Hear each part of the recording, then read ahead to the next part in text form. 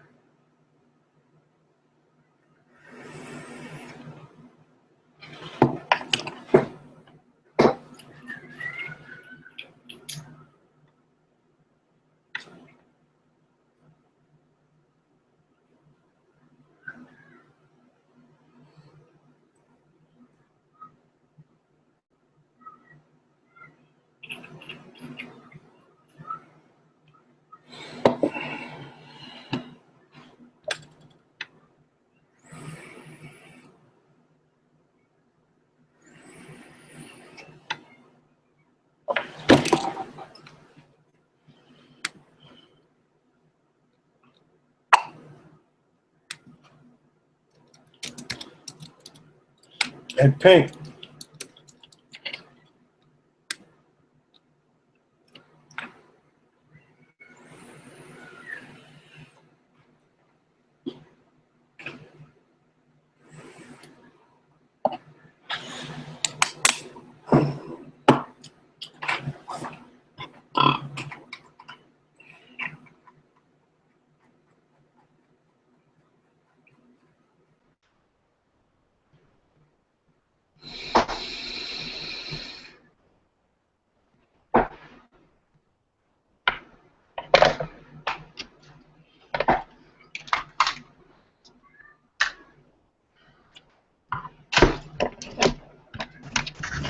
What's up, Big Gert? What's going on, man?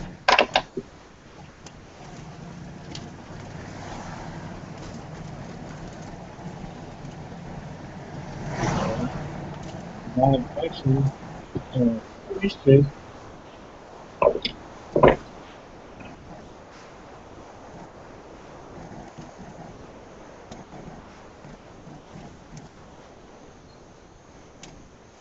Yeah, I figured I'd pop in and see if anybody was in here on my way to work. So You just concentrate on the road there, mister. I am. That's why the phone's kind of at an angle. What's up, Alan? How you doing, brother? What's up, man? Ex-girl, she the female version of me.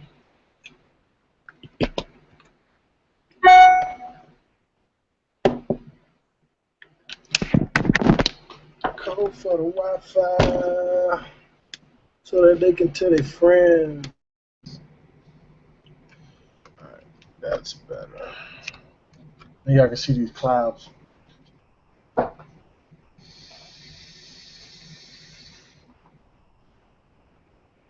You trying to fog out that room?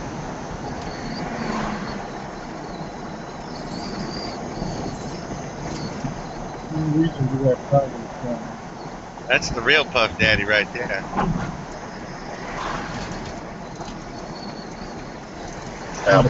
I'll probably be hopping out, guys. So have a good one. All right, take Hopefully, care. yeah. Hopefully the storms won't knock my power out. So have a good one. All right, you too. Be safe. Yep. What's been going on? Not much. Just stopped being pretty much busy from summertime. Basically, 3 out of the 4 hurricanes or tropical storms have missed us, so that's good. Kind of got a few more to go, but so far so good. Still in one piece. Alright, I'm about to solve a Rubik's Cube live on chat. See how I do. Just post a picture of it finished. Just post a picture of it finished. Then people won't believe I did it. People. What do people know? Exactly. Fuck them.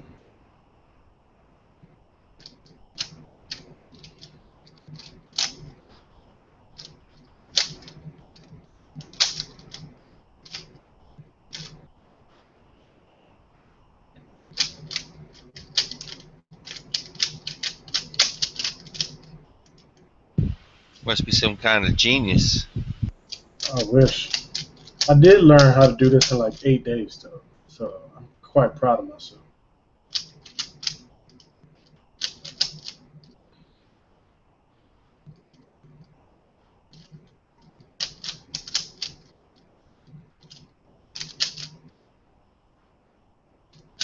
I'm not that fast, though. But Doing it. If you solve it during this chat, you're faster than a lot of people out there. oh no, what is going on? Okay. Oh fuck.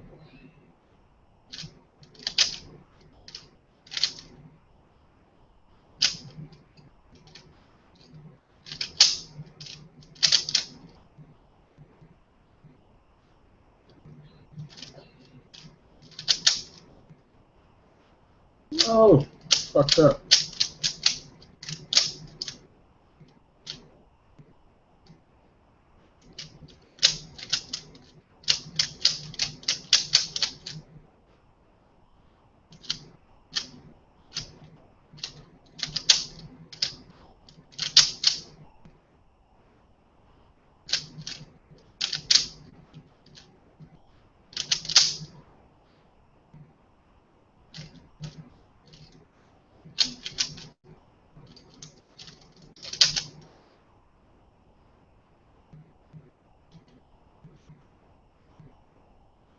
Hmm.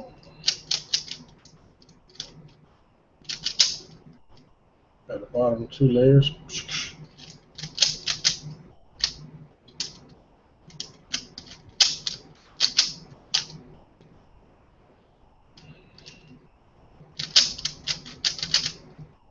Fuck. And I just fucked it up. You don't want to do that. No.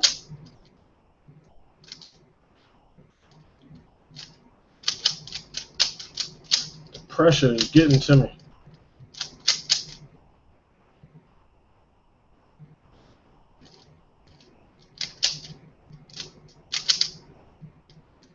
Hmm. Alright, this one's backwards.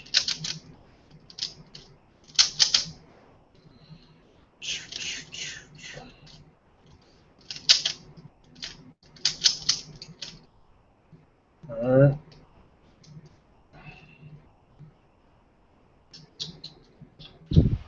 What you gonna do? What's she gonna do? Oh, it's almost done, man. Alright. Watch this.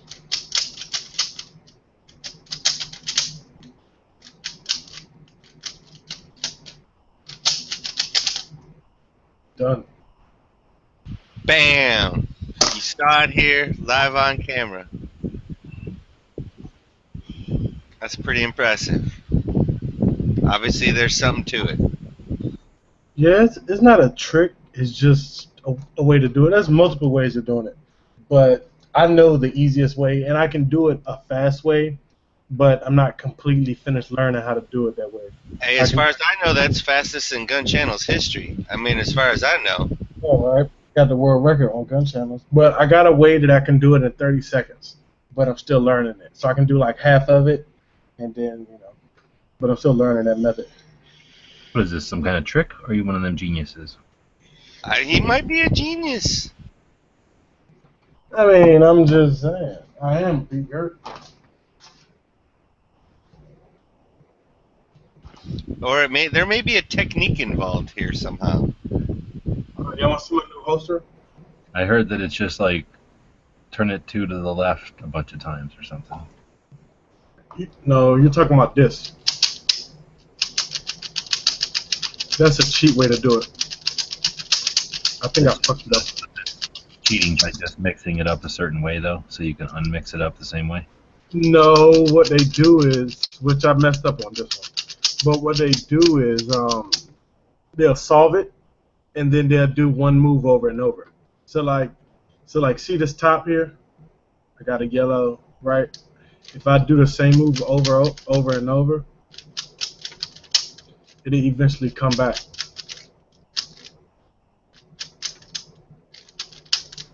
Oh, so if you just do something, it'll just come right back to... Exactly. See how I just did it?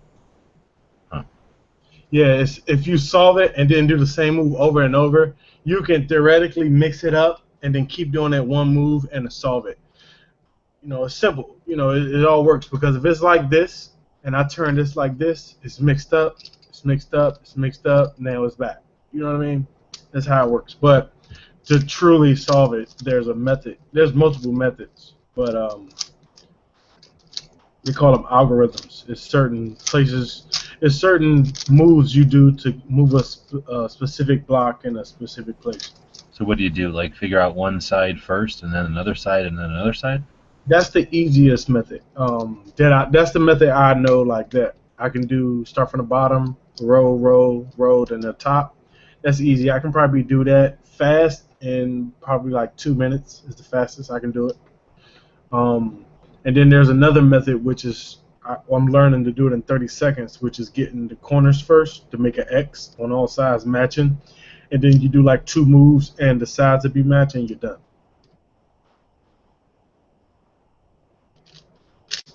So like this, if I'm gonna work on this side, right?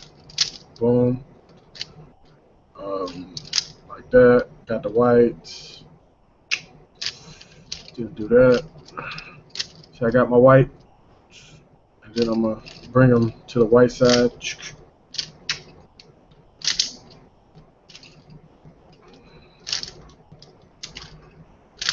And now I got my whites, and they matching, right? Then I do the corners. So you just pay attention to one color and all the other colors fall together?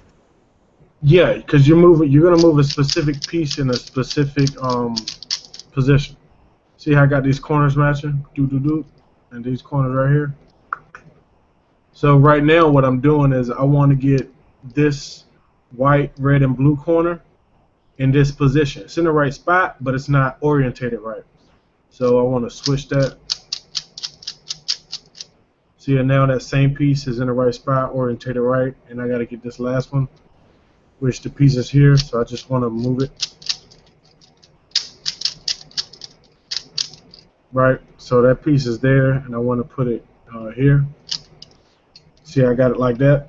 It goes here. So I just fucking move it over, bring this part up. You can't really see, it's not a good view. Then bring it back and see that piece is in the right spot. Now the bottom is done. And the first row is done. So then how do you stop it from mixing up whenever you go to do the side then? You fix it.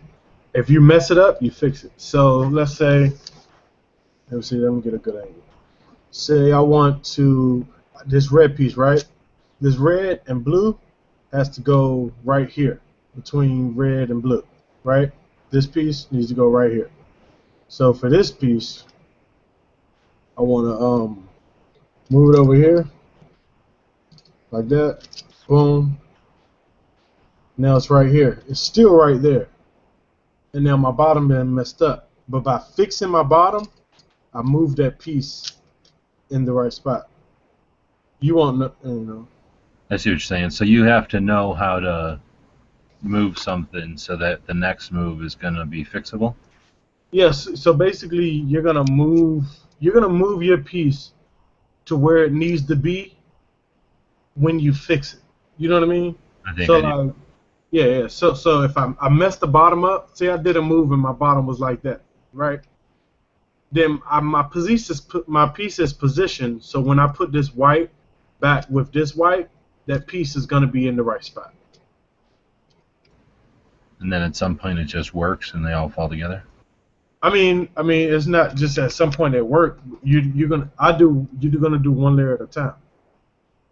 So like this piece needs to go right here. No, I'm lying. Yeah, right here.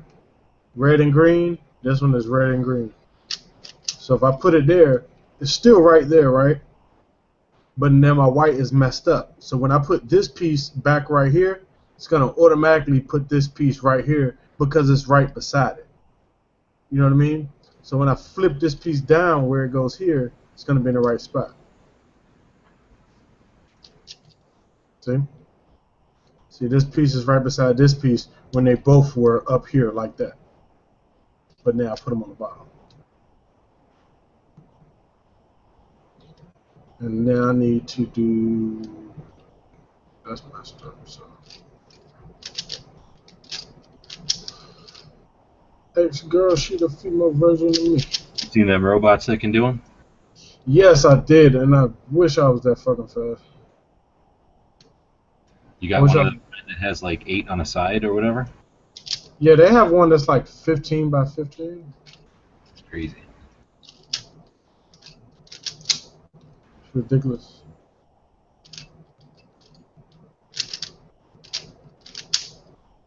But that's done.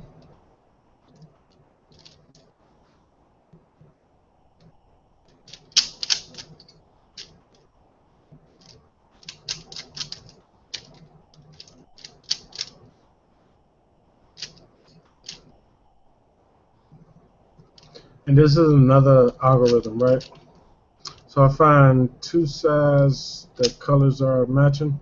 So I got this side is good, and I got this side is good, right? So see, I got the blue right there and the orange right there. I position it a certain way, and I do this algorithm. And now all my sides, I have the line in the middle. Let me slow it down. Just whenever there's those two colors in that orientation and you do that, that always happens? Yes, yes, because I'm on the top row. So all I'm worrying about now is the top row. So let me mix it up again. All right.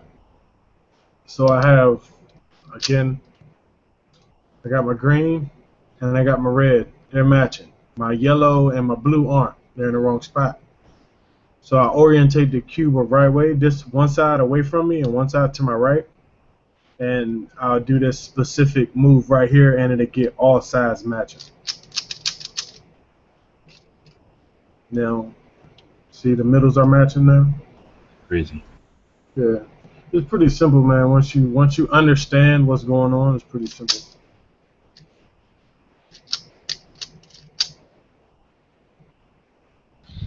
Do a Rubik's Cube, but instead of colors, do different types of firearms. That would be fucking amazing. It should be a hand grenade so that if you want to stop it from going off, you have to solve it. That's fucked up. Alright, now I got...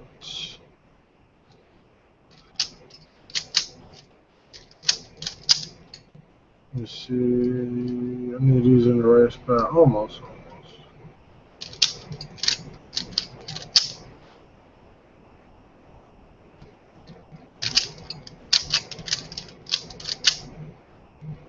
Alright. Come on, man.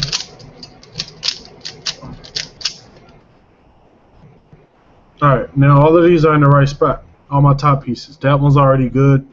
That one is blue, yellow, orange. That one is blue, yellow, red. And that one is blue, yellow, green. And I do this one move, and it's gonna flip them. Yeah, you take a key and you poke it in there, put it back on the right way. Now watch this. So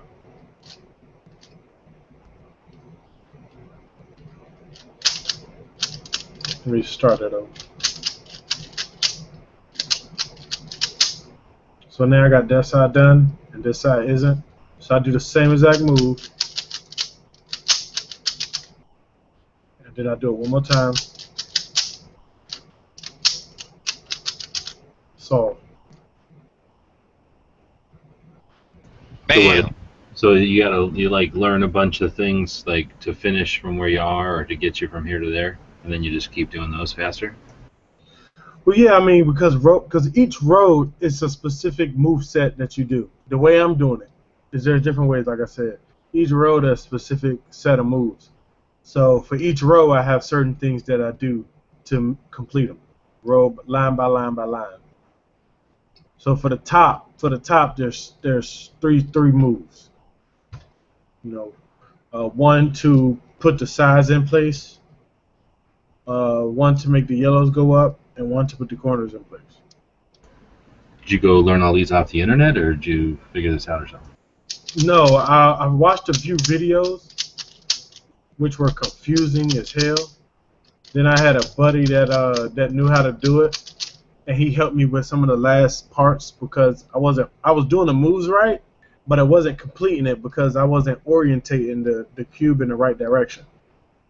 Because the moves only work if stuff is in the right place, and I wasn't turning it in the right place. Like when I said those two sides were matching, I wasn't facing them in the right direction. So every time I did that move, it wouldn't work. I got you. I had a book back in the day, like how to solve Rubik's Cube, and it was crazy. I never actually understood it. They must have been talking about all that stuff. And the little two-move thing you were talking about. So if I was to take this right now, it's solved, right? And I would do this. Right now, it's scrambled, right? It looks scrambled to you. So I can just keep doing it.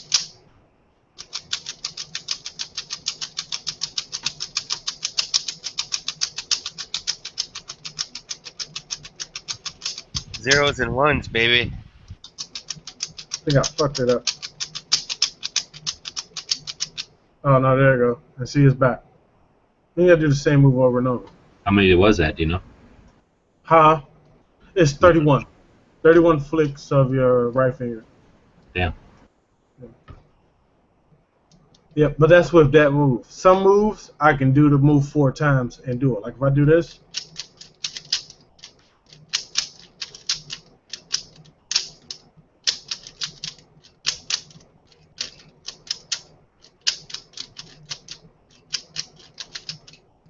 That was 6. 6 times with the same move and I completed it again. You know what Is I there mean? like a move to get all the corners to go wrong or something, or to like change the centers out and shit like that? No, you can't change the center. Centers don't move. But that move that I just did only changes the top corners. So if I do it, I'll do it on. I like doing it on this side. You know, you can spell Ohio with one. So yeah, that only changes the top corners. See? And this should solve it. No. There you go. It's pretty cool, man. I'm just trying to get fast. You know, it's crazy. I was up on YouTube right before I left, the Thursday before I left, and was watching some videos. And I was like, man, these little kids are fucking awesome. So I just ordered it, 1-day shipping, and started figuring it out. What does a Rubik's Cube go for these days? Been cubing it. This is actually a It ain't Rubik's. this is like a cube made for you to do it fast, and it like flows. It's so easy to move. Right. This one was like $20, All right, that ain't bad. but yeah, I guess they would be like $10 for a normal one. For the regular one? Yeah, for a regular one with the black, and this is stickerless. Nice. Yeah, and there's lube with like silicone oil. It's easy to take apart. See? Oh, so it makes it real easy to solve. Huh? It makes it real easy to solve. Okay. You know what? I dropped it right the other day, and one of the pieces fell off because it comes apart pretty easy. And I put the piece back in there, but I put it in backwards, and I couldn't solve it for shit. I was like, what am I doing wrong? And my buddy looked at it and was like, he did it. He was like, no, because this is supposed to happen when I do this. And he took the piece out and flipped it, did the move again, and it solved it. I was like, what the fuck? Bam. Well, I'm glad that we found something that we can do when Hillary's in office and takes away all the guns. Now we'll have I something. know, right? I know. We're going to be throwing Rubik's Cube at motherfuckers. And be like, rape! I don't think Hillary's going to get it. I'm trying to get DB to say something. Seems like she's got just as good a chance as the rest of those pack of liars. That's because Americans don't care about Benghazi. What the fuck is wrong with us? There's a lot of stuff we don't care about. See how they going on Corleone the War on CNN? Did y'all see that? No, what happened? Well, they basically took his video, spiced it up, and made it seem like he was telling that dude to fucking get over that his daughter died when he really wasn't. And he posted a video on his Like a response to it, yeah? yeah, well, he posted the actual CNN video on his page too. But yeah, they tried to make it seem like he was just like telling the dude don't get emotional, and basically they were making it seem like he didn't care that the guy's daughter died, and that, you know. But clearly not the fucking case. You know, that's their agenda they're pushing. They have to edit it like that because otherwise somebody might realize the truth of the matter or something. I'll tell y'all what, man. There's something fishy about that shooting, though. Talking about, was that in Roanoke? It was right outside Roanoke. So how many hours is that away from you? I don't know, 45 minutes, an hour. Okay.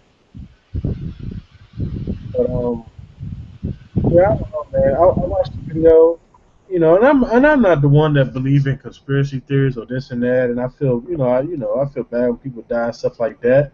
But watching that video And I was having a conversation the other day in the chat when I was in North Carolina.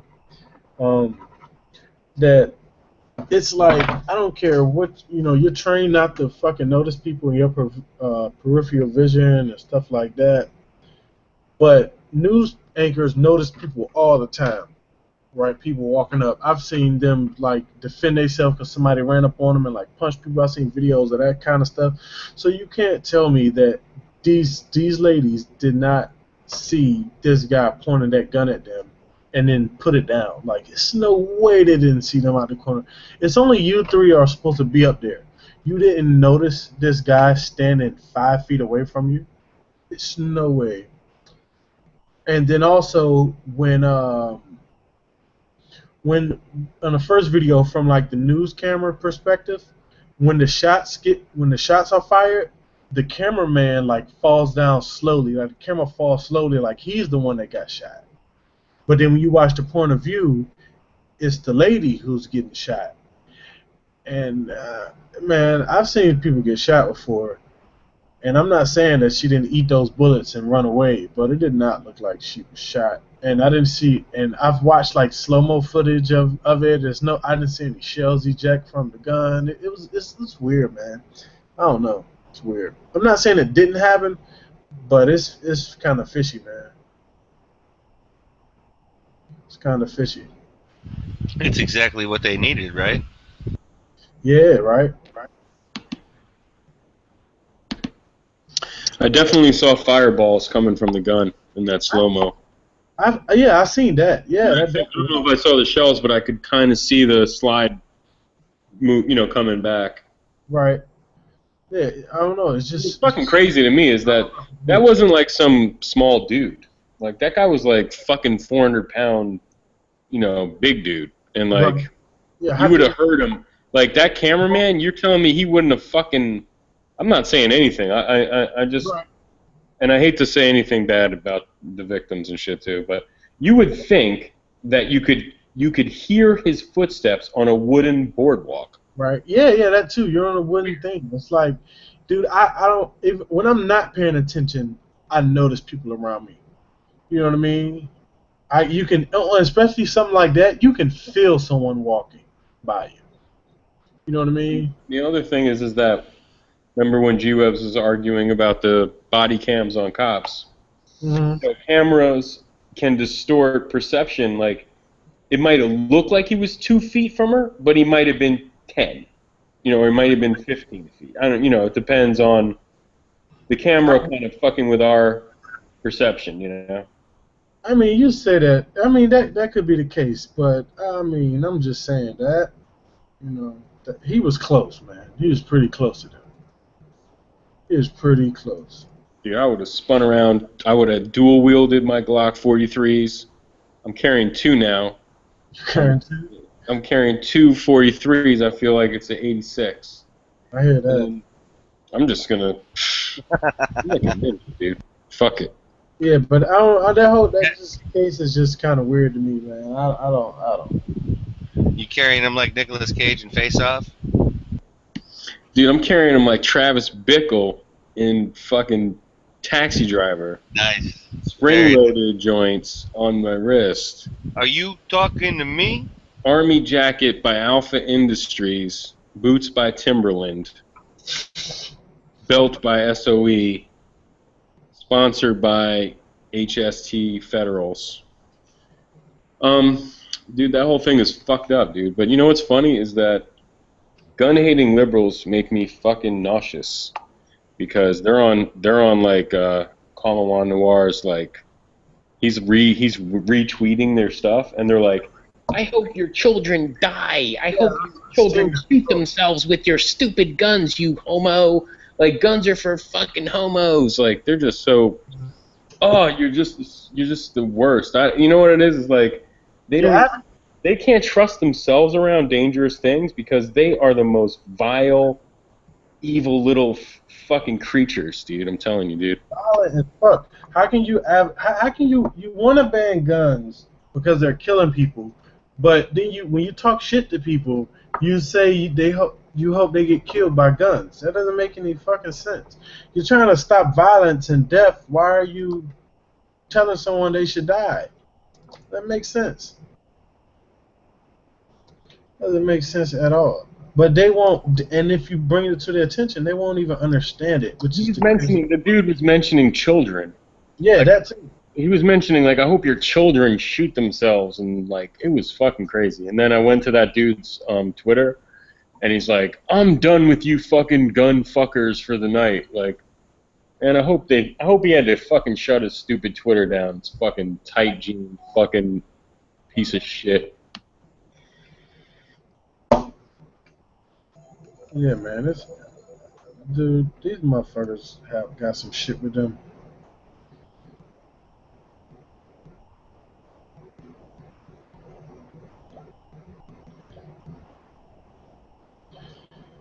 Anybody play Clash of Clans?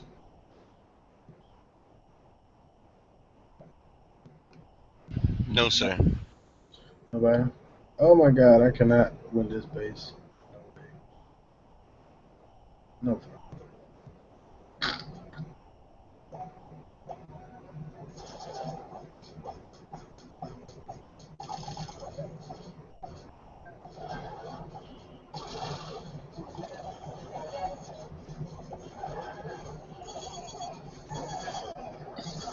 When is Yankees chat? No one? Is it next week? Oh, he postponed it for tonight or whatever? Next I week, thought- every other week. Oh. Every other week. Gotcha. Alright, so tonight I'm going to have to watch the regulars. The regular chats. I'm not familiar with those. Well, the Schmoes Know Movie Network has a chat tonight, every Thursday. They get like thousands and thousands of people watching that shit. It's fun. And they talk about goofy movies and stuff. And then, yeah, that's probably happening now. But, yeah, I'm looking forward to Yankees chat, man. Oh, no, it's tonight. Sucks. Hope it stays on topic. Oh, yeah.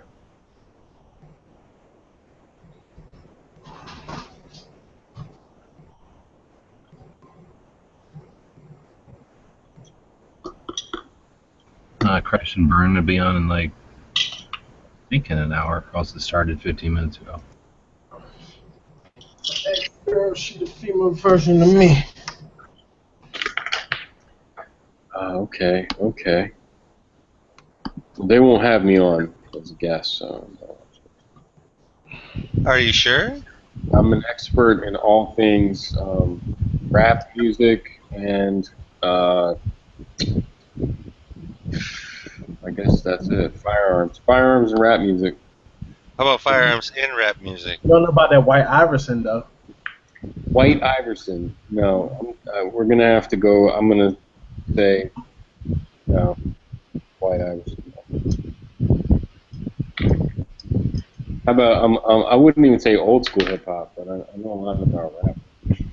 How about I know a lot about coffee. He's not.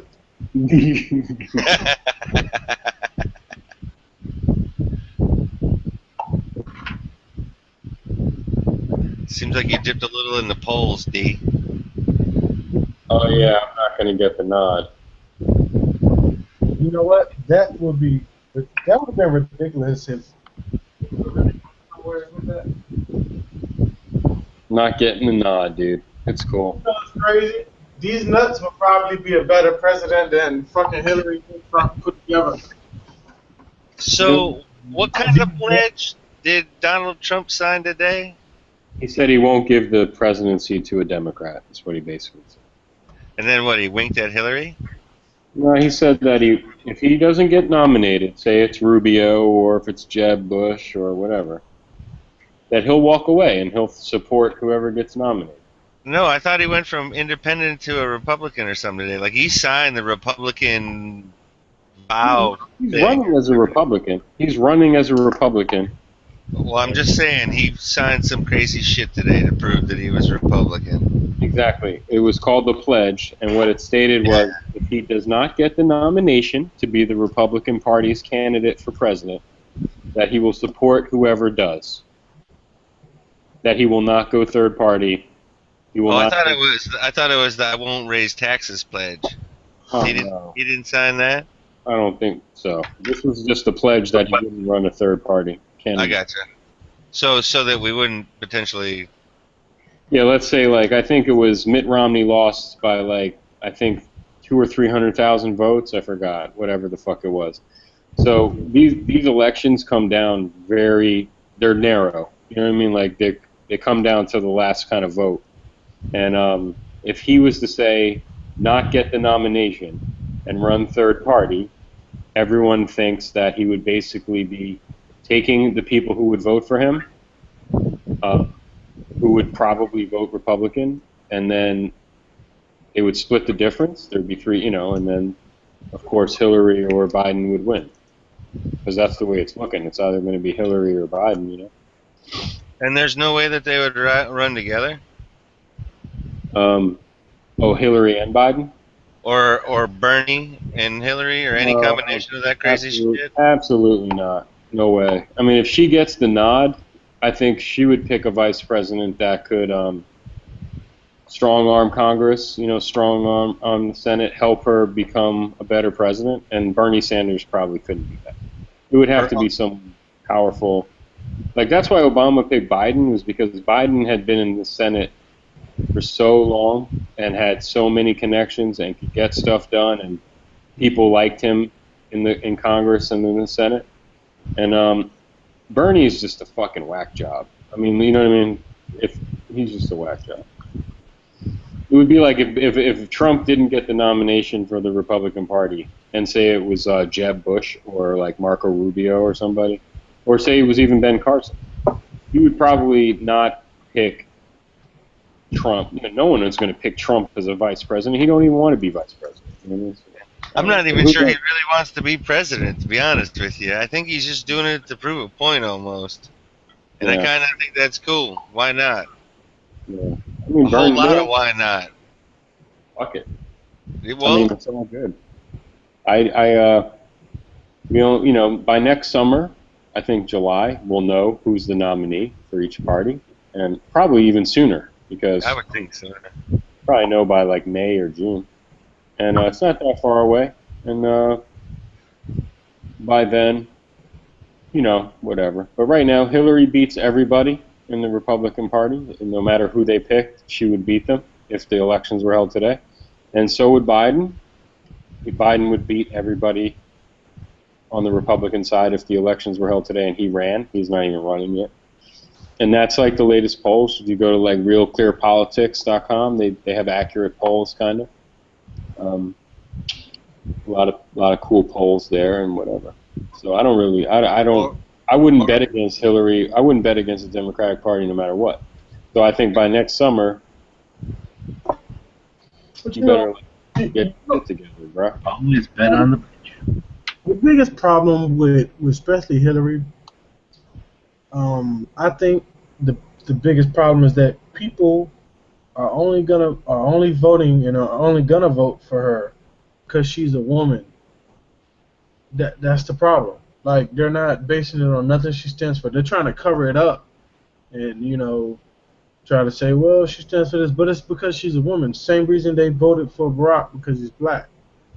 That's ridiculous. Ridiculous. It's not going off what they're saying, whether you can believe what they're saying or not. But that's all you have to go on. You can't go off of their gender or their race. That doesn't mean shit. People are fucking idiots. I don't understand.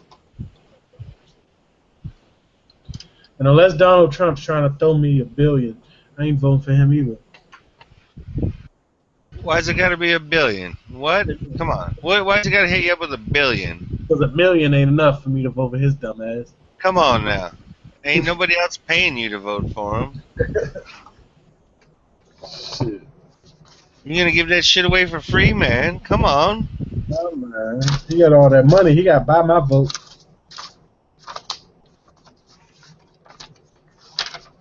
Everybody got a price. Mine's $1 billion.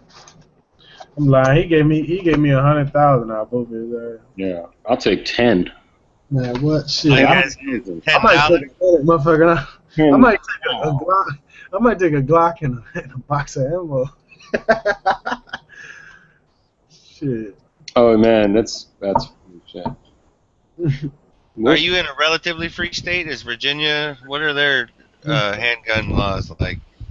Freedom. Freedom. Nice. Those are laws on America around here. All right. Well, I don't think you can own a Sigma, right? It's against the law in Virginia. Yeah, you can't own like shit guns. That's the only thing.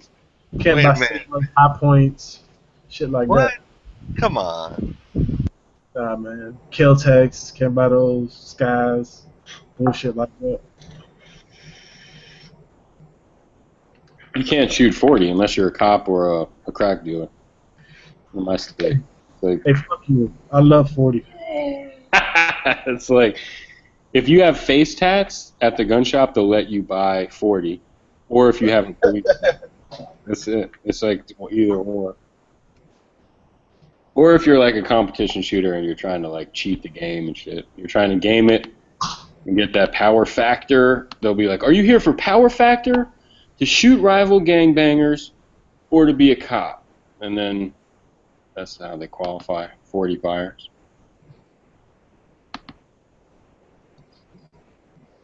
Hey, Or if you have a YouTube channel and you do like ballistic. know a site that's selling a holster for the CZPO9 with the light attachment? Because I can't. Nobody's making it. They're making everything. Man, I bet Moon knows. Could you try Maybe. contact concealment? Contact? I've never heard of them. They're out of Texas, and I say check Blade Tech too. Paul Howe likes them. And I just need Paul an Howe inside. likes the military arms channel. I need an inside the waistband and an outside the waistband for this. You could try contact concealment and Comtac and Raven Tech. I wouldn't maybe Raven. No, Raven doesn't make one. Uh, They make them for the PO9, but not the PO7. That's the problem I'm having. I said Braven Tech. Brave. Yeah, that's my company. I do really good Kydex holsters. I just started yesterday. No, they don't have it either. They got the PO7, but not the PO9. Contact doesn't have it. Contact concealment. Who else would be good? Did you try NSR Tactical?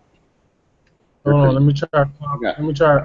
Contact. I got NSR Tactical holster, and it's buttery awesome. It's buttery smooth. Like he polished the edges of the Kydex. Like, man, it's so smooth and shiny and so nice.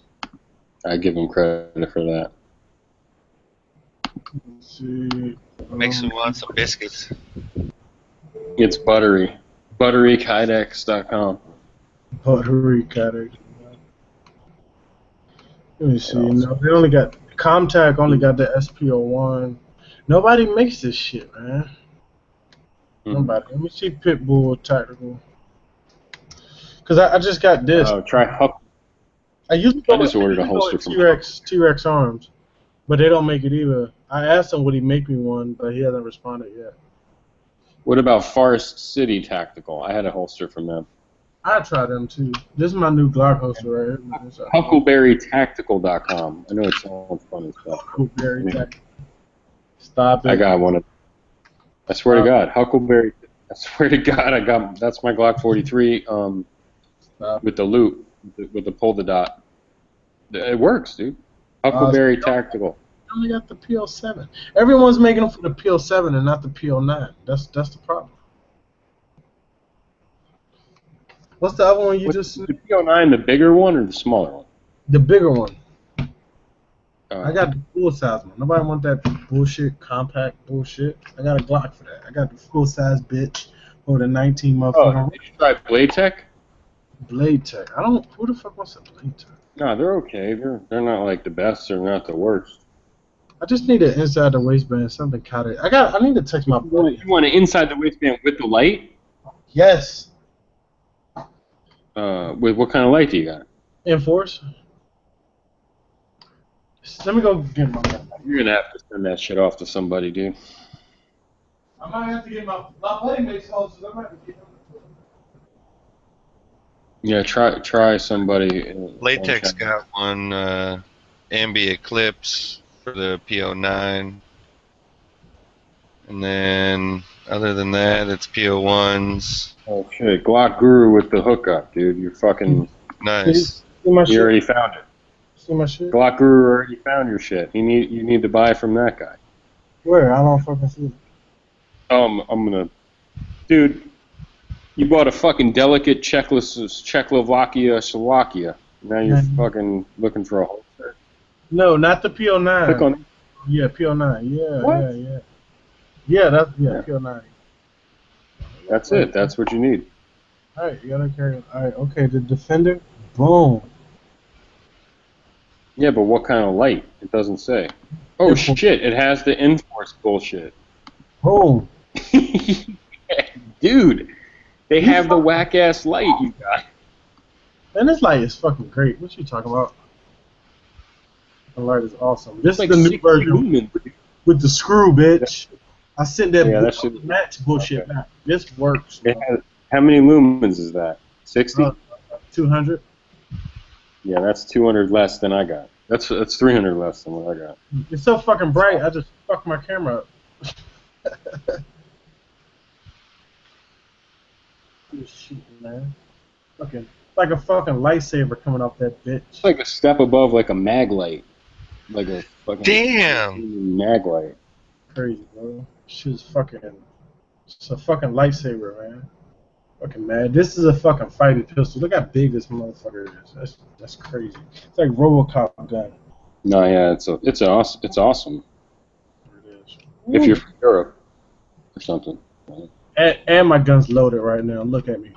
Oh. Uh-oh, I hope your upstairs neighbors aren't watching. Dude, what are you? Dance, motherfucker, dance! The Navy train you? What the fuck? Yeah, the fucking Navy train me. Look, I'm a fucking Delta SEAL. And just to prove that my gun is Dude, what loaded. are all the sixes on your finger, man? Why does your booger finger have the sign of the devil on it? Because when I shoot your ass, that's where you gonna go. Or when you pick your nose? Let me see. I don't even know how to fucking use this site. What the fuck? I don't see a. Okay. Is it already on the gun? What the fuck? Oh, what's up? KT Defender. Boom. Alright. How the fuck do you use this fucking site, Guru? Shitty ass fucking website. CZPO9. Alright. I just need a fucking Flat Dark Earth would be fucking cool. But I don't need all that. 0.08. No, I need 0.06.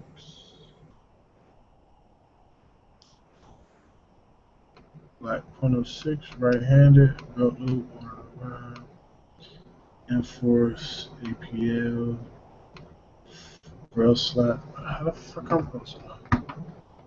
First slap from barrel. How the fuck I'm supposed to know which slap my fucking leg? I don't fucking. It's all the way back where the fuck it's supposed to be. Fuck. I need a screwdriver real quick. Hey, thanks, Guru. You just saved my life. Fuckers like a know-it-all. That's why they call him Guru. He's like, I know. I'm gonna have to knock off those sharp ass corners. Yeah, don't Oh, put I that. see you back in civilization, Trigger. He's like, I'm gonna put the holster in the toaster oven. Knock off the holster. Knock off the corners in the toaster oven. That's what I do. Dano, is Dano in the chat asking about AK mounts? I think so. Man, if you don't go buy him some fucking What are you trying to do? Dano wants an AK mount, an AK optics mount from Circle 10. Tell him buy some Circle 10, man. Or some Magpul.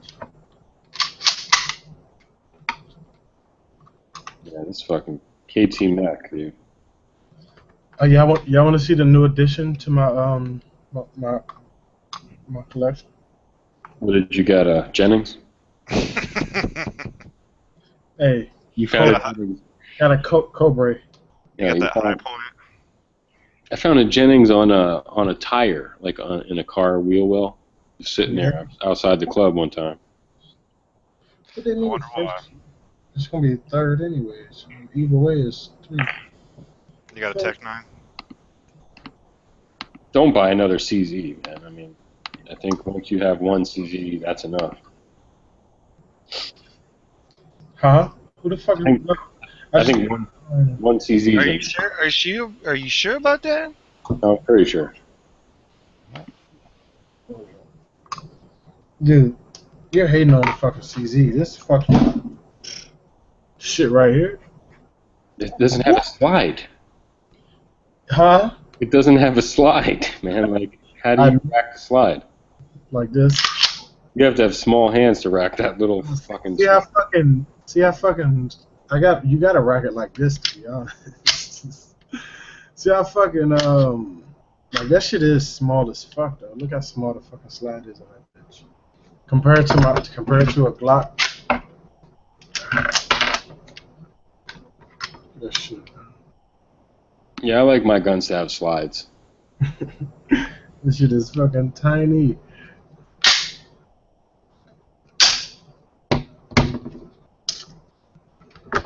I keep shit loaded right here.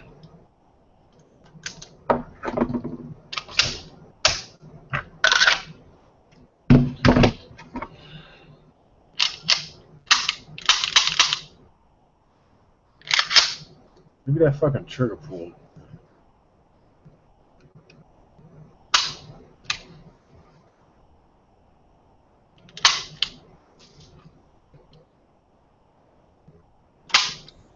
What are you gonna buy, Gurk? Looks good. What's new in your collection? I just got a PEC 15 for my AR. A PEC 15. What do you need that for? I don't know. I just got it from a buddy. Oh, yeah, right. I know how that works. Is it IR or is it white? Is it white light? It's IR. Only IR? Yeah, it doesn't have a white light. It does red and IR, and then it has illuminator. I think. See, I have NOS to test it. the what? I said I don't have NOS to test it, so. Yeah, the PEC 15's a little bit after my time. The PEC Yeah, man. 4? The big. Whoa. Yes, the big black ones. No homo. You know what I'm talking about? The long, the ones that's like that fucking tall and the black. No. Y'all didn't have those? We had the PEC 2 and the PAC 2 and the PEC 4. Yeah, isn't the PEC 4s was the long black ones, right? It's bigger, but it's not. It's like, let me try to find a. I don't know. Yeah, I think they're. Yeah, it's like this one right here. Hold on.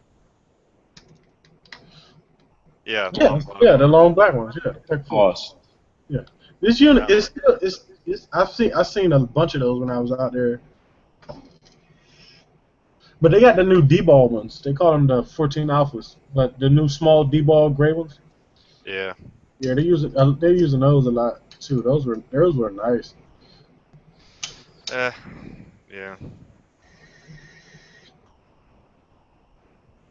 My buddy's about to give me his old Surefire light too. He has like a pressure switch for it.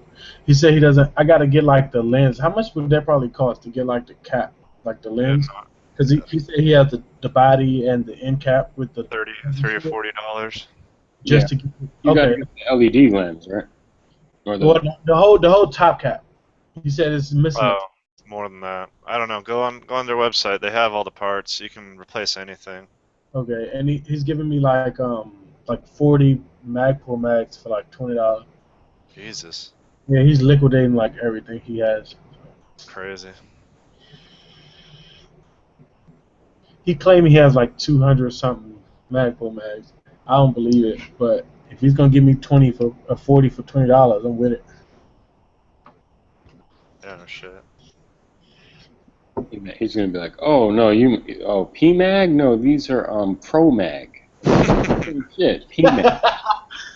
They I'd be mad. they fell off the I back still of the take truck. I still take 40 for $20. Like, I would take USGI mags for that price. I don't care. Shit, I got like what 60 Magpul mags. I mean, not Magpul mags, Magpul mags in general for my AR. I got like 60 mags. It's just I've been trying to. I got some of them with the Magpul followers, but them fucking things are so fucking expensive, man. There's no point to convert all my mags over. I want metal mags. What's the cheapest, best like metal AR mags? Just find some USGI ones that come with the non-tilt.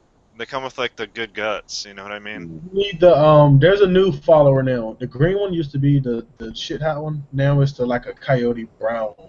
Yeah. How much do they go for, guys? I don't know, probably like fucking $8.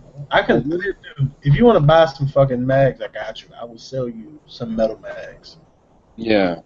Because I think the last time I bought one, it was quite expensive. I bought like a couple of Colt ones, and they were fucking from Botash. I think they were like $19 or something. Yeah, you don't. All you're paying for with those is the base plate that has a Colt pony on it. That's all you're paying for. I sell you these motherfuckers for $5 a mag. How many do you want? 5? What kind of follower do they got for $5? No follower? Let me go get them. No follower. Yeah, it's like, who's just selling you the mag body? I got a 100-round magazine right here. It's 3.5 magazines taped together. $5, dude. I'm down. I'll PayPal you right now. I need 1.5 mags. That's what I got on my PayPal. I got about $8. Let me see. I'm trying to find these USGI mags that I. You know what I bought? Like one time when the shit was really crazy after like 2012, I got a steel mag. It wasn't even aluminum. It was like black steel, and it was made by C Products. Yeah. And I paid like $40, dude, because it was like that time of year, you know. I got these. These are the get stuck followers. Oh, those are the get stucks. Yeah, these are the get stuck. Dude, those things never fuck. I'm sorry, man. The only time they get stuck is if you try to finger fuck them while you're loading the mag. Yeah. They don't get stuck while you're shooting. No, they work perfectly fine. But I'm just saying They can get stuck. No. Yeah, if But, you're like Fred Flintstone trying to load them or something. Yeah, but that's what I say. Get you some. If you get sand in them and they get a chance to sit and then that kind of thing, they can. That's where the tap in the magazine comes from, is to make sure everything's free inside. It doesn't bind up or anything. I'm gonna find my Colt mag, man. Look, $5 a pop. Get you some Magpul followers and some base plates if you like, because they look nice, but you don't need a base plate. Get the Magpul followers. They work perfect. Let me go grab them. I'm trying to. You can get like a kit that has a follower and the spring, but they're like I don't know. They're kind of expensive.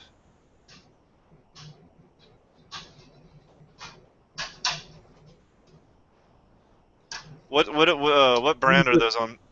There you go. See, those are the Magpul followers. The Right there. Magpul followers. What are the green ones that you had? The tilt followers. They're both the same. They're both the same. I just swapped the followers. What are they on the base plate?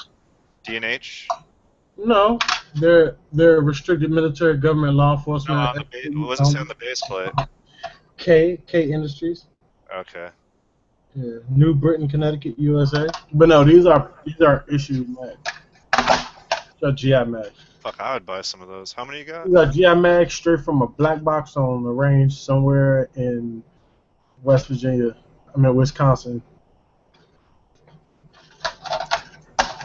Uncle Sam's listening to this, man. He's keeping note. Fuck Uncle Sam. He can suck my dick. Next time you go to drill, he's gonna be standing there waiting for you.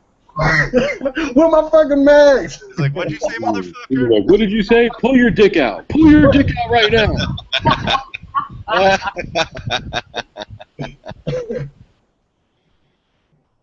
He's like, "I didn't know you were real." He's like, I hang out with Marines, not fucking National Guard. Fuck you. So let's talk about AKs just for a moment. Anybody don't ever know. try one of the? Maybe. You got No. try to book an appointment. Just sit in the corner and be quiet. Sally All right. Ford. Circle 10 AK optical mount. Anybody ever tried one? No, sir. We got What? a link? Do you have a link? Sure, I can give you a link. I mean, the link that doesn't involve you flipping me off on the other side of that camera.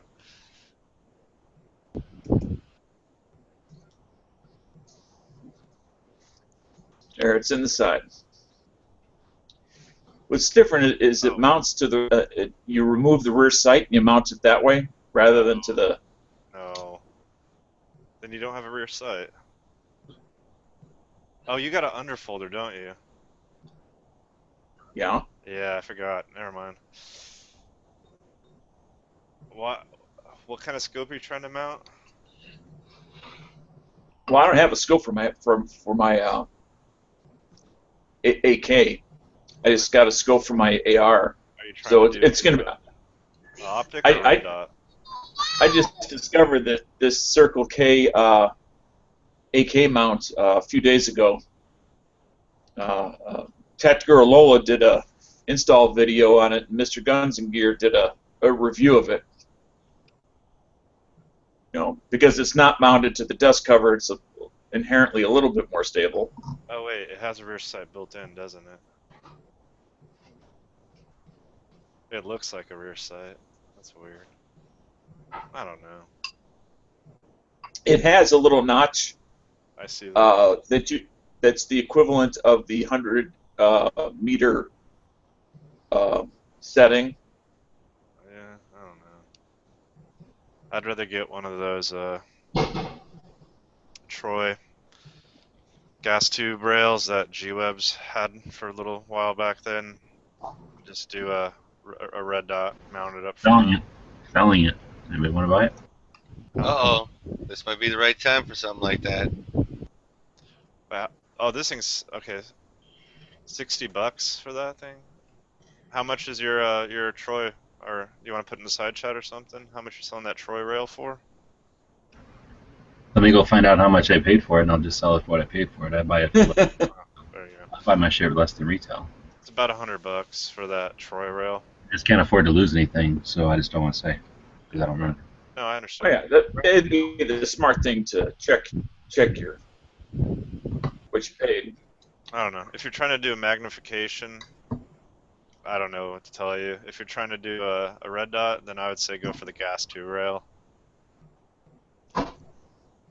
I hadn't even considered it because I never knew such a thing existed. I knew those dust mounts did, but I don't like they're too low quality. Well, they got ones that are like the whole dust cover attaches. You take out the rear sight, and the whole thing hinges on like the whole. It's like a Krinkhoff style dust cover. You know what I'm talking about? They got ones for AKs that are like similar to that. I don't know. It depends on how much money you want to put into this, how much turd you're trying to polish, Yeah. Well, at this point, I'm just interested in the idea. If you're trying to magnify that thing, I don't know. I wouldn't off that kind of rail. I wouldn't do it.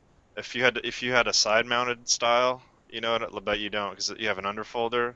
But if you had a side rail, then I would try. Then I would suggest. I just like those because it locks in really positive. If you got a good mount, those side rails don't move. It's like dead rock solid. Oh yeah. Talk to Marco, because Marco has some little mount that's like super fucking legit. What is that, AK?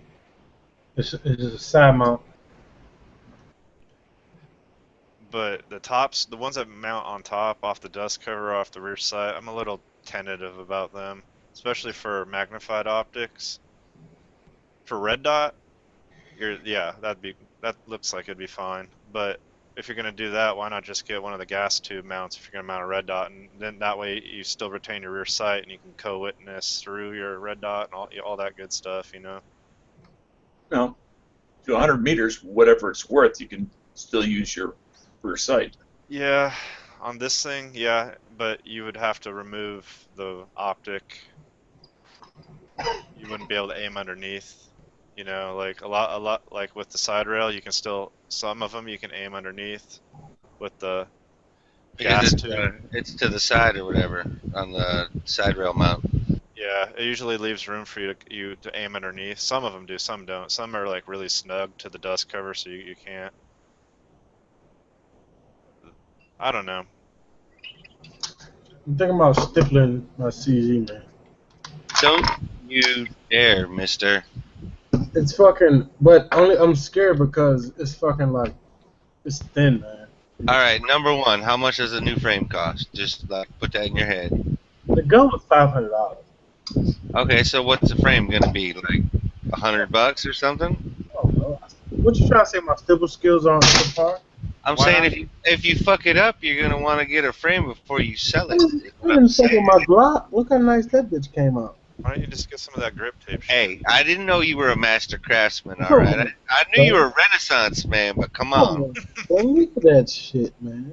We all pretty saw that good. stellar job you did on the shield. My shield is fucking great. What you talking about? You guys are haters, man. Haters. Not at all, not at all. I just don't want you to fuck up that CZ. Car That's all removed. I'm saying, man. Come on, son. Jeez. You Dano, got experience. I got it. I see it. never mind. I'll go side. Dano side shot. But I'm worried about this because it is like pretty thin down there.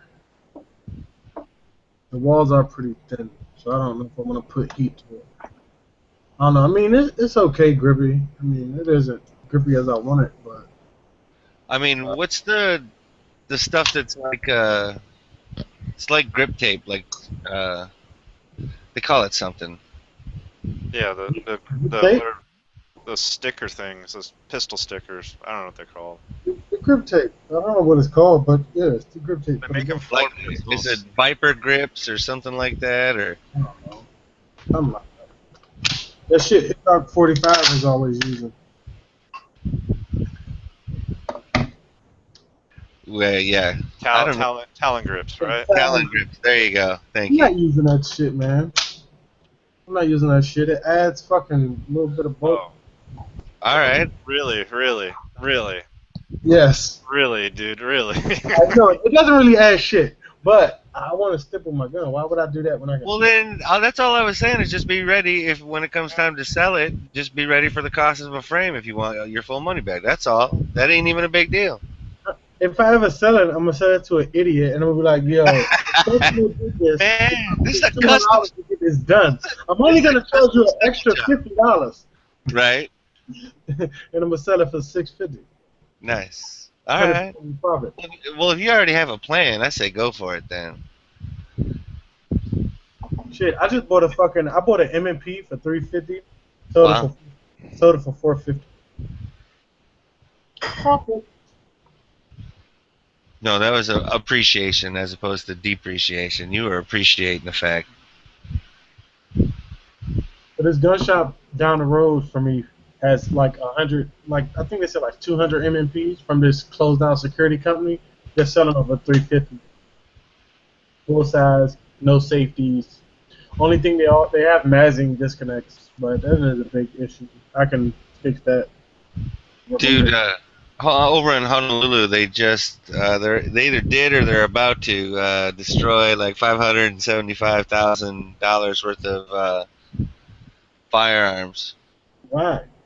Because they, according to somebody, they don't want them on the street, so they're not. Because normally you could, there's several ways. Like they're not even allowing officers to purchase them, which would have been one way, let alone public auction and all the other ways to generate some freaking money. Right. But so no, I guess they're gonna end up destroying them, and it's under $600,000, but it's up there. That is fucking stupid. Yeah. Hillary's behind that shit. I like the idea that it keeps them off the streets. Yeah, a few people made comments about that, and some of them were pretty right on. Doesn't keeping them off the streets involve law-abiding citizens? I mean, what the Wait, fuck? you guys don't keep your guns stored in the streets? Mine are just like laying out in my Hey driveway. man, what my tactical plan I cannot discuss on air, so I can neither confirm nor deny if they are in public or not. Anyway, Yeah, exactly. stupid. People are idiots. I'll definitely agree with that. You still there, Dano? Yep. Back to your AK question. Thinking about it, Yes. the best thing about an underfolder, in my opinion, is how compact and small it folds down. What a nice package it makes when it's folded. And adding too much stuff to it kind of negates that. You know, so Well, you gotta but- like, what are you getting versus what are you losing, and is it worth it? That's what I would What I think put in about. the side chat is, it's not a great, expanding its capability issue. It's the shooter can't see anymore. Yeah, I don't think you're really gaining that much capability by trying to scope out an underfolder because of It's the. it's You my have to scope- capability, not so much the guns. Uh, My ability to see. So what are you saying? The target or the front sight? The target specifically, Well, you're supposed to focus. and then sometimes I tend to lose the front sight a little bit. I say you go with a red dot, bro. yeah, I would say the red dot, a small red dot, would save you weight and space, and Yep. you'd retain your rear sight if you mounted off gas tube. What's the mount that they use on the Rifle Dynamics mount? Ultimac rail? Get that Yeah. one. Really fucking low. It Or isn't the there's- best looking damn thing, but Or buy the one G-Webs has got for sale, which is probably the best one on the market, in my opinion at least, because it doesn't mount to the barrel. where the fuck is my Loctite? You don't have to. in pretty high demand because it's been on the internet a bunch of times, but for a significant premium from viewers. It's kind of YouTube famous, actually. Yeah, What's G-Webs YouTube famous? will give you his All autograph. guaranteed to attract ladies at the range.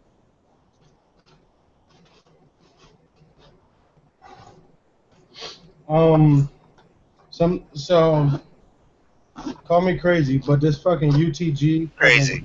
I saw that BB gun you stippled. You are crazy. this fucking UTG rail is looking pretty nice, man. The key mod one they came out with. Crazy. Thinking about getting it.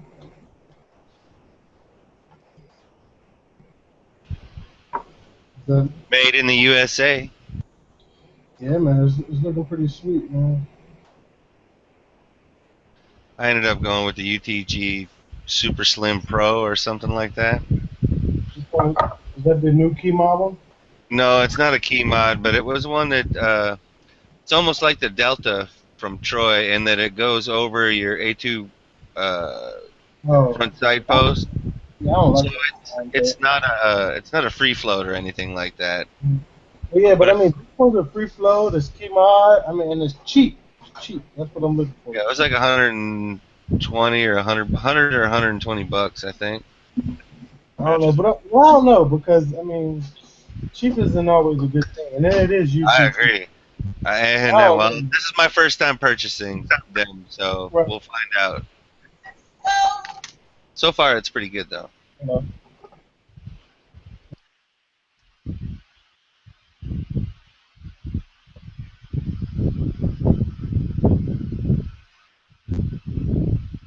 I like how the fact you got that PEC 15 mounted on a fucking UTG rail. That's classy. Well, sometimes you got to work within your parameters. Dude, Girk's parameters are. If he can. I was figure talking out- about myself. If he can. No, not. Yeah, but you don't have a PEC 15. If you can Who's get to his, say? if he can get his little mitts on a PEC 15, he should be able to find himself something else to mount his shit to. Anybody going to Stone Guys chat? Oh shit. Are we supposed to do that?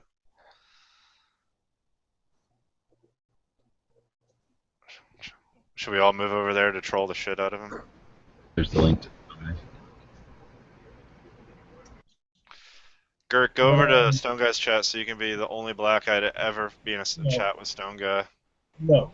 What is the topic over there? How? He's not. I thought the topic here was MIM, rails, and cheap-ass fucking lights and delicate-ass guns. Fuck you. Delicate That's ass guns? Is that what I heard? He's talking shit about my CZ. It's Guns which cannot take a beating. What the Nope. fuck is going Please, Alex. it's the topic's hashtag stipple life. Right. Stippling everything in your life. Your toothbrush, man. You don't want to lose a grip while you're brushing your teeth. Right? You already know it's wet. Yeah. Well, I feel bad if I don't go to Stone I Guy's like chat for a little to while. brush my teeth while I pee, so dropping the toothbrush has dire consequences. Holy shit. Right? There's a little more on the line then. Probably gonna have a firmer grip on everything. That's real, man. That's Well, like some, simple everything in that situation. The toothbrush. I knew. hey, I don't want to hear about what else you're stippling in that situation, so you don't lose your grip. All right, well, nobody going over to And Stone that, Guy. I'll go. I'm getting my link together. I gotta- Do you ask I your have to parents? write it down. I have to write it down and then rewrite it for myself. You need it emailed or something. You gotta. Is your mom pin it to your coat and send you to the store? I'm like, write this down. HTTPS semicolon / So we go in the Stones chat or stay in here? I'm What's going going over on? there. What? Go troll him, dude. Oh, is he doing an interview? His topic tonight is all cheap ass lights and rail mounts matter. What'd you say? You said Everyone's gone. You said white lives matter? 20 lumen lights matter. 20 lumen lights matter. You're a hater, bro. What did the original Glock lights? How many lumen were they? Like 20. Okay. For lumen for the. Incandescent bulb, right? Yeah. It's probably fucking candle power, man. Whatever, man. It's still cool. They were weren't they one of the first ones to do that? They use metric Illumi units, What the fuck is that? Candle power, man. a unit of illumination in metric. Oh, this shit got red Loctite on it already. Cool. I lost my fucking blue Loctite. What the fuck is that? It's stuck to something. Your carpet. Fuck, man. I went and bought a Maytech site. Martech, however the fuck you say it. And fucking with the little adjustments. Yeah, on the side. Yeah, but I don't know how to fucking use it. I'm gonna figure out. And what, you gonna break that actual site off of it like right away, or you think you're gonna wait a while before you break it off? What you mean? That top part of the site that you look through, like the peep part, right? I'm gonna break it off. Why am I gonna break it off? I don't know. Look at it, it's just sticking out there.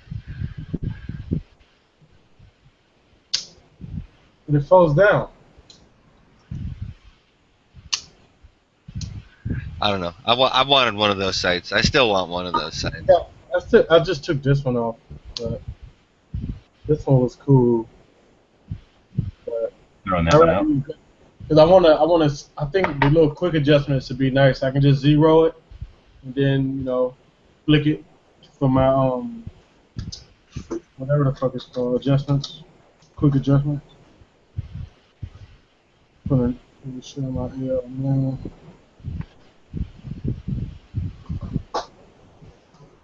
So while my fucking buddy in my unit, right? He's like, yeah, I had a Glock 32 with a 45 barrel in it. I know he was like, well, he was saying 32, but he's like, I had a Glock 357 SIG with a 45 barrel in it. I'm like, no, you didn't. Like, yes, I did. How you gonna tell me like they don't? You can't do that. That's impossible. What are you talking about? Like, what? This dude argued with me for like an hour trying to tell me the gun he had because I told him that gun doesn't exist. Oh, Oh, he meant that time he had a high point. That's what he meant. I know, right? I had the Glock 40. He had a Glock 357 SIG Glock, and he put a 45 barrel in it.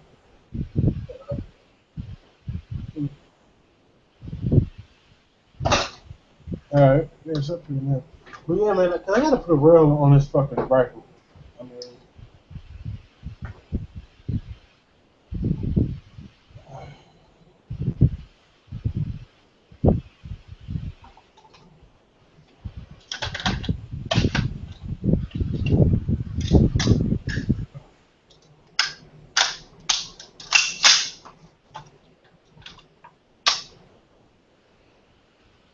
oh wow, that is a lower 1/3 like a motherfucker. What red dot is that? What I bought from TV? The one I told you? Yeah, oh, that was you? Yeah. That's what you It worked, huh? Yeah, it still works. The fucking one went through 80 fucking batteries because I keep accidentally leaving it on. Yeah. Point.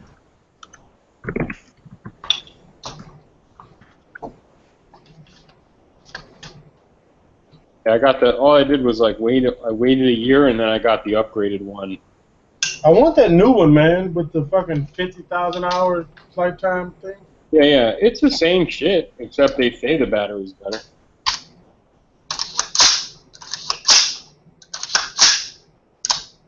Okay, the D10's holding the light.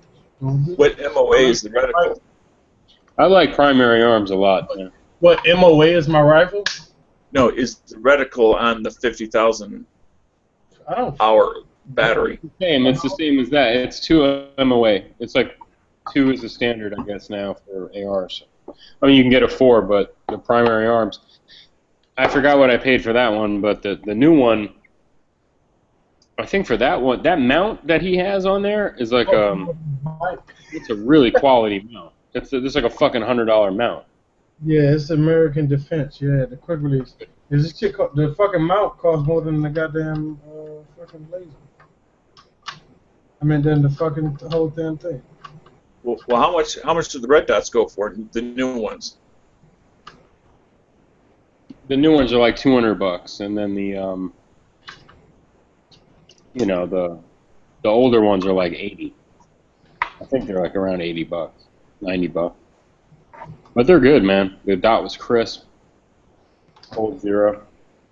Yeah, they are. They're pretty good, man. Yeah, I haven't had any problems with it. I haven't shot the shit out of it either, but I haven't had any problems. So. I love that mount. I mean, that's even if I bought a $700 red dot, that's the mount I'd probably use.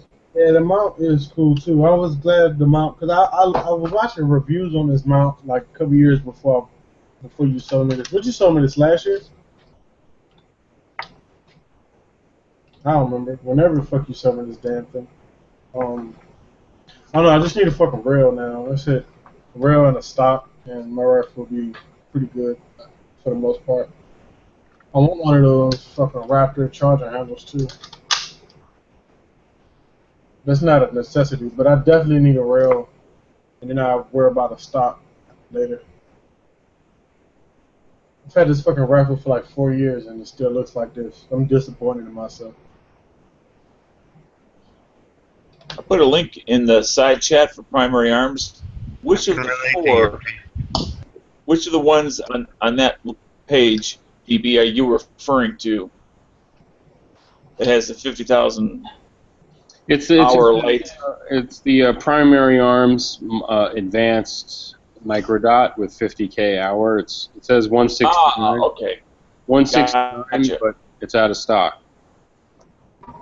Okay. So that's the one I have on my AK because I'm cheap and that's all I could afford. But also, AK Operators Union, they like froze that in a block of ice. They threw it. They broke the ice. They shot it. They put it on an AK.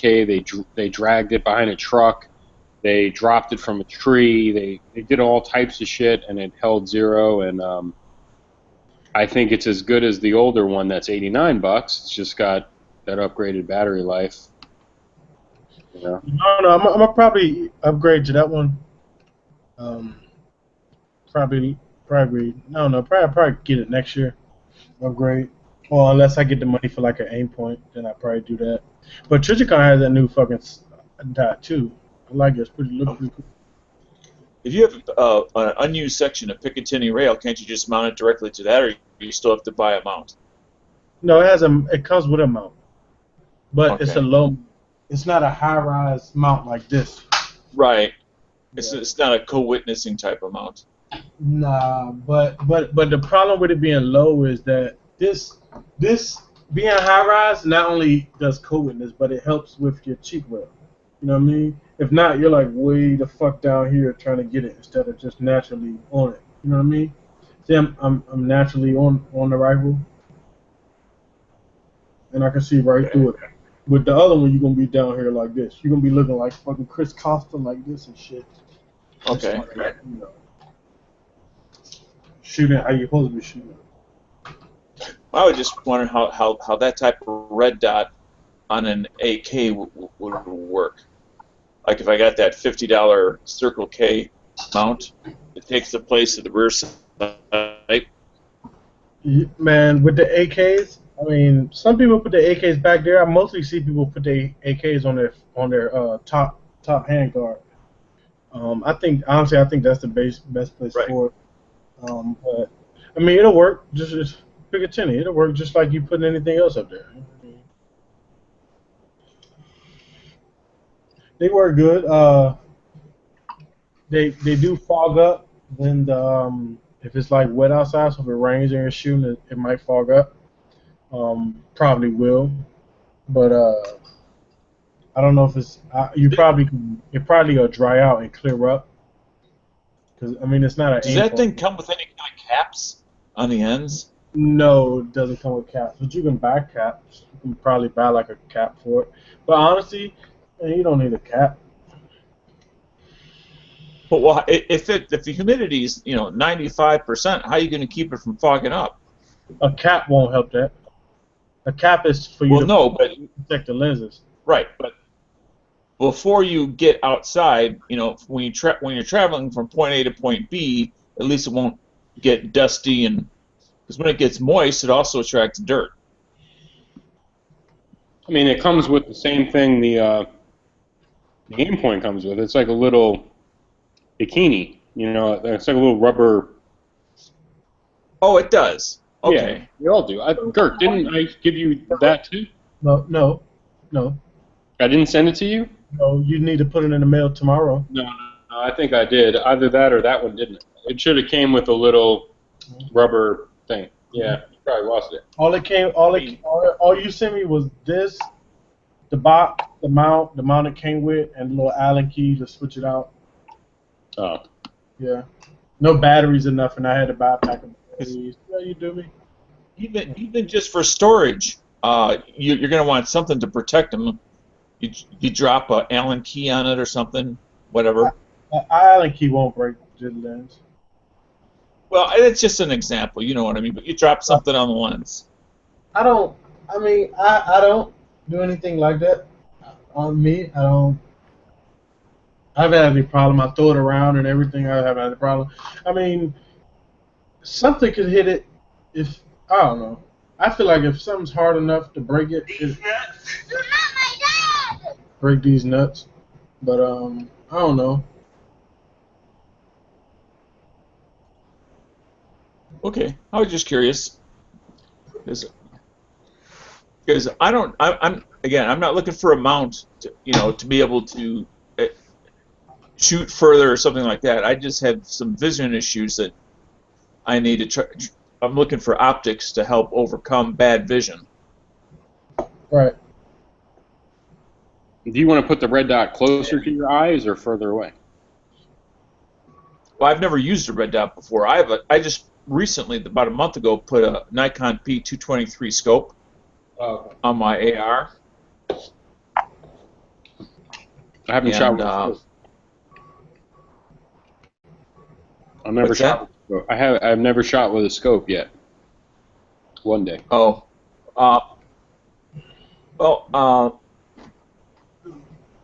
I've shot a couple times with this, hunting rifles with a scope, but never, ARs, AKs, anything like that with a scope or a red dot. It just said, I'm 54 now. My vision isn't what it was like when I was 24. Oh, red dots help, dude. My 70-year-old stepfather, he hadn't shot a rifle in like 50 years or something. He was in the Army. And I took the M4 carbine like sighting in target, and I put it at 75 feet, like 25 yards. And his first shot group, he hit the fucking bullseye on that thing. It was like it's like a dime. And I was like, man. And he has bad vision. And when he set up, he was sitting down. He put the rifle on the right on the rest. I was like, just try to put the red dot on the target. Can you see the target? He's like, yeah. And I brought it all the way back. He was shocked. I mean, like the red dot makes shit so much easier. I don't think he could have done that with irons. I just think it makes it easier. But whatever. Yeah. I also like having, two different mid-range rifles set up two very different ways. One for a little bit longer and one for a little bit shorter. Yeah, I would definitely. I want to get the 4x primary arms sight. The 4x. It's like their version of an ACOG. It's like $200. I don't know. It might be $300. It's definitely not $3,000. It's cheap. That's probably what I want to get next. Because I don't have any kind of magnification or anything. All right, yeah, I'm about to hop off. I'm going to eat. Holla. Loa. But I think Primary Arms did a deal for me where they gave me the advanced microdot, plus the Ultimac, and I saved a few bucks. So if you just want to get the regular Primary Arms microdot, it's like $89, and then get the Ultimac. I know people don't like it; it clamps onto the barrel or whatever, but I mean that's what most people do. I think like that's what Jim Fuller does. That's what a lot of AK guys do. The one G-Webs has for sale is probably better. So I don't know what he's selling it for, but Primary Arms will do they'll do a package deal where you save a little bit of money. And I put the red dot in front of the iron rear. It co-witnessed perfectly, and I zeroed them in independently, and I tried my best. I need to probably redo it, but with the red dot, I was definitely pegging shit. So whatever. I was happy, and now I have a place for a light because I didn't have before I got the Ultimac. I didn't know what to do. How to put a light on an AK. Is it one that just goes off the top part of the rail but hangs to the side, or? Oh.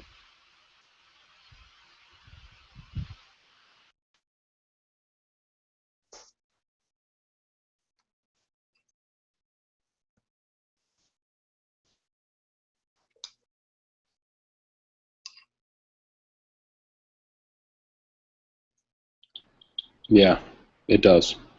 It's offset. It goes to the side. Anyway. Okay, that's what I figured. That's what I was gonna get. It's like $25 for the mount.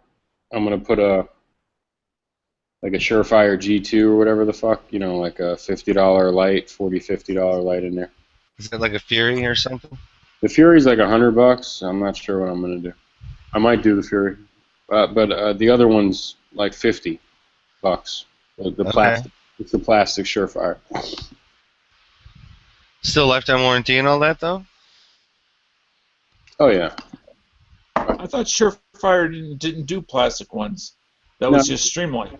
No, they make the plastic body. I think it's the G2. Yeah, the G2X or something. It's a 1-inch diameter body, so it'll fit all those 1-inch mounts. But it's plastic. But I mean, people run them like on their fucking AKs and don't give a fuck, and they swear by them. So Right? Like it's there. It'll work.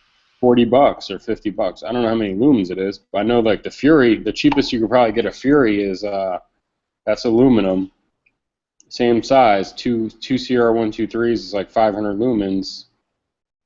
I see those people running those a lot on Yeah. IC. Yeah, Yep.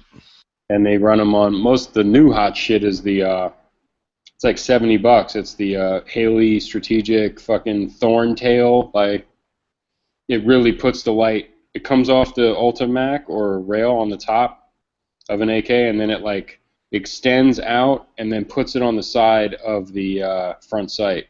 Like it really pushes it forward. So it's either that $70 or I get the $25 one that doesn't push it. It doesn't come out and like have a extension piece, you know. I don't know, man. That one sounds pretty cool. Far be Yeah. it from me to suggest anybody buy anything at any $70. point in time. I hear you. But is it the one? Is it the only one you're gonna need? You know what? It's probably is one of those like buy once, cry once kind of things. But you know, I don't really know because I haven't had a light on it. So I guess whatever's comfortable. It might depend on the person, but Right. they're talking about shadows. Like you know, if you put that thing up there and it rides that far forward to the left, or right if you're a righty or whatever, that you're not going to cast a shadow off your front sight. So. Oh yeah, I hear what you're saying there.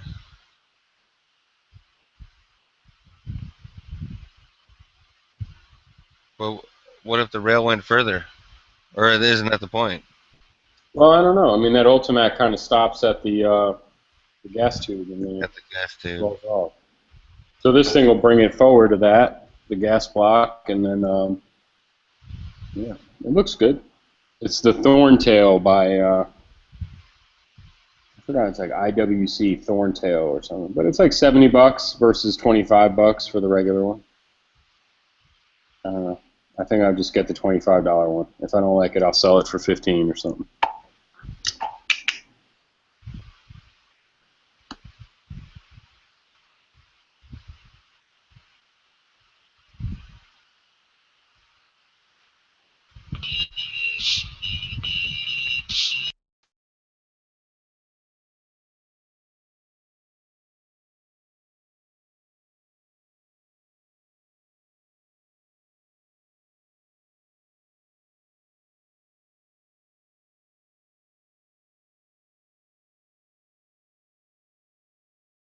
Man, it looks like Stone Guys Chat's the place to be, man.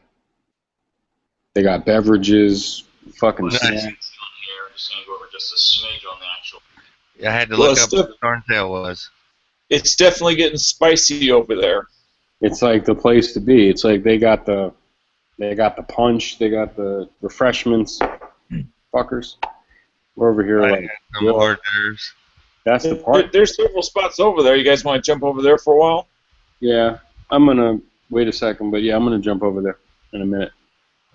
I think you guys got the link, right? Yeah, it's in the side chat.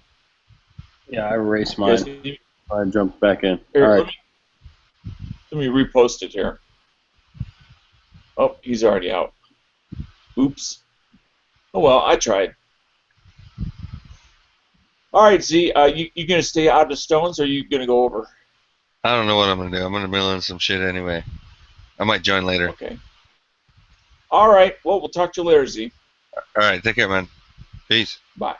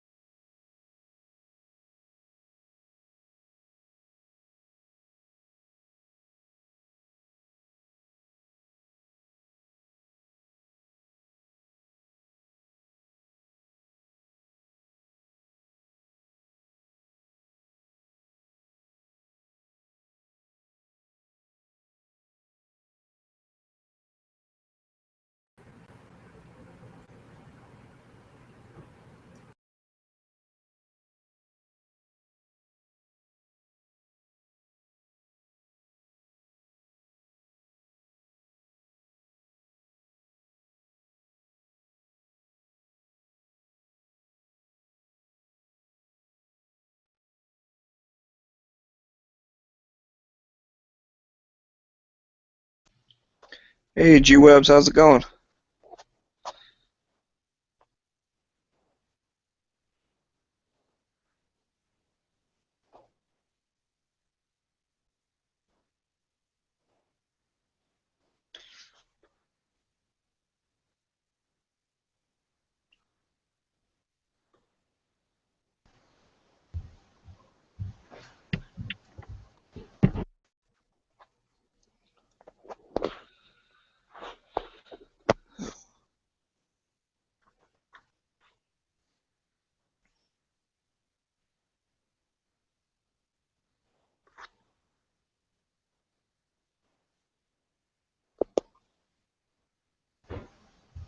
Hello, hello. This is Nick G. Uh, Willing to listen and hear any of your thoughts and/or stories. This is the After Hour Chat, and I'm your host. No, actually, Gun Websites is your host. If anybody has any advice, stories, or just a quick comment, please tune in or check in, or just a simple shout. That was a really good radio voice. Thank you. Thank you very much. You're listening to AM 530. This is Late Night After Hours Chat. I am your host, Nick G, aka I am for Kershaw Knives, and for those of you who are listening, I thank you for tuning in, and if you have any stories or thoughts or...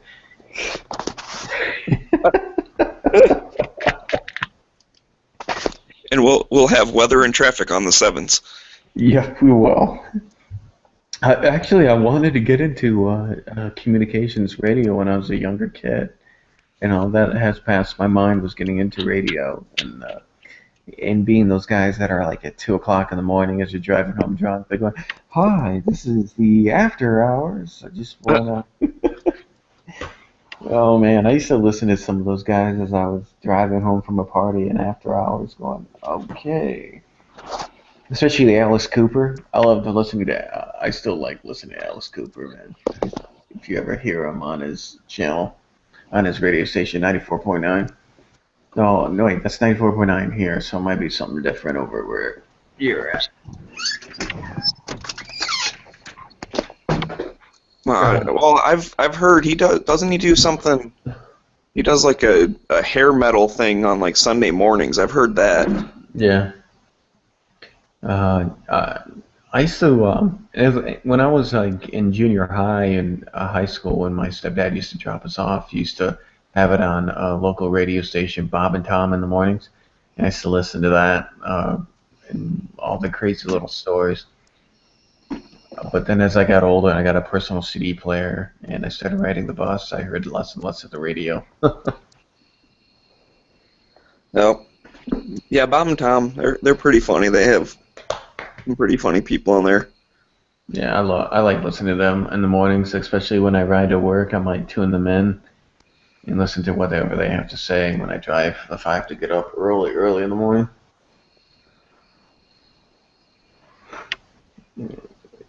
Man.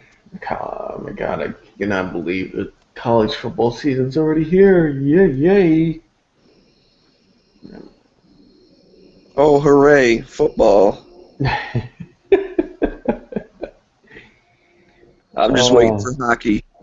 Hockey. Where are you from? Are you from the upper Midwest? Or are you from the Northwest? I'm from the Detroit area. Oh, Detroit area? East Lansing area. Greater Lansing. Oh, yeah? Cool. Right down the road-ish. Yeah, I'm right down the road-ish. I used to have a good friend of mine who used to live in Hamtramck. I went to school in Bellevue, and I used to go to school in Dearborn. Okay, that's cool. Yeah, I'm not too far away from you, my man. Yeah, I'll just jump on 96. Oh, yeah. I've been on that a couple times. Tigers. And I used to go there for hockey. Watch Red Wings. Hockey town. Damn straight. You know what was funny? What was funny, Smeggy? My cousin, he moved to New York City, and he was telling about how he could not purchase a gun, a handgun rifle, up in upstate New York because they won't sell it to people. That's how they are. But I told him, like, Jesus, man, if you showed a Detroit address, those guys would feel sorry for you and probably give you a discount. Probably force you to have one. But I was just like, Yeah, if really? you're wearing a Lions jersey or something. Oh, man. I'll tell you what. Let me have all the guns in the world. When the Lions win the Super Bowl, I'll give them back. Oh, yeah. Oh, yeah. Like, but you know what? Tell me, though, Sue's gone, though. So you're not going to get, like, really make some gains, and then you lose them all when he makes a stupid penalty. Like, kick a guy in the groin or step on his knee. What a dick, man. Jesus. Dominique Sue, man. He went down to Miami now. I'm done watching the Tigers. I can't stand watching the Tigers. You know, I started watching them a little bit more this year. I mean, I'll watch them if it's on. You know, if I'm out at a sports bar or something, it's normally on. But for whatever reason this year, I've caught a lot of games, and it just it blows my mind how like they'll do really good one game and then just suck the next. This most recent Tuesday they beat Kansas City, then Wednesday what was like 12-1 or something. Yeah. It's like, how do you beat a team one night and the next night just get completely dominated? It's one thing if it was close, but they were just way off. Then what's up with Verlander? Is he having problems with Kate Upton or something? He just totally sucked. I think, 75% of dude, I think he's still fucked up. Because when he came, he was down with that injury or whatever. I think it was shoulder or something. And then he came back. He hasn't been the same. Oh, man, he's gotten on my nerves. And then we trade Cespedes, and then we trade Price. And I was just like, Price had a good... And then, what was it? Then Prince Fielder. I mean, I like his dad, but his dad didn't beat the crap out of his son enough or something. The guy just never... I actually a signed poster from Cecil Fielder when he hit the home run. He was like he broke the record, I think, just for the Tigers of home runs in a season. And my old neighbor was the heads groundskeeper for Tiger Stadium. I went down there. I'd go down there a lot. I used to, play on the field and go through the dugout and go into the locker room and all sorts of stuff. I got to meet Ernie Harwell. I got a couple of his autographs. I used to love listening to Ernie Harwell when I was a kid growing up. Just Tigers games are not the same for me without Ernie Harwell. So, but I like the new guys that are doing the announcing and stuff. But I'm always will be an Ernie Harwell fan. Well, but I still remember, man, when you walk into the locker room, right when you walk in the door, there was a giant barrel filled with Bazooka Joe. And I was like a kid. I just stuffed my pockets with that shit. I was just grabbing handfuls. Oh, I used to love. You remember with Kirk Gibson when he had that weird bat spleen? He had the bat and dude, he had it such an awkward way. Man, and then Trammell. I used to remember watching Trammell play. And, oh gosh. But you know who I really loved besides, I used to love the Bad Boys, 89 to 91. Watching Mahorn, Dennis Rodman. Oh my God, I used to watch all those guys. Isaiah Thomas, Bill Laimbeer. I got to meet those guys. Dumars, Joe D. Oh my God, the original Bad Boys. ESPN 30 for 30. They did a documentary on those guys, and they came up with a Jordan rule. I remember that, the Jordan rule, where if Jordan comes through the lane, you clothesline him, throw him down to the ground. God, I used to love that, man. I used to love those days of basketball. And then I remember when they drafted Grant Hill, he didn't turn out to be much. What a disappointment. What a fluke. Never delivered. Yeah, it happens. And then the Lions. Oh, man. Poor Barry Sanders. I mean, you had one of the He could have greatest. broke all sorts of records if he stayed, or if he went to a different team. But him retiring that early, What a tragedy. You know, and the thing was is that they never had a team. I mean, to me, he'll be the greatest running back of all time. Talented, stuff you just could not coach, and Yeah. he just got stuck with a shitty team. If you asked me from here on out, I always will say Barry Sanders was the hero with a tragedy story.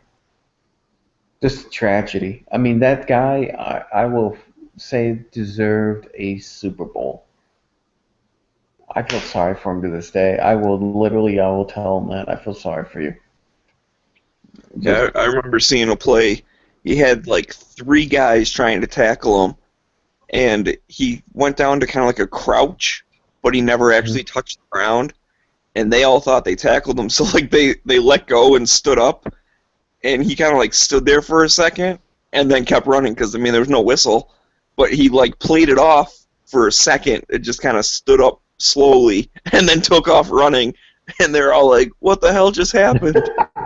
I used to remember those things. But you know what else? This is something about Detroit Lions, and it's a trend. Who I see having a Barry Sanders story is Megatron. Megatron's like one of the best wide receivers out there in my mind, and he is going to go down as another Barry Sanders. Greater all-around talent, but who will never get a Super Bowl ring, and that's sad. That is sad that the Detroit Lions have that attached to their franchise. Great talent, phenomenal Hall of Fame talent, never made it to the Super Bowl. Well, they tend to only have like one good person at a time. Like if all of those people could have been on the same team, like if you made some sort of like Lions all-star team where like they were all there at the same time, they'd be unstoppable. Oh God, they would. Could you imagine Barry Sanders and Megatron on the same team? Oh Jesus! And with Hanson kicking, you're good to go. Oh God, yeah. Best kickers ever, man. He had some of the most like more than 50-yard field goals. Because that was I think it was the second to last season or something that he played. He was our team's leading point scorer. Because that's all they would do is get it just past the 50-yard line, kick a field goal. Past the 50-yard line, kick a field goal. It's the only way they can score points. Yeah, it's just. And then you remember what was his name? Steve Mitchell, the quarterback that we made it to the playoffs with. He would sidearm it every time. We got him from the Miami Dolphins, and he'd always sidearm the damn thing. And it's just like, oh, it used to piss me off when we would throw it down the field. He always had that sidearm. I don't know if you understand the quarterback you're talking about. That damn sidearm. He'd throw it like his arm would be fully extended, and like he'd throw it. And we had some good tight ends, though. Was it Burleson and Tate, or was it no? It was Burleson, wasn't it? I don't know. I only know like the super big names. Like I said, yeah. Well, that's me too. I'm not. I mean, you know, that's Chad Johnson. It's like you have Megatron, and this guy deserves a Super Bowl. And Stafford pull you the head out of your ass, and Lions get somebody to protect him. Jesus. Well, And then, just bring Hanson back out of retirement. oh yeah, and Babcock, man. What happened? You know, though, I will say Howard was a decent goalie, but he wasn't our best goalie. Yeah, it's going to be an interesting season with, Mrazek showed that he can play, man. He's pretty good. So I think they're going to be trading between the two of them. I think they're going to share the games a pretty even split. Just Howard wasn't. After Howard replaced our star goalie, the goalie, I don't have to mention his name, but it's oh man, that guy just made me upset. It's just, Howard comes in and it just fell apart. Our goalie. Are you saying that Ozzy's our star goalie? Osgood? Yeah, because that's who Howard replaced. Yeah. Osgood. Osgood. I loved Osgood, and when he left, that's how I knew we were in trouble. Because I mean, I loved Osgood. I loved Yzerman. I was a huge obviously. Steve Yzerman. I love Steve Yzerman. But we had Chelios. I love Chelios. Chelios was good. I used to watch his son play when his son was playing for Michigan State. Chelios was good. Oh, we've had a lot of good people. I mean, Lindstrom, probably one of the best defensemen ever. Oh, I love Lindstrom. Don't get me started. I like Lindstrom. Lindstrom, Yzerman. And then what was the one that got in an accident, the one Russian player that won it for us in 96 and 97? Was it Fedorov? No. God, I'm trying to think. Yeah. Because you had Fedorov, Fetisov, Konstantinov, Kozlov, and God, what was the fifth Russian? Larionov. But I mean, that's just okay. Who are you gonna put on the ice now? Well, let's put the offs on the ice. We're drafting you and we're putting you in. I love Zetterberg. Zetterberg was always a favorite of mine. I have one of his caps too. Oh my God! It's sad. Now that we're changing our head coach. Do you think though, from the Griffins, do you think this guy's going to be anything? I think he'll do a good job. I mean, part of it, he knows half the team because they won the Calder Cup with him a couple years back. You know, he made it to the finals last year. I mean, he did good in the minors, so I think he'll do pretty good. We still have the talent. If Datsuk comes back healthy, yes. You know, that's going to be a big thing. If Franzen can play, I don't know about that, man. He's had too many concussions. He's still talking about how he can't work out super hard. You know, he's trying, he's pushing it, but I don't see how you can be a hockey player when it's like, oh yeah, I skated for 2 hours, then I had to like sleep the rest of the day because I was so fucked up. And you're expected to like get smashed into the corner of the boards. I think if he does come back, it's going to take is one more, bad hit or something, one fluke, and he's going to be back out for the rest of the season. Yeah. And that's, I like him. I have a jersey. I figured, oh yeah, we have Franzen locked up till like 2020. He's going to be a team player. He's good. He's definitely a playoff machine. The one year that we won, he had, 16 goals in the playoffs or something like that. It's like, holy shit, man. It's just like, I want another Osgood, man. I'm sorry, but we need a goalie. Yeah, that's the thing. We haven't really had like a super all-star goalie. Even Osgood, I mean, he was good, but he was no. He was with St. Louis for a while, wasn't he? He got traded to St. Louis and then he came back. Yeah, he went to St. Louis and then the Islanders, and he came back. Oh my God! My first hockey stick was a Louisville Steve Yzerman hockey stick. I grew up watching Yzerman. I love that guy a lot, man, to this day. But, I wish we had something like the production line, Gordie Howe. Oh, man. if we could get a Gordie Howe, I'd be happy. That'd be sweet.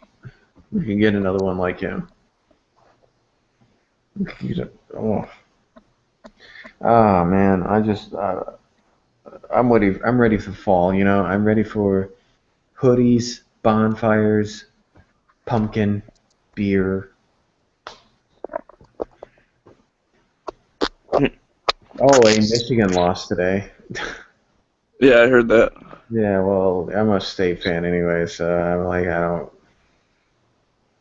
Yeah.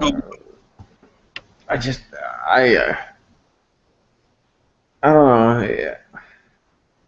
Michigan State hockey is falling off the ring anyways. I try to go to a couple of Michigan State hockey games, and they're starting to lose. They used to be the really talented, and now they got this idiot coach.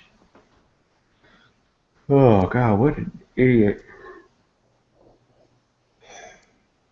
Did you know some great hockey players came out of Michigan State?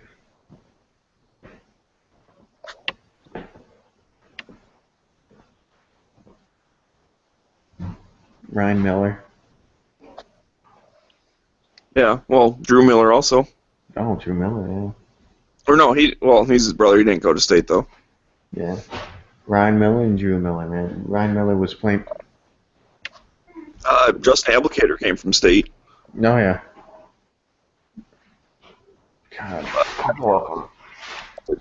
So I don't know. Does Chelio still have his bar there, right across from Tigers? He had his own little restaurant called Chelio's. Chelly's Chili.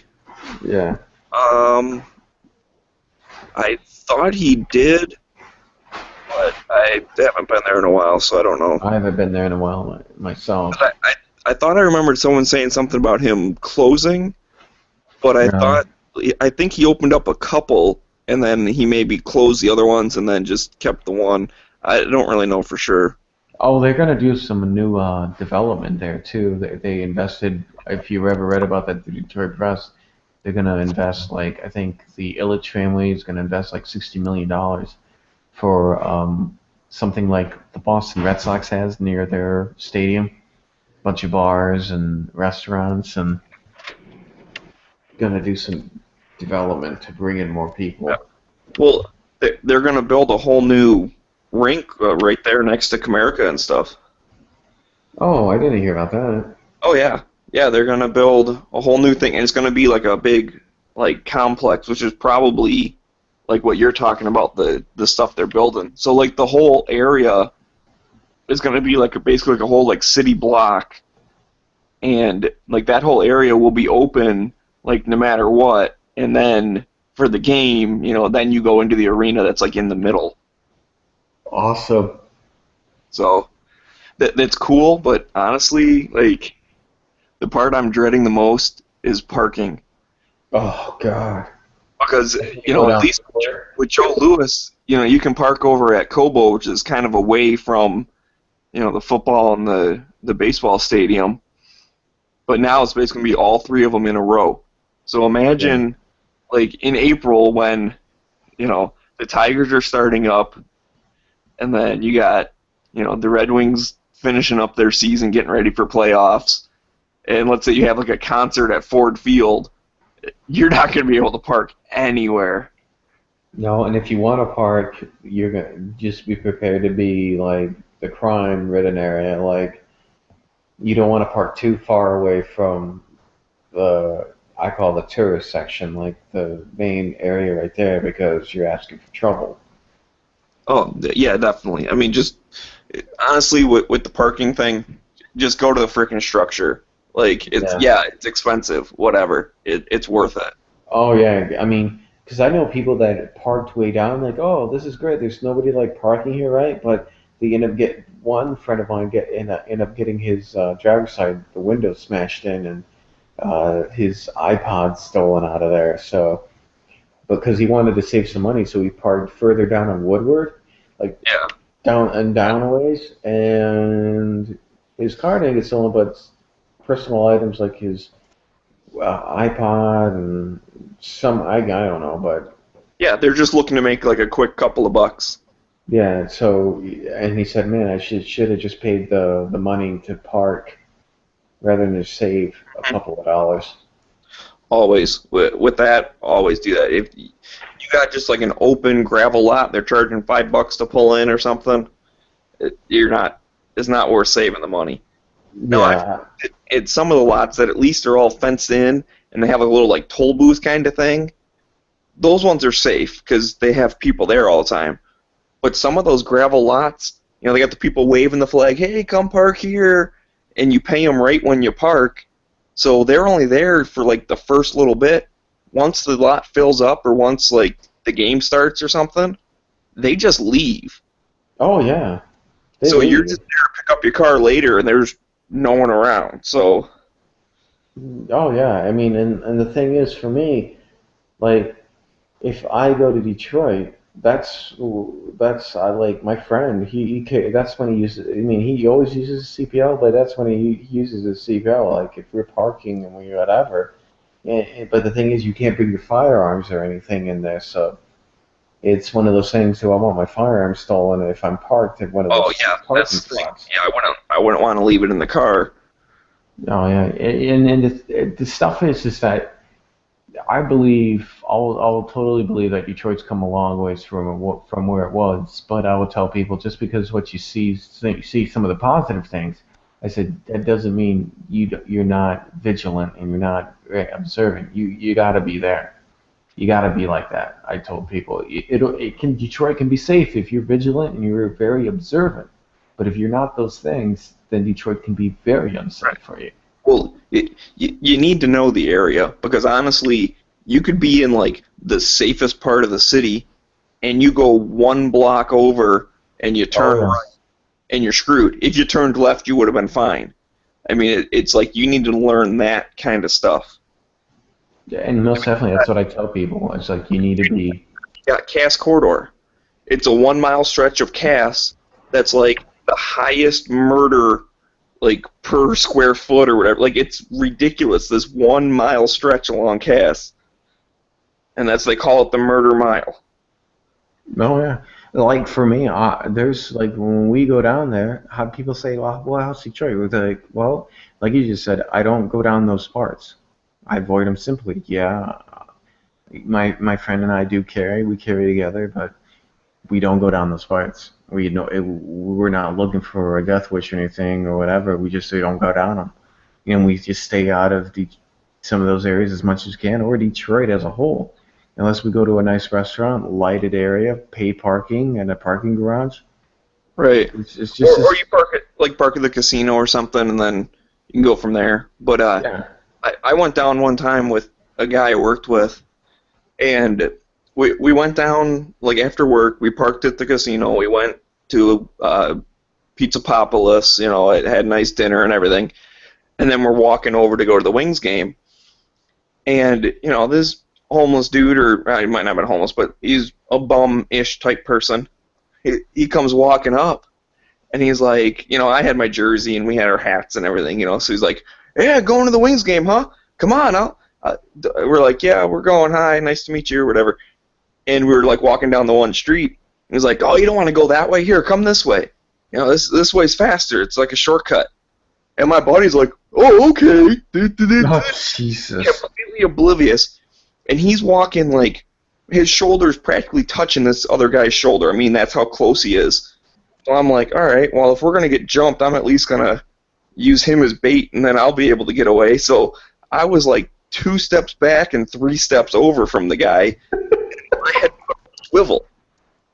It turns out, it was fine. He just walked along the thing, and then, when we're getting close, he's like, hey, man, I could use a few bucks for, showing you the back way in, or, like, he just wanted a couple dollars. But it's like, what the hell's wrong with you, Josh? Yeah. Well, like I had when we went to a baseball game, there was guys selling these, the little stuff they put in hamburgers, the little toothpicks. It's like they tore off that little confetti part of it, and they put flags, and they were trying to sell them. I had 3 people crowd me like literally, literally. I mean, put me in a sandwich, and I was just like, I need to go. I mean, I like literally was forcing the guy off of me. It's just when the games start going, these people are con artists. They're smart. They're not to be underestimated. When I go, I tell people, stay focused where you need to go. Ignore those people that come up and try to con you for money, or they try to say, well, you need to go that way. Don't. Just keep heading to the game. Because those people, it's just, that's the only part that makes me nervous when I park and I go to a sporting event in Detroit. Because you just never know what they're going to do, what they're capable of. And the people that are there to keep things in line, like that work for when we're out in the Tigers game, we're waiting in line. These people will just stand by and be like, well, I'm not getting paid enough to deal with these people. And the beggars and the whatever know that, so they'll just go on with their trash bag filled of I don't know what, just sitting there talking to you, harassing you for money. And the people in the polo shirts that work for the Comerica Park are just standing by going, dude, he's all over me, he's all over my kid. They don't do anything. And I've had good experiences and I had bad experiences.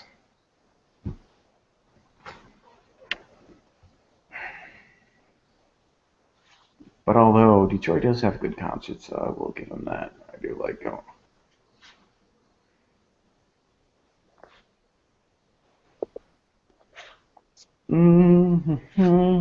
Yeah, you just gotta be aware of your surroundings. Oh, especially in Detroit, you gotta be aware of your surroundings. Like I drink less if I go to Detroit because I know that there's those kind of people that are waiting to take advantage of drunk people coming out of those nice bars and stuff. So I tend not to drink as so much as if I was in Grand Rapids or here in Lansing, like in Mount Pleasant. And if I go to Flint, oh man, I'm definitely vigilant. Yeah. Well, there's basically no reason to go to Flint, but oh no, let's go to stay the machine shop.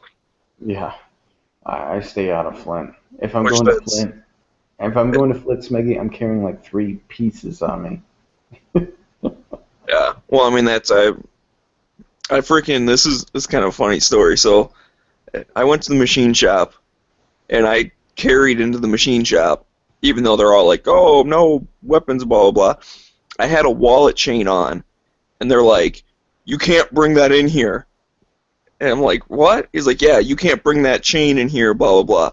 I'm like, okay, I'm going to go put it in the car. So I went back to the car, took the wallet chain off, put it in the car, still had my carry gun, walked back up the door, said, okay. And the guy took my ticket, and I walked in. Like, Yeah. go ahead and bring your gun in, but don't bring that flimsy little dollar store wallet chain. You might hit somebody with it.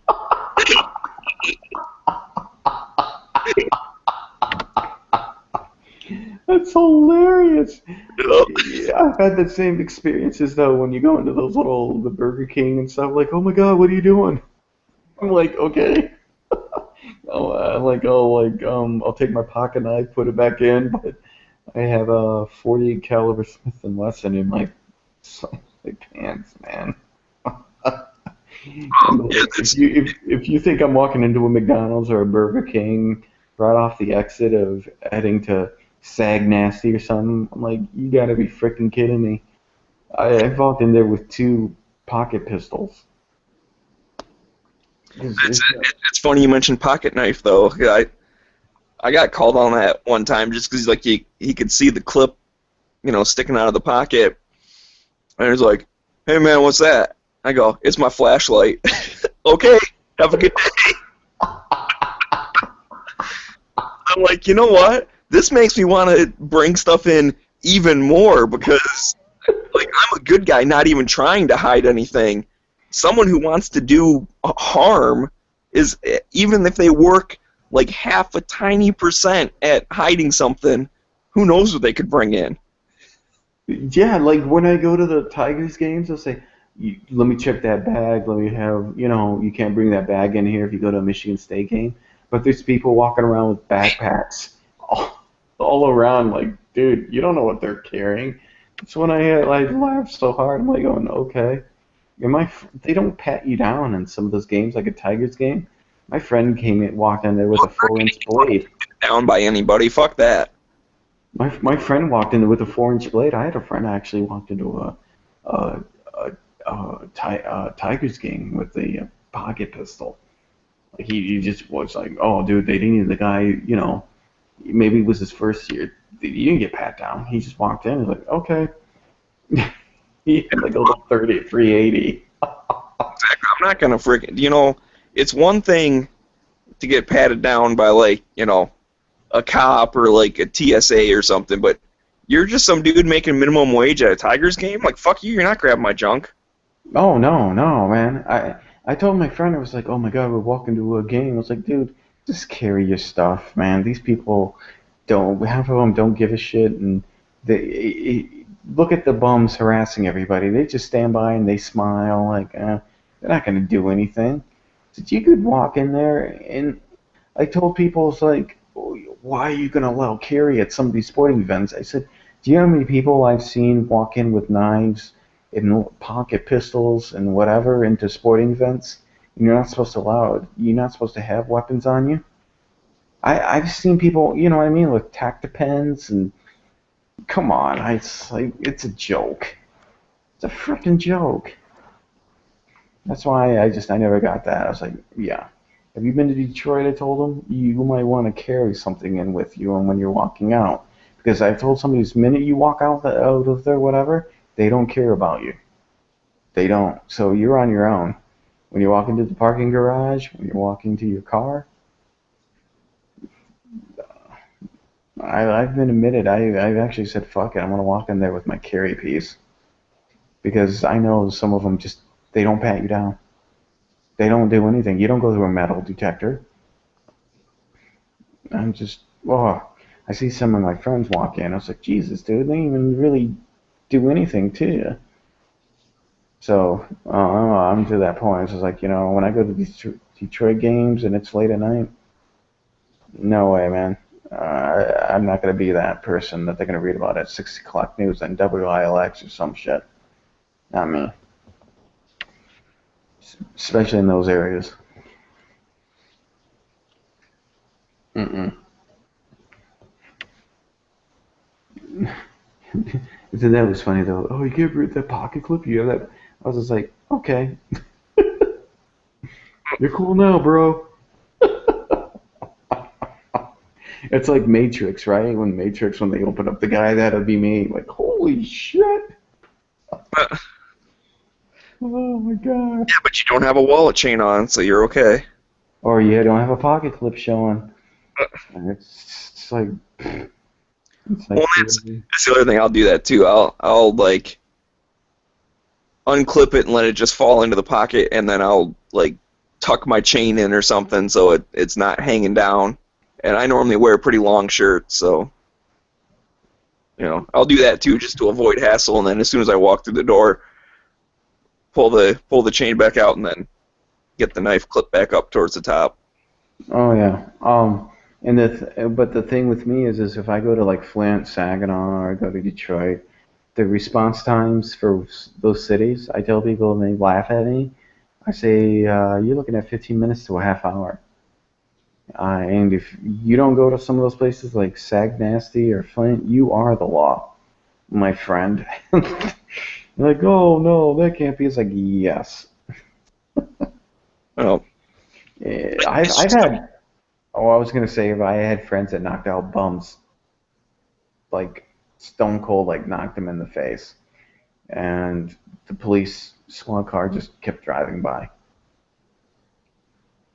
Yeah, that's one time, let's see, I was younger, and my sister was in like high school, and she was driving home from her friend's house, and she's not very good with directions, and somehow, like, she got all turned around, and she ended up seeing, like, you know, one of the roads that's near our house, and she's like, oh, okay, cool, I can just, like, take this, like, all the way over. Well, she ended up turning the wrong way, so now she was going, like, into the city instead of out of the city, and so she's driving around, and, like, it's getting worse and worse, and this is, I don't know, like, 10 o'clock, 11 o'clock at night, something like that. And this was before, like, cell phones were really all that popular. Like, yeah, they were out, but, you know, not many people had them, so she didn't have one. And she basically got all the way down to where she's, like, seeing the signs, like, bridge to Canada. She's like, oh, I don't want to go to Canada. I guess I'll go the other way. So she turned around, and she pulled into a gas station to, like, try and call home. And the payphone, like, it was sitting there, but the wire between the box and the receiver was just, like, dangling. Like, it was ripped out. So she gets back in the car, and, like, there's all these people watching her, and everyone's standing around and stuff. So she's freaked out. And she stopped. She's sitting there, stopped at a red light, like, no other cars around. And she's, like, you know, crying and stuff. You know, she's all scared and lost, whatever. Well, this cop rolls up next to her, and he's like, what are you doing here? And she's like, oh, I'm trying to get home, and I turned, I don't know. And he's like, okay, here's what you're going to do. Like, where are you trying to go? She said, and she's like, okay, well, you're going the correct direction now. Like, just take this road all the way out. And then the cop said, you know, when you come to a red light, look both ways and blow through it. And then he ended up following her for, like, 5 or 6 miles. And then, like, after she basically got out, you know, right near the edge of it. He might have gone all the way right to the edge of Detroit. But she was kind of that part, and then she just kept going. Jeez. But it's like, yeah, even the cops were like, okay, here's, you know, a young girl at 11 o'clock at night sitting at a red light with no cross traffic, like, and people, 3 out of the 4 corners have people standing in groups there, you know, selling drugs or doing whatever. All just, like, staring at her. She's trying to follow the law. She's sitting there with the red light waiting for it to turn green. And he's just like, no. He goes, if there's no other cars, you blow through the red light. And if there are, you wait a second, and when it's clear, you blow through it. He said, every red light is a blinking red light. She's like, okay. Oh my god, that's so true. That is so freaking... Like, when I was driving to Cabo Center, right? Because there was, like, for the Border Patrol. Okay, we went in because I thought we were lost, but the Cabo Center was directly ahead of us. I didn't know. So we stopped at a gas station, and I went in. This is school was starting and everything. I walk in, I talk to the guy, and this Indian guy is, like, standing on the other side of this bulletproof glass. It had to be, like, 4 inches thick, and I was standing, like, 2 feet in front of him. I was like, how do I get to the Cabo Center? He goes, what? I was like, and then I was like, what the hell? So I walked closer. I'm like a foot away. I'm like, Cabo Center, because the bulletproof glass is so thick. He didn't even go near it. So I go right up to the little voice thing with the vent. I go, the Cabo Center. Cabo? He was like, yes, Cabo Center. He goes, oh, just keep going straight. And I like frickin' leave. And he's sitting here selling cigarettes to kids that are like 16, 14 years old. And then when we get down with the Cabo Center, I'm blowing through red lights. I'm going through this red light. I'm going through that red light. And the police officer that was at this corner just was sitting there doing his report. And I kept going. I was like, no way. I'm just like going through every red light. And I'm like going, okay. Because I go and I go, oh my God, he's not going to stop me. I kept going and going. That's Detroit for you, man. Yeah, that was actually I went down to a Tigers game a little bit ago, and I guess it was a couple years ago. But we were meeting like a girl that my wife worked with, and there was like a whole bunch of people going to go over to her house. She actually lived in Detroit, so we were going over there for dinner, and then like kind of all carpool over the game. So I'm down this little like side street kind of road, but it actually has like stoplights on it, so I don't know, whatever you call it. But anyways, we're stopped at a light behind like one of their cars, this van, and all of a sudden like all the doors pop open at once, and I'm sitting there, I'm looking like instantly, okay, how tall's the curb? Can I hop it? Am I gonna hit a fire hydrant? Like, because there's a car right behind me too. Like, I wouldn't have been able to like back up. I'm like, all right, what's the least amount of damage that I can get the hell out of here? Not that you care that much if someone's actually attacking you. Turns out they were just like a couple of old people like switching the driver or whatever. But for that half second, when that's like from a movie or something, like you pull up behind a car pulls up behind you, then all the doors open up at once. Like, okay, we're getting fucking carjacked. That's the first thing I thought of, and I'm instantly looking for escape routes. And then I see these people get out, and they, walk around the car and get back in and close the doors. And I'm like, all right, I'm okay. But it definitely made me think, when I came up to the next red light, I didn't stop right behind their bumper. Like, I stopped a car length back so that I'd be able to pull out if I had to. And just go into, like, oncoming traffic or whatever. Or, the left turn lane or, like, something to get out. Like, I'm not going to get boxed in again. No, yeah. I had a good friend of my stepdad's. He was going to get some gas, and he came back in, and all of a sudden there was this old guy comes walking right up to his driver's side, okay, and starts pounding on the door, saying, "I want to come in." And my stepdad's friend kept a 44 Magnum underneath his seat in his truck. And lucky for him, that the reason why he never had to use it was because the police officer showed up and the guy just fled. But he was pounding on the door in a gas station where there was other people coming in and out to get gas. And he was just, the guy was just nuts. And then he would drive, because he worked for Daimler Chrysler at the time when Chrysler was owned by Daimler-Benz.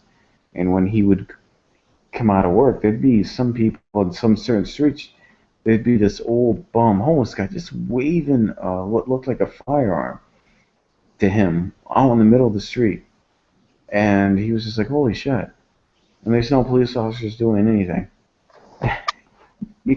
And that's what he said, I'm going to keep this 44 Magnum, whatever, underneath my seat for quite some time. And he was working for Chrysler at that time. I think when Chrysler had plants in Detroit. I have a couple of friends that live in Detroit because of the auto work for Ford, GM. Yeah, I worked in 2 different Chrysler plants that were not great areas. Yeah, especially the gas stations, because they would scope out those gas stations. Oh, you get gas before you go to work, and you bring your lunch. You don't go out for lunch, and you don't stop for gas. Oh yeah, that was the golden rule. The first they have one plant that's right on Jefferson, and it's not a very good area. That was like the first plant I went to start getting training and stuff. And the guy there, what he told me, he's like, or I think he said something like, "Oh, did you bring a lunch or whatever?" And I said, "No, I figured I'd just like run to McDonald's or something." He's like, "No, you're not." He goes, "I think I have some stuff to make a sandwich or whatever, but tomorrow bring your own lunch." And he said, "And make sure you fill up on the edge before you." Dude, shut up. It's so true. It's so true, man. The guy I just told you about said the same thing. Oh my god, I used to carry, oh my god, and people say, like, when I talk to people on the East Coast, like, you guys carry, like, all those guns and stuff? I was like, yeah, you are the law, man. It's like, you have no idea.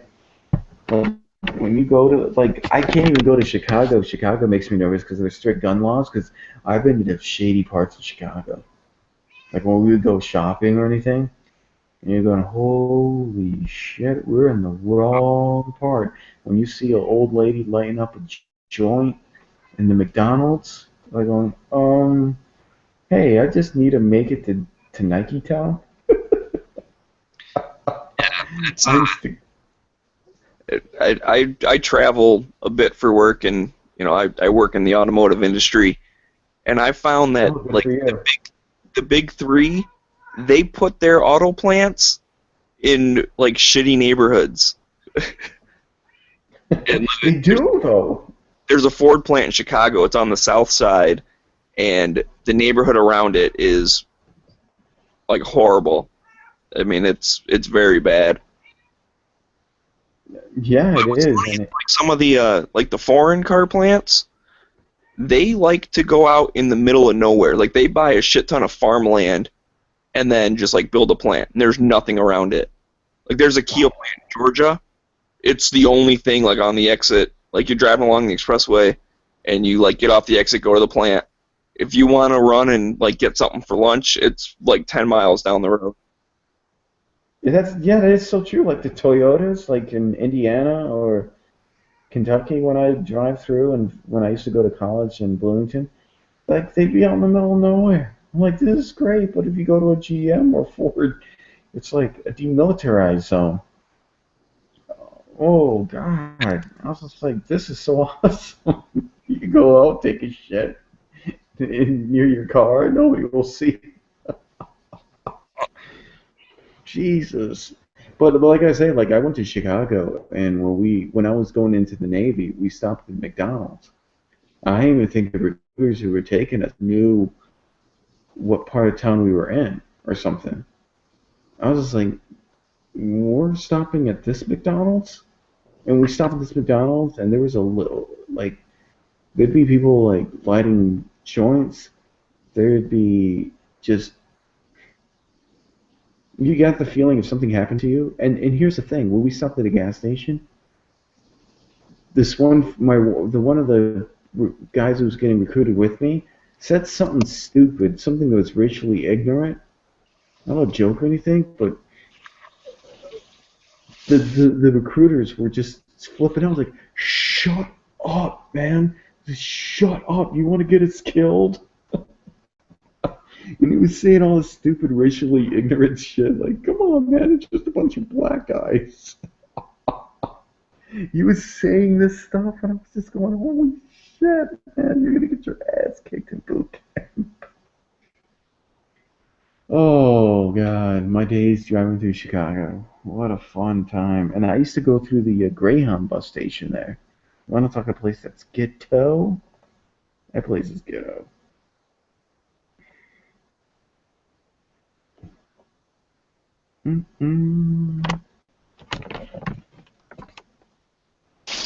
Hey, how much longer is this rain gonna last? I don't know. That's a good question. God damn it, I got my fucking cell phone. I think it's supposed to go all the way from. Hold on, I got weather bug. I'll tell you. I guess I was just asking, is it raining where you are? Because if not, then I know how much time like the system will move through. No, it's not raining where I am. In East Lansing, no. All right. Yeah, It's not raining at all. Coming down like crazy right now. Well, and it's just that the system that we had, it's probably hitting. You know what? I could. Oh, I gotcha. So, I mean, if you want to do the whole late night radio host thing, you should probably, say to the listeners what the weather's going to be. Oh, hold on. Like Detroit? Gosh, it's Detroit. Jesus. Yes, thank you, Weatherbug. Comerica Park? No way. Comerica Park has a system? Oh, yeah, you guys are. Yeah. Because the rain just passed. It's been on off all night. And it's already starting to light up a little bit. Those really heavy storms, it's like it rains super heavy for like 10 minutes, and then it stops. Oh, yeah, it's just past us. It should pass through. It's not raining here. It's done. We haven't had any rain for quite some time, so you guys are just getting the leftovers. So it should pass. But I think tomorrow is going to be raining. Come on. Damn, you guys are getting hit hard. Hey, when I went for my, I should have told you, but I'm going for corrections here in Michigan because they're looking for corrections officers, and they'll hire you based on where you're in. You got a greater chance of being hired depending what location you choose. So I was like, you know what? How many people are choosing like Macomb County, Wayne County to go and whatever? So I chose, I think was it Macomb or something? I chose that one southeast part of Detroit because it's like how many people like really want to be a corrections officer in that area? Because I was like, oh, I could choose Traverse City, but then everybody else would want Traverse City. So it's just like, that'd be one of my spots, but because you could choose as many as you want. So I chose a couple of parts in Detroit, and then I chose a couple of parts in the UP because nobody really wants to go up in the UP and live, which I don't understand, but whatever. Well, there's nothing to do there, but if you're an outdoorsman like me, you're like, okay, I could do UP. UP is actually beautiful though, because there's not a whole lot of people, and the fishing is nice.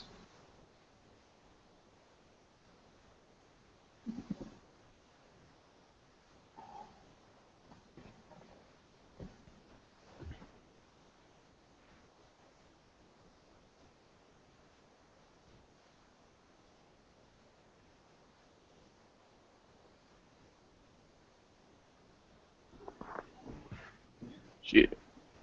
Well, you're in the area. We should go out to go on a shooting field trip someday. No, someday I'll be more than down, brother.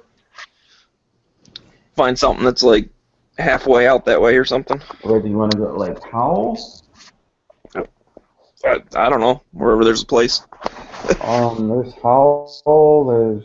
I'm trying to. I have to wash my white hood if I'm going to Howell though. Yeah, that's true. I guess it's better now than it used to be, but that used to be like the whole town was basically the KKK. Oh yeah, Howell. No, not Jackson. I hate fucking Jackson. Ann Arbor is there, or no, Ann Arbor's right in between. There's not Flint. 'Cause we go to Flint, and the whole damn city's shooting at us. If we go to Flint, we'll have more, live action moving targets. We can go into a building and do indoor shooting for free. Yeah. Like I do like there's Ann Arbor. I'm trying to think Novi. Well, I could do Novi, but I don't know what's around the Novi and Auburn Hills. Howell. No, Brighton. There's Brighton. Yeah, that's not too bad. There's an outdoor range at Island Lake. That's like just past Brighton a little bit. There's Fowlerville, but that's close to Weberville. 96, so 96 is, so yeah. Brighton. God, there's nothing else between Brighton and Howell, is there? No. I'd be, well, here, I'll do a search for shooting ranges, because there's no point finding a city if there's nothing there. Yeah.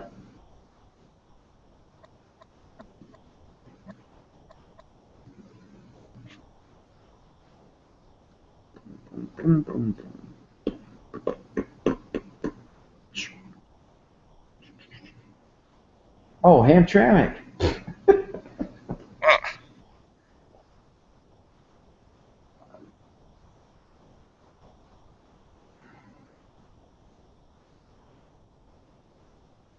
Shit, dense fog advisory. Peacemaker's Gun Range and Sales is in Howell. And Howell. All right. Just let me bring my white hoodie for that one. I'll just say that I hate Seinfeld. I never did like what's it? Arsenio Hall show was the worst late night show ever, and they're like, "Oh, you're in." I hated Seinfeld because nothing but Jews, and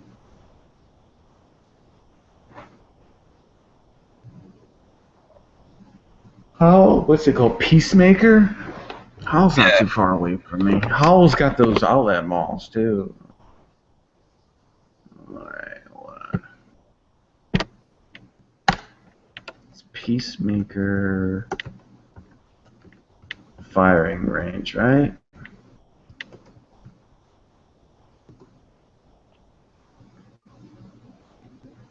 Oh, okay. Yeah.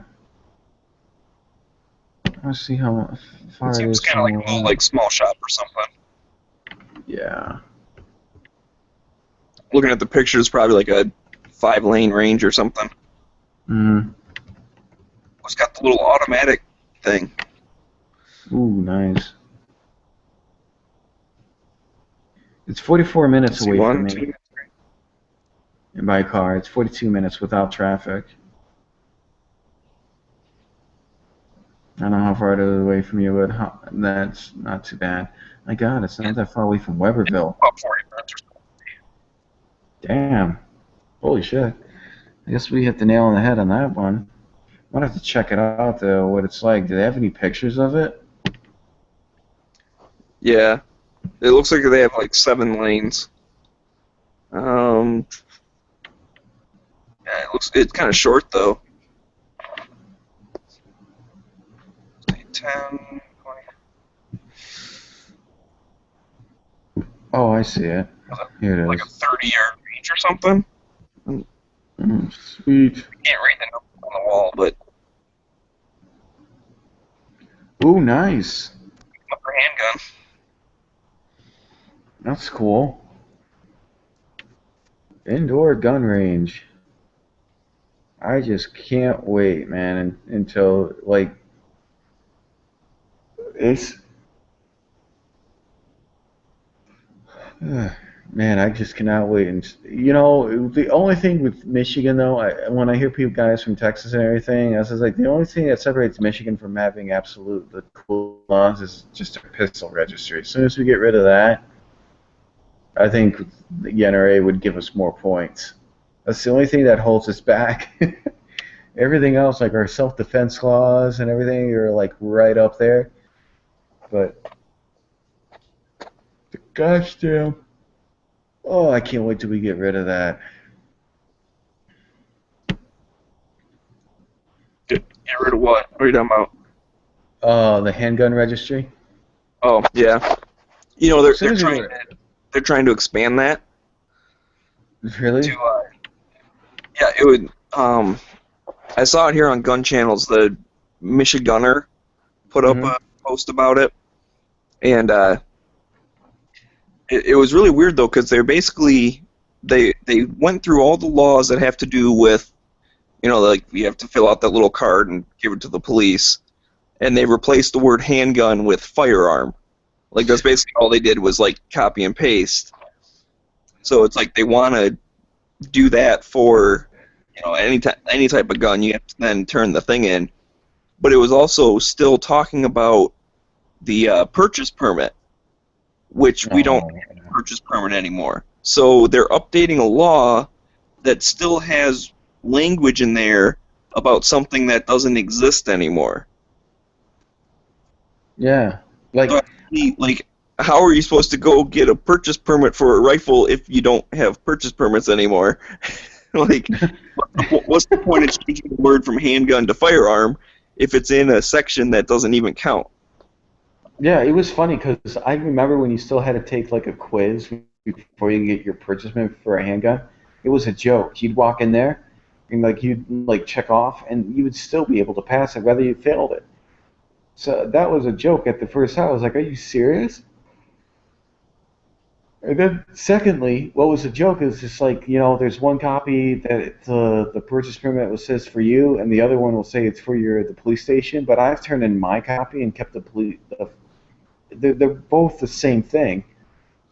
Yeah, so they just want one. I mean, the seller keeps one, the buyer keeps one, and the police get one. I don't think it really matters which one they get. Yeah, it's all the same information.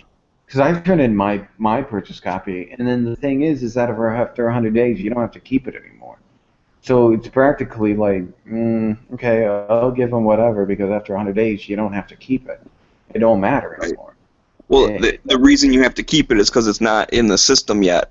So if they pull you over and you have your gun in your car, it's not going to show up on their list that you own that. So then you have your copy to say, look, see, I did buy this. but it's like people like in other states get kind of confused because I will tell them this is like, yeah, you need a purchase permit, but at the same time you don't because if you have your CPL, you don't need to get a purchase permit. I tell them it's like, well, You don't need one anymore anyways, though. They changed that December of 2012. oh yeah, you don't need that anymore. But I was telling you don't need to register your handgun. I'm sorry, it's like you don't need to because you have your CPL, and they're like, oh, okay. It's like, yeah, it's a little confusing, except for if you haven't lived in the state at all. But I told them it's like, for whatever reason, you have your CPL, you don't need to fill out the registration form. You just buy it and leave. For some reason, they need to like make sense of that. I have no idea. That's the only weird thing. And and then I thought like some people who come from New York will say, "Wow, you guys' handgun laws are pretty liberal." And we're like, "Are you serious?" Like, yeah, a lot more liberal than we are. Yeah, we're right in the middle. That's Yeah, we're right in the middle. There was actually, again, on the homepage of Gun Channel, someone posted up like a ranking of the states from, most laws to least laws or whatever. And I think we were like 26th or something. I mean, you can't get much more in the middle than that. Yeah, but what's kind of cool is that people like Michigan because at least Michigan, we're cool. One thing we're cool about is we recognize everybody else's CPL. Like you could be from New York, but New York doesn't recognize ours, but we recognize theirs. Right. And there's one. As long as it's a resident permit, then we recognize it. It's like, like if you don't have a permit from your home state, but you get like a Florida non-resident, we don't recognize that. Okay. But if you get one from your home state, then we recognize it. Because our reciprocity laws are pretty cool, like a lot more cool than other states, right? 'Cause they don't I must say that's one cool thing about Michigan is that we recognize all 50. And, some people are like, oh, I don't know. It's like, oh, yeah, we recognize it as long as you have they're pretty cool. They're cool about it. And like, oh, because I had a friend that's from Missouri that came up and they had their CPL. And I was just like, yeah, as long as you have a concealed weapons permit and you have it's a license, you're pretty much cool. Yep. Yeah. As long as it's a resident, you're good. Yeah, and that's what I told him. I was just like, that's one cool thing about Michigan, and because I do know that our gun laws I don't know if it still is, but we had better gun laws in Ohio at one time. In Ohio, you couldn't carry a CPL in a restaurant, and they just passed not too long ago where you can carry your firearm in a restaurant, and they didn't have that though. That was like, oh, that's one thing I didn't know about Ohio until they passed their law to get rid of that, but. I think our castle doctrine is about the same as Florida. People don't know that about Michigan. So it's like, well, self-defense laws are no different than Florida. People are like all about Florida, but it's like we're about the same with Florida for quite a few differences, but we said that's about it. Yep. It's like, have you been to Detroit? I told you better hope to God we. Well, and that's the one thing that and it's you hear it a lot, and I always will make a comment like on a YouTube video or something when people say, just look at all these, high murder rate cities, L.A., New York, Chicago, Detroit, they all have strict gun laws, and I'm like, no, you're right about all the other cities. Detroit does not have strict gun laws. Not at all, man. Like, they're not one of those cities that are worse than the state they're in. They match Michigan, and we're, like, in the middle. Yeah, there's like in Detroit, it's I run into quite a few times. Like, really, Detroit does not have strict gun laws whatsoever. I mean, their gun laws are no way in comparison to like Chicago or New York City. Right. They're just like they're way the other side. I try and correct people just because, you know, I agree with the pro-gun people, and I agree with their argument that making more laws doesn't make people safe. But if you're going to use that argument against an anti-gunner, and you have one false statement, they'll be able to latch onto that and be like, no, Detroit doesn't have gun laws, blah, blah, blah. And then they will ignore everything else you've said because you said one thing wrong. Yeah. So, and that's why I said don't really bring up Detroit, because Detroit doesn't have gun laws. I mean, except those passed on by the state. But I was like, I got in an argument one time. Well, I'll say debate, because it's not. There's a difference between an argument and debate, and I don't get in arguments because that's just people yelling at each other. I get in heated debates. But anyways, we were talking about, again, like registration and confiscation, all that kind of stuff. And it was actually the anti-gunner person that brought up, well, you guys always say that, Hitler made a bunch of gun laws, but actually that myth is debunked. Hitler loosened gun restrictions. And technically, he's kind of right, because he did loosen gun restrictions for, Germans, but he increased it for Jewish people. Yeah. So the point of that argument is still valid. He took away the guns from the people that he wanted to do harm to. But if you just say, oh, Hitler banned guns, technically that's not true. And so this guy was jumping on the fact that it wasn't technically true, therefore trying to say that, oh yeah, it's totally fine and dictators don't ban guns or whatever. And I couldn't understand how he could honestly make that argument, even though I wasn't even the one that brought up Hitler, because that's one of those toxic words that as soon as you say that, the other person stops listening to you because they assume you're just a crazy, right-wing nut or whatever. Yeah. I tell people, some people I will say, you're anti-gun, whatever, but I said, the minute you go to a city like Detroit, Flint, or Saginaw, where you wish you would have had a gun, and you get robbed or you get beaten to death, then I tell them, come back and talk to me. I said, it's always easy when you live in the suburbs, and you're going, oh, why do we need these gun laws? But I said, well, when you're cruising down Detroit and there's no police officers around you and the response time is like 30 to 45 minutes, that's if they care. Then I said, will you come back and talk to me?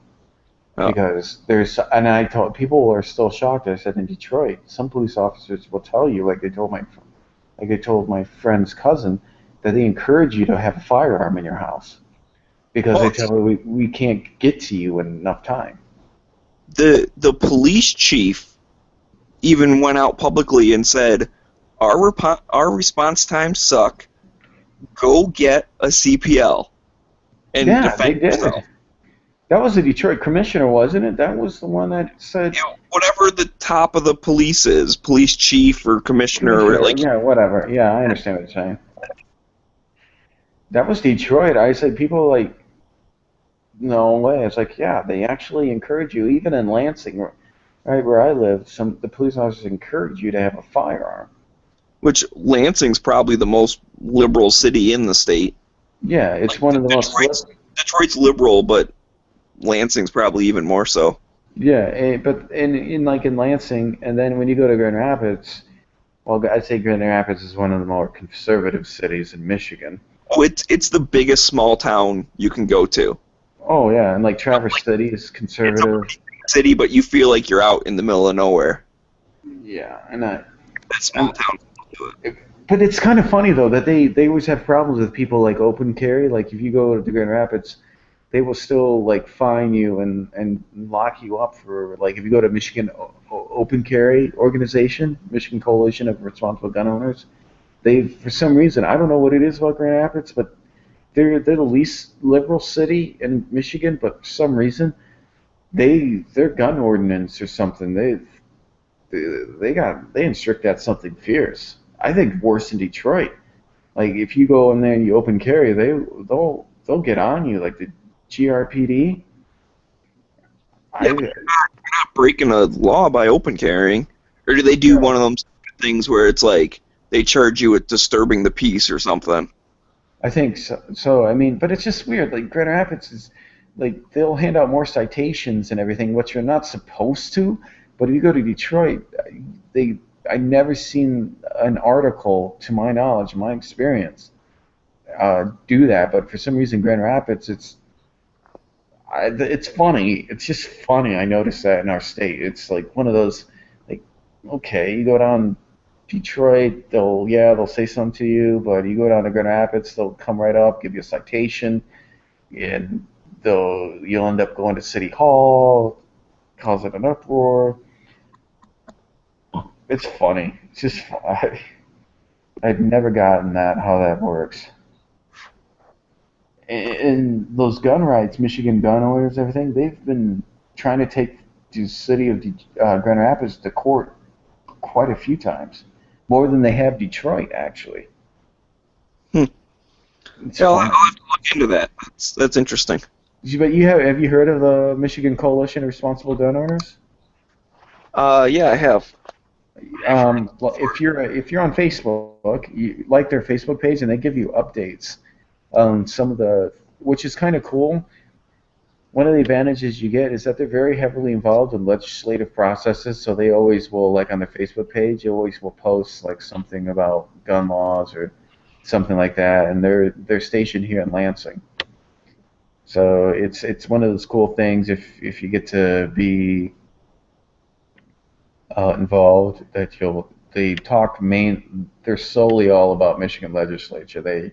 That's what they focus on, and they should, because whatever. I know I'm sounding dumb here, but so that's one of the things that I like is that that's all you get. You don't get anybody else outside, or unless it's the major news, like, and they don't bombard you with junk emails. That's one of the cool things. Oh, God, it's rain. Please don't rain tomorrow. The Michigan and Western Michigan play tomorrow. Michigan State and Western play tomorrow. Oh, 50% chance of thunderstorms. So for me, so that means about 55%. For you or something, 60 is the winds.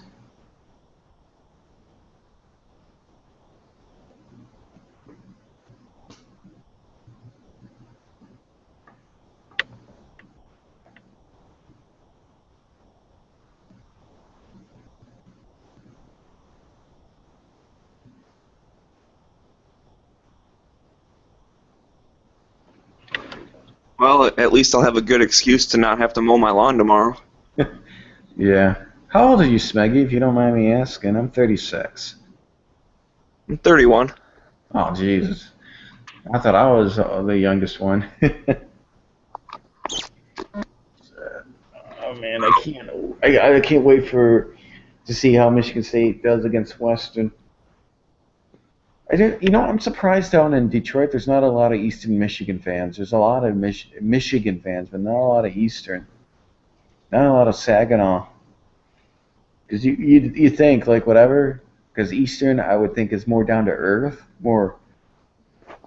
but in Ypsilanti, because it's not so much upper class in the Ypsilanti as the Ann Arbor. But, I don't know. That's how I always looked at it. I was like, there should be a lot of Eastern Michigan fans. Or Detroit Mercy. You heard of that, right? Like Detroit Mercy and... Yeah, I almost went there. Oh, really? Yeah. It used to be called what? University Detroit, and then for some reason they merged with Mercy College or something. Aren't they two separate at one time? I don't know.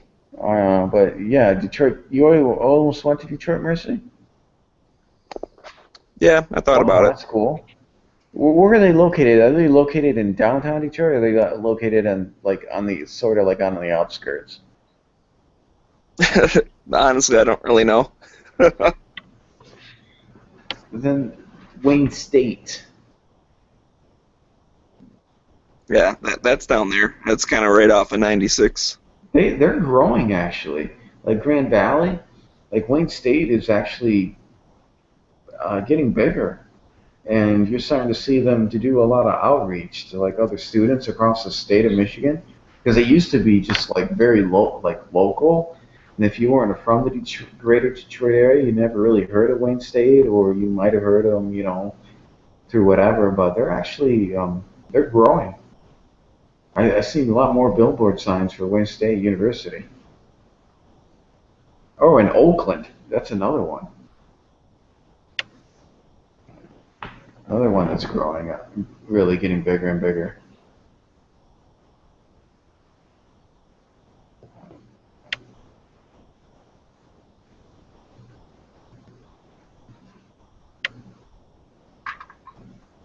Gosh damn it, man. I can't believe Detroit. Oh, Detroit got their ass kicked again by Kansas City. 15-7, imagine that. Damn. I can't even watch those guys anymore.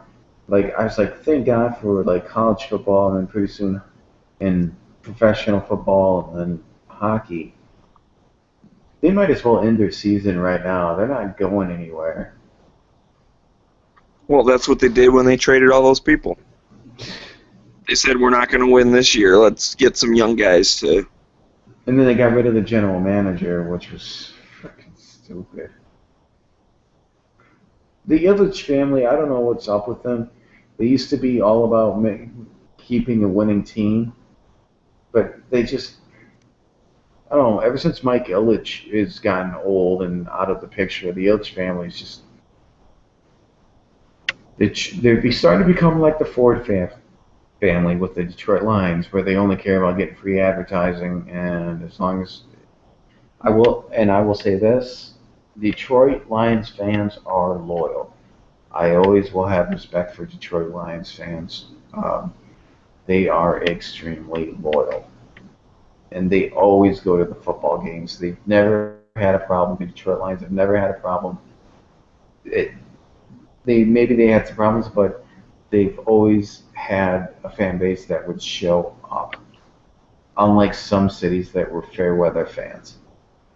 And I will say that's one thing about Detroit sports culture as a whole, is that there are a lot of loyal fans that will come to the games regardless of the season. And that's something that gets overlooked. The Detroit Lions fans are loyal. They're not like Cleveland fans. Bandwagoners.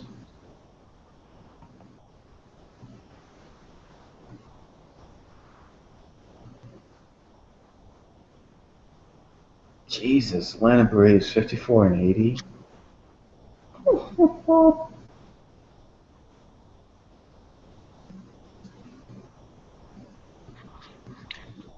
So, what kind of shooting do you like doing mostly? All types. I'll do handgun. I'll do rifle. I'm interested in also doing bow, compound bow, or crossbow. I'll do some of that. So I'm an all-around guy. I mean, I like to hunt and fish. So hunting season comes around November 15th. I am out the doors, and also when September and October runs around, I think was it October 1st, start of bow season. I'm usually out. I try to get out. So I'm an outdoorsman. So I like shooting AR-15s to bolt action. I like revolvers. I don't own a revolver. I like shooting revolvers. I like shooting polymer striker-fired pistols. I like them all. I like military history from 1960s to the late middle of the 19th century. Um, and I like comics. So, like I said, I'm really diverse. So, any type in the conversation you want to talk about military history, like Civil War, I'm really pumped up about that. If you want to talk about fishing, that doesn't bother me, or comics. So, like I said, I'm not one of those people that like are Hitlerish. I welcome all types of subjects because I love to learn and I love to hear people's stories. So that's how I am.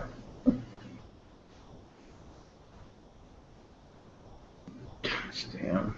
I cannot wait until Tiger season's over with and just start all over again. Bring back Sparky Anderson. Please. He's the only GM that we won a World Series. After that, we won shit. I remember Trammell used to be the GM, and we never got anywhere. Was it Trammell? Yeah. Yeah. It wasn't, and then Lou Whitaker. We got to the World Series with Trammell. We just didn't win. I can't remember that. Because I know with Jim Leland, we went to the World Series and we never won. That might have been it. Yeah, Jim Leland. I remember one of the years before the season started, the Vegas odds were, like 60-1 or 50-1 or something with that they would win the World Series. So I bet this guy worked with $1. I'm like, shit, dude. I'll bet $1 if I'm going to win like 50 or $60. And then that was the year that they made it to the World Series. And so when the playoffs were going on and they were doing good, I'm like, so you getting nervous yet? And he's like, why would I be nervous? What are you talking about? I said, well, because you're about to owe me $50. And he's like, no, that wasn't a real bet. And he was trying to back out of it before the thing even went through. And I'm like, no, dude, I was serious. You shook my hand. You said okay. And then ended up losing. So he's like, so was that seriously a bet? You owe me $1. He was trying to be a dick about it. And I'm like, yeah, here's your $1. I live up to the stuff I say. I'm giving you $1, even if they didn't even make the playoffs. I would have just given it to you then. But he was trying to accuse me of only bringing it back up because they were doing good. Yeah, I mean, and then I remember when the Pistons won in 2004 with the two Wallaces, Rasheed Wallace and whatever that other Wallace was. When we had Tayshaun Prince. Yeah, I like Tayshaun. Tayshaun Prince was good, and then Chauncey Billups was good. I like Chauncey Billups. Shoot, was it Rip something? Yeah, something like that. But after Rip Hamilton. That was when they won it, and then I was like, yay, we're back, and then fall out of place. Oh man, Pistons need work. It's I tell people if you're a Detroit sports fan, when basketball or football, especially football and especially basketball, I tell them, but even more with football, if we go to the World Series, enjoy it. Because you probably won't be alive the next time they go to a damn championship game. Especially with the basketball or the football. Football, I will call in sick for work if I have to work during the time that the Lions go to a Super Bowl. Hell, if they even win a playoff game. I will call in sick to work. I'll be like, yeah, a playoff game? Division, I'm calling in. That's the day that the cars don't get made on the assembly line, because people are like, holy shit, they're actually in the playoffs, and if they ever actually win the first round, and that they're going to play a second playoff game. I mean, that's never happened before. Like, everyone's going to go nuts. Because they'd be like, this is the only time I'm going to be alive to see it. So they're going to probably call off an unofficial holiday in Detroit for that. Yeah. They'll be rioting in the streets, brother. Brother, there will be rioting in the streets. There will be, literally, that's the day that everybody gets along in Detroit, because they'll be like, oh my God, we're going to win. We're going to win. You know how many DUIs are going to be issued that time that they do win the Super Bowl? Yeah, if the Lions win the Super Bowl, the city's fucking burning to the ground. I'm calling it right now. It's burning to the ground. And I will say this, they'll have a record number of DUIs. I think they'll be the least there. I think that'd be a perfect night to drive drunk. The cops are going to be too busy catching everybody else. They're not going to be pulling people over that have been drinking. I mean, they don't care about that. There will literally be buildings on fire and people tipping over cop cars and all your classic, riot stuff. Yeah, running into fire hydrants, pulling out and leaving, or hitting a lamppost. It'd be like, keep going, man. Keep going. Oh, man, I just ran into this light post. Man, it's about to... Keep going, brother. Keep going. And just for the record, though, I am not advocating drunk driving. Don't do it. Yes, me too. I will say this, drunk driving is stupid. DUIs are not cool. And secondly, do you remember, what was it? I think it was the Red Wings won it, or the Pistons, that they had to, they were stopping people from entering the city? God, I can't remember, but they were... I don't remember that. Well, for one, I mean, Pistons don't play in Detroit, so that wouldn't have been as big of a deal. I think it would have been hockey. But I mean, I've seen hockey win a handful of times, and there's never been riots and stuff. Well, the Detroit Lions might go celebrate, but you don't have hockey riots when we win. I do know this: if the Lions win, they will stop letting people in bars after the final minutes of the game. They're like, okay, nobody in. There's going to be cheers thrown through the windows of those bars. There's going to be... Well, I mean, by then, I think, by the time they win the Super Bowl, you're going to have to worry about people crashing their hover cars.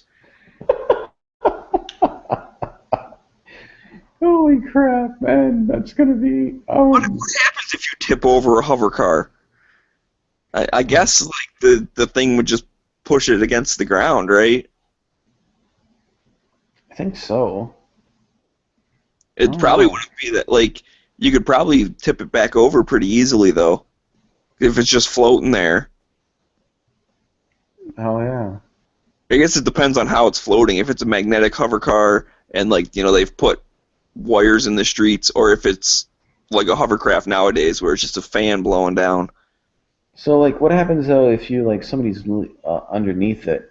Will that hamper with the function? Well, if it's if it's a regular, if it's a hovercraft like they have now, where it's using the air and everything, yeah, you're gonna get weird turbulence and stuff. And also, it only hovers a couple inches up off the ground, so you're not really walking underneath it. But if it's a hover car that's using magnetic fields and stuff, then it won't matter if there's someone underneath it, because the magnetic field just will pass through them anyways. Huh.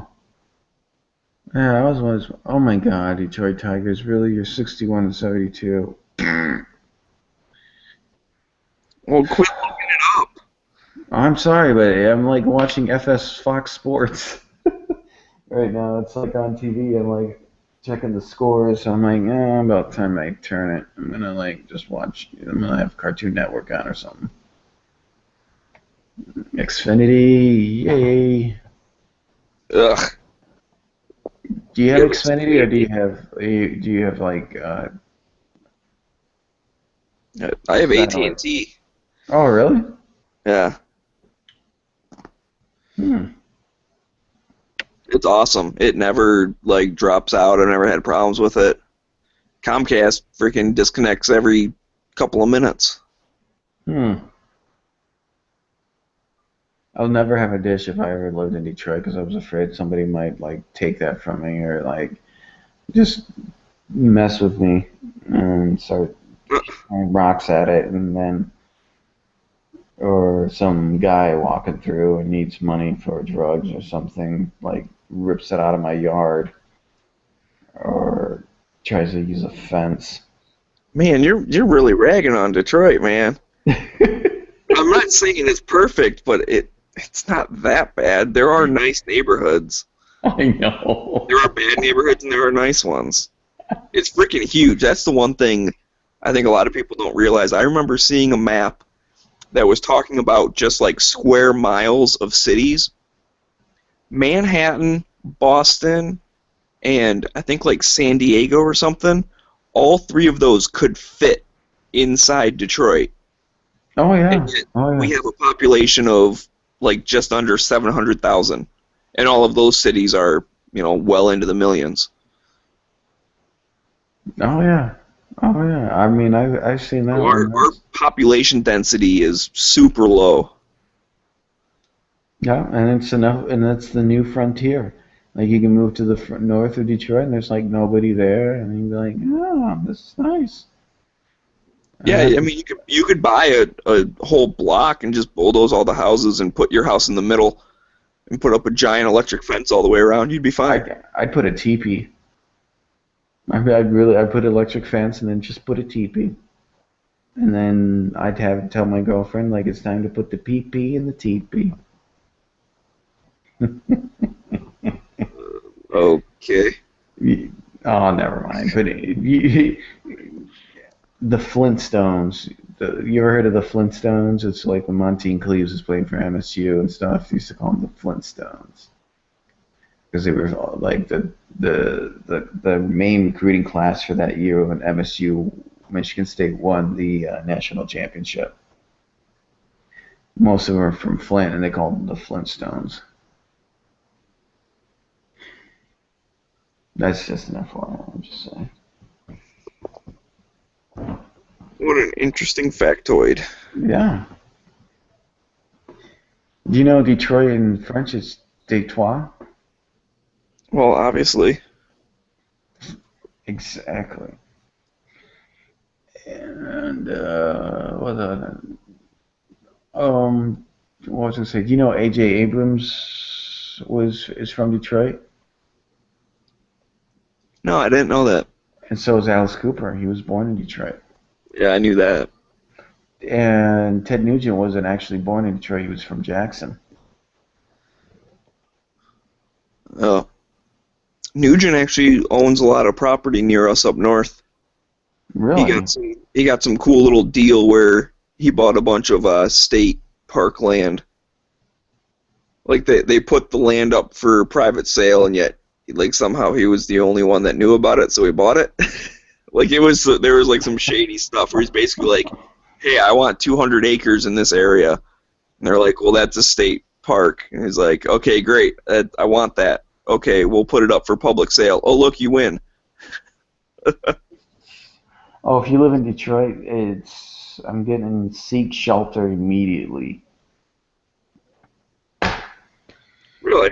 Yeah. Oh, he does have a ranch. I do know he does have a like hunting ranch. I think it's called Sunrise out near Jackson. So. Well, he has a lot of property all over the state. Oh yeah, he's the Motor City Madman. But he lives in like Texas or something, right?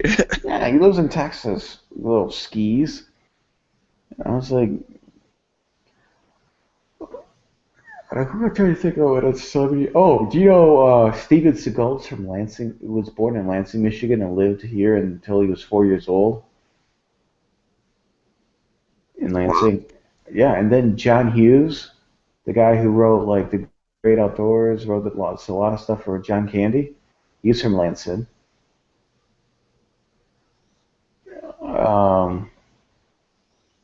Madonna is from Bay City, Michigan.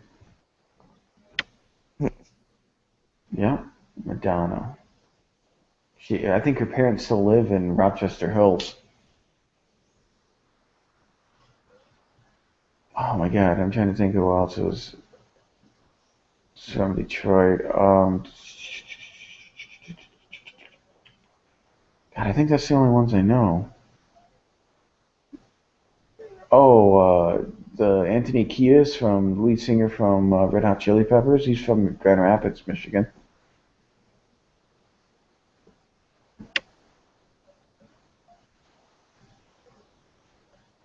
Oh, Bettis, Jerome Bettis. He's from Detroit.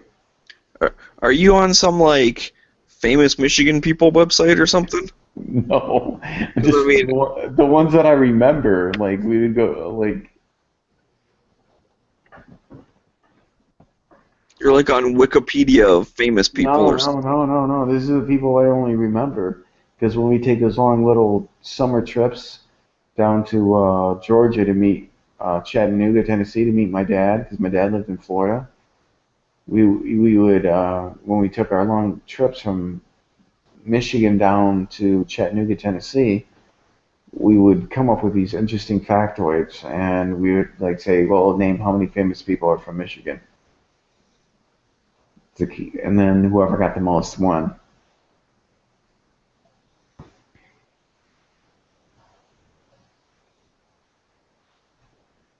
Do you have any lightning right where you are right now? There was a little bit earlier, but it was kind of far away. Like I could see it, but couldn't even hear it, so it must not have been very close. Where'd you get the name Smeggy?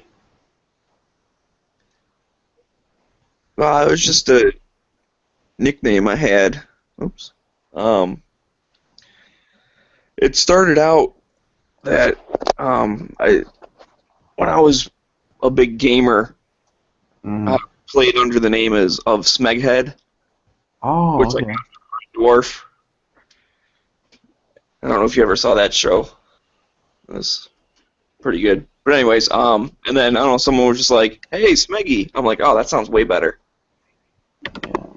My sign-on name when I played like video games was Violating Squid.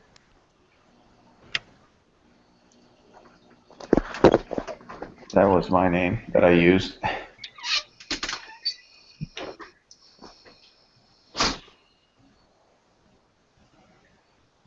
And unlike some people on gun channels, I use the same username on all the different platforms. Mm-hmm. Instead of some of these people that have different Instagram versus gun channel stuff. It's hard enough I have trouble remembering people, and then when they use different names, it's like, oh man, that's you? I didn't even realize that. I've been talking to you all night. Yeah. God, now I'm watching American Dad, Cartoon Network. Yes, that's interesting, Smeggy, because I'm always interested how people got their names. Like for me, I got mine, like, my one, Nick G, but I used to, like, my YouTube channel is I Am for Kershaw Knives, because obviously I like Kershaw Knives, and that's how plain and boring I am.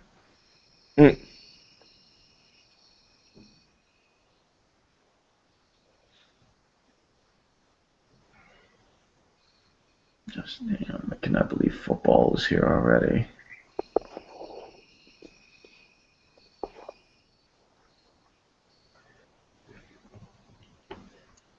If you like to drink at all, do you like Founders? Never had it. Founders All Day IPA, it's pretty good. I like Michigan beers like Shorts Brew, Atwater.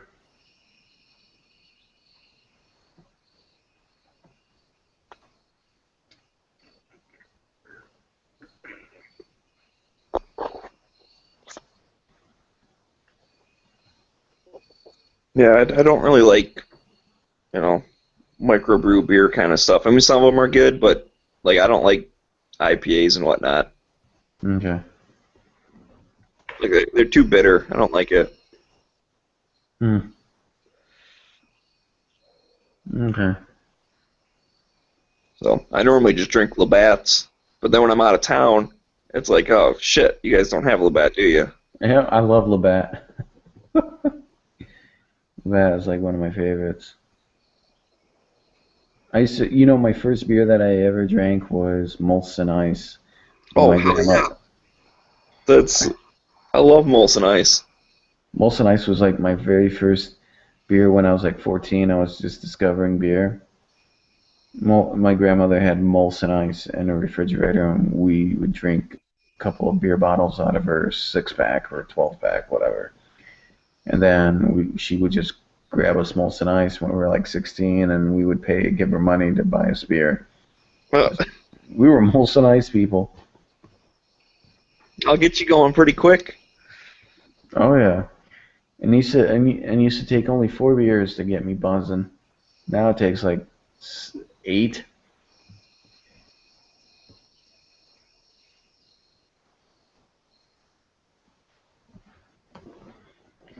So you into movies at all, or? Yeah, I watch movies. One thing that I'm hoping for and I want to go see now, but it doesn't come out from a year, is Suicide Squad. Yeah, I've been seeing stuff for that. And Deadpool. Oh, fuck yeah, Deadpool. Deadpool's going to be sweet. And they fixed them. It's actually Deadpool. It's not that fucking monstrosity that was in Wolverine. Oh yeah, that Wolverine 2, what was it, Wolverine X-Men Origins? That was a horrible movie. That had nothing. It fucked everything up. That was just stupid. And then they had Gambit in it, which Gambit was always my favorite X-Men. He wasn't in any of the first movies. He was in it for 2 minutes. He was like, "Hey, I'm good at cards. Okay, bye." That's all he did the entire movie, and then he was gone. And the thing was that Hugh Jackman picked the producer for that movie, and that guy had no idea or no experience doing action movies. So I was like, why would you do that? I mean, the whole X-Men Origins was stupid. Now, X-Men, Wolverine, Japan, that was sweet. I thought that was better than the X-Men Origins. Okay. But Fox, I could see, is really going to redeem themselves with Deadpool, and they need to bring Wolverine into the Deadpool series. The next one, they have to bring Hugh Jackman in for this. Oh, man, every movie turns into a Wolverine movie. I'm sick of seeing Wolverine. He's the main character in all the X-Men. Well, not in this one, the Deadpool, but actually be sharing the spotlight or maybe a cameo appearance. Deadpool, I don't know, I'm so pumped. And finally, because everybody that I knew were comic book fanatics wanted a Deadpool movie. And finally they're doing it. Yeah, and they're actually kind of sticking with the theme of the comic books, where he's breaking the fourth wall and just being a smart ass and all the stuff that's cool about Deadpool. Oh yeah. That they took out of the Wolverine thing. Oh, I know. I literally hated the X-Men Origins, the Wolverine, the first one that they did. I thought that was.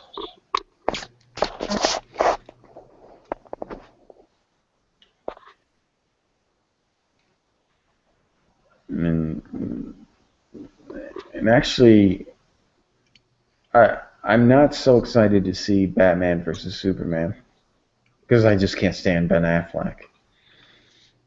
I'm not a Ben Affleck person.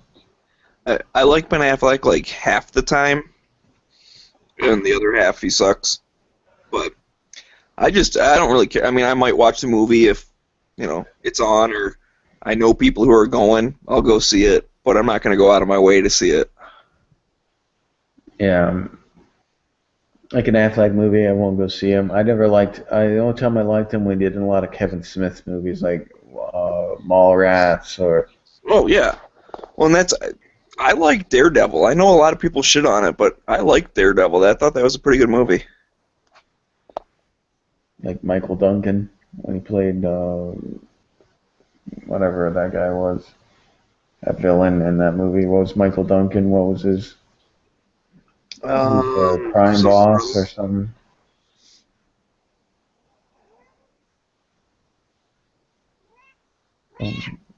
Oh, there's somebody's scat. I don't know what you're talking about.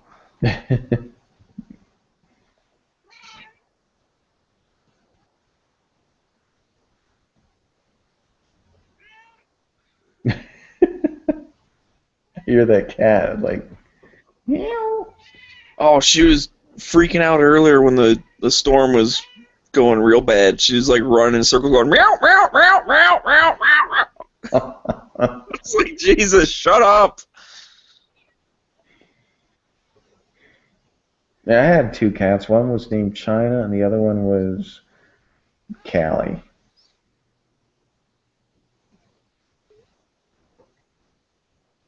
And then the other one I had was called Tiger. Well, I have two cats for now, but they're moving out soon. Oh, are you giving them to like a relative or? No, my ex-wife is taking them. But she moved back in with her parents and didn't want to take the cats over there because they got a dog and they don't want the cats and whatnot. So they said they could stay here until she finds a house.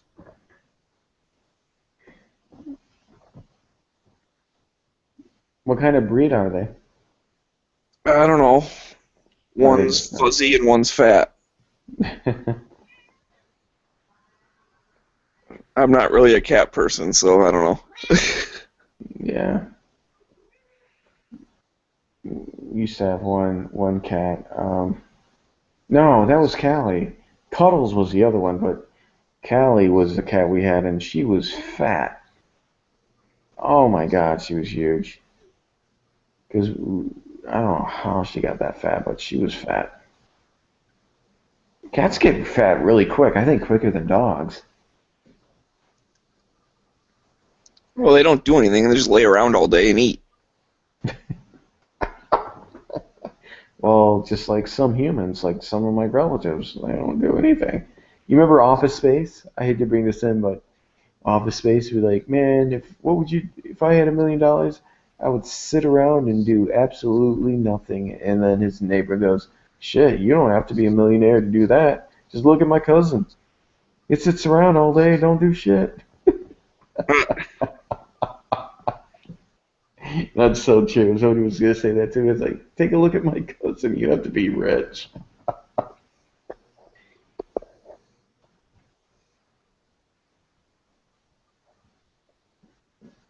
Mm-hmm.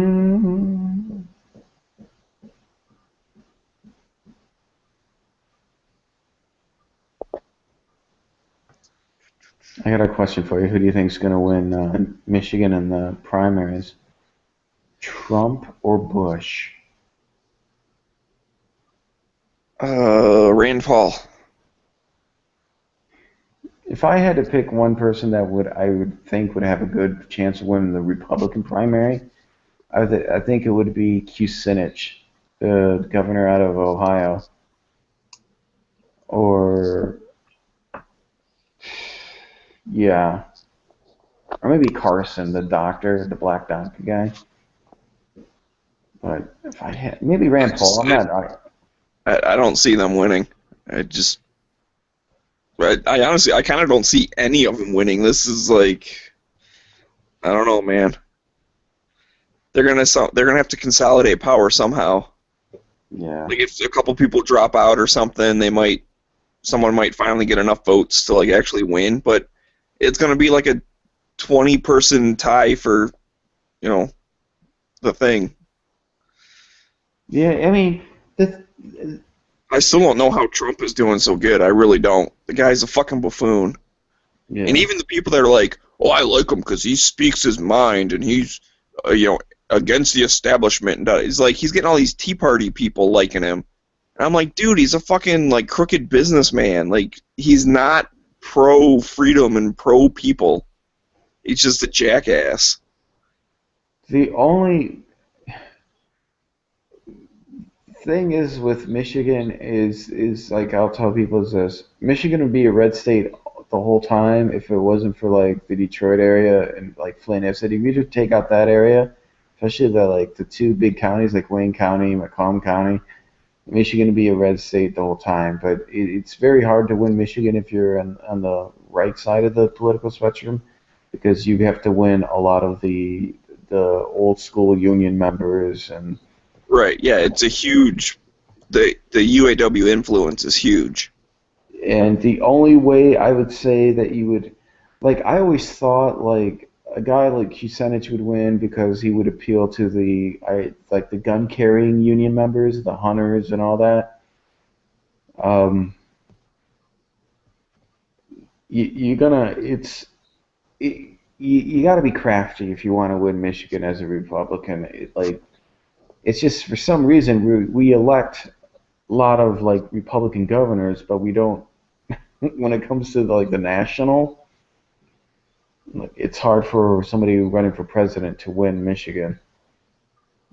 That's one of the things that's why we're awkward, why we're a purple state. We're a unique state.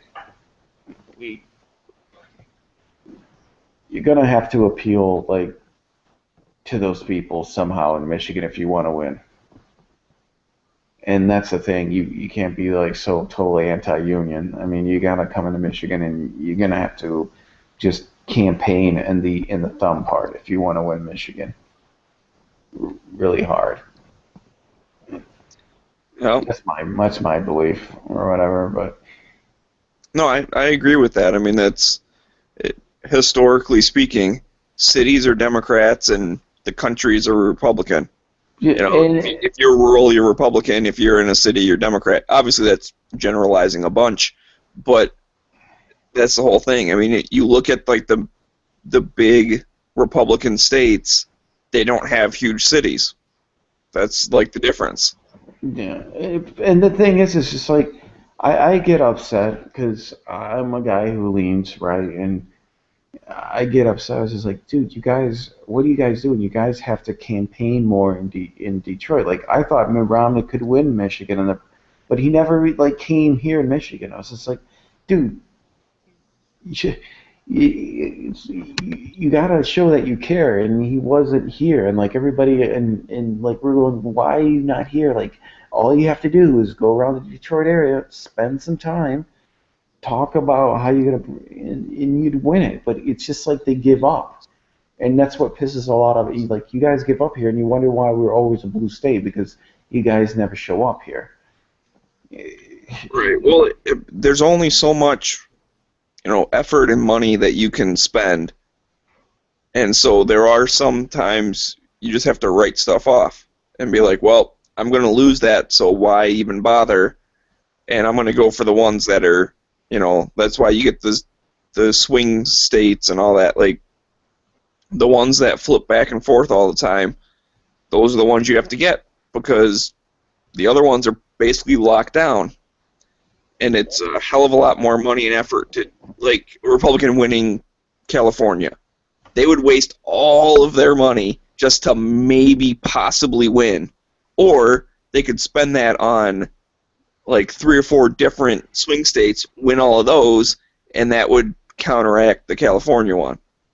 Yeah, but the thing is, it's like if Michigan, if the Republican Party can win in Michigan on the state level, especially the governor and both houses, it is possible for a Republican candidate for president to win Michigan.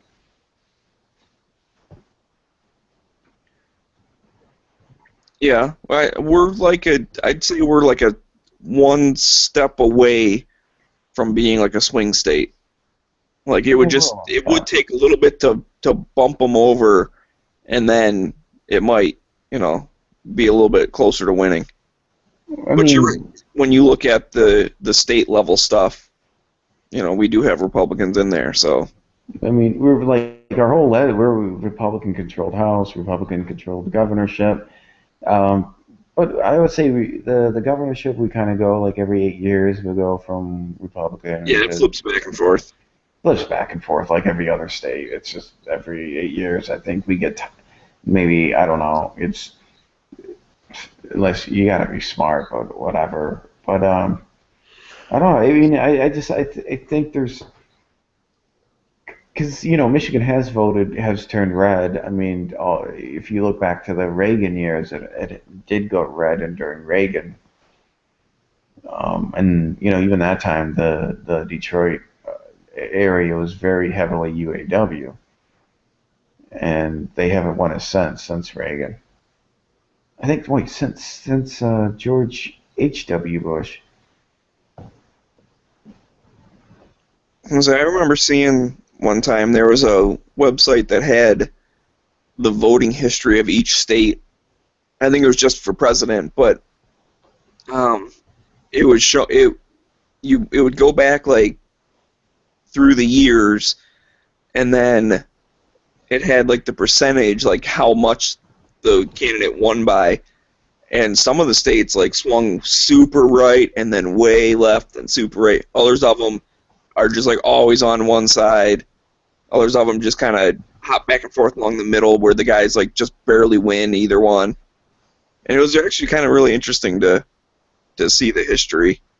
Yeah, it is. It really and Michigan did swing kind of wide and then come back over. Like it used to be pretty strong Republican.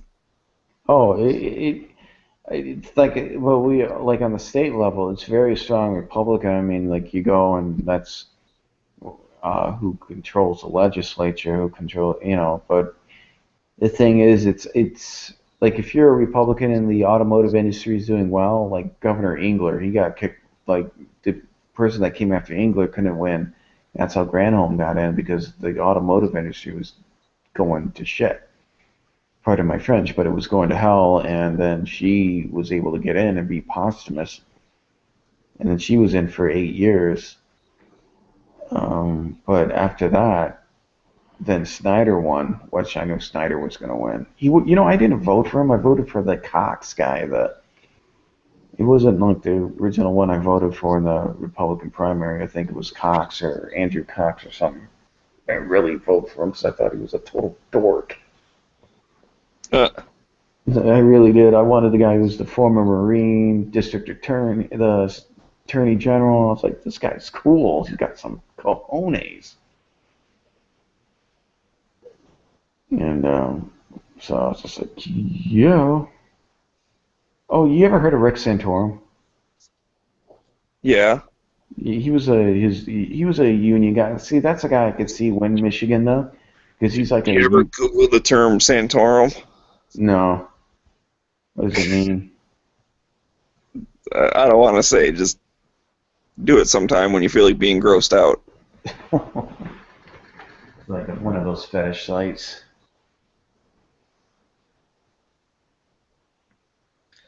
I cannot wait until tomorrow. Go Spartans. Actually, I graduated from Indiana. I never went to like MSU or Michigan. I was just in Indiana Tuesday and Wednesday. And were you in Gary or South Bend or Indianapolis? Lafayette. Oh, Lafayette, okay.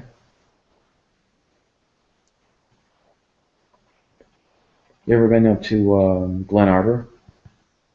No. Like Sleeping Bear Dunes, DHD campgrounds? Well, that's pretty cool. If you ever get a chance to go up there, definitely go up there. Like Leland, Leonel County, like near Traverse City. It's pretty cool. I've never been to Escanaba. I want to go there. I've been to Mackinac so many times. I'm getting like, people say, you need to go up to the UP. It's like, yeah, I have. Mackinac. Mackinac Island, I actually like it. It's cool. Don't get me wrong. I mean, but If good fudge. Yeah. Yes. Yes. That's one of my favorite ice creams is Mackinac Island fudge. Oh, I love Mackinac Island fudge. And I like going up to the locks, Sault Ste. Marie, and Oh God, I want to go up to Marquette, like go all the way up to Marquette and go on to near like Lake Superior. I've never been to Canada. I lived in Michigan my whole life. Here's an interesting fact about me. I've never been to Canada. You're not missing much. I've never been across the Ambassador Bridge. The only thing I heard about going when you go across the Ambassador Bridge is the strip clubs. Yeah. The strip clubs, and then the prostitutes would come over from Canada into Detroit. Because I had friends who were, I have a couple of friends, I'm going to tell you right now, that were perverts. And to go over to Winnipeg or whatever, over to Detroit, that was a place where they had the coolest strip clubs. You mean Windsor? Windsor, yes, I'm sorry, Windsor. I apologize, Windsor. Just wanted to make sure. I mean, you could go to Winnipeg, but Windsor is kind of closer. Yeah, Windsor. Go over to Windsor and the strip clubs in Windsor, yes. And Yeah, I've never been to a strip club in Canada. they're pretty cool. I mean, I heard they're pretty cool, but God. I don't know. I'm not really a big strip club fan. No, me either. Like, I like the idea. Hey, I like girls. I like naked girls. That should be fine. But then when I'm actually there, I'm just like, this is weird. I feel like a pervert. Like, I'm uncomfortable. I want to go home.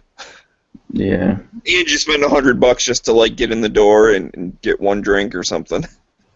I was like, what the hell's the point of that, man? I'd rather spend my money on other stuff. Yeah. You remember, what was it, a couple of years ago, that one rich guy that owned the Ambassador Bridge was trying to lobby for people not to invest in a second bridge? I heard strip clubs in Canada had hairy women. Oh, they do. They're called bears. Kodiak bears. But Brown bears. yes, the guy who owns the Ambassador Bridge is fighting against the new bridge because it's going to cut into his money. But it's such a good idea because we get so much truck traffic that has to go all the way up into downtown Detroit to cut over to Canada.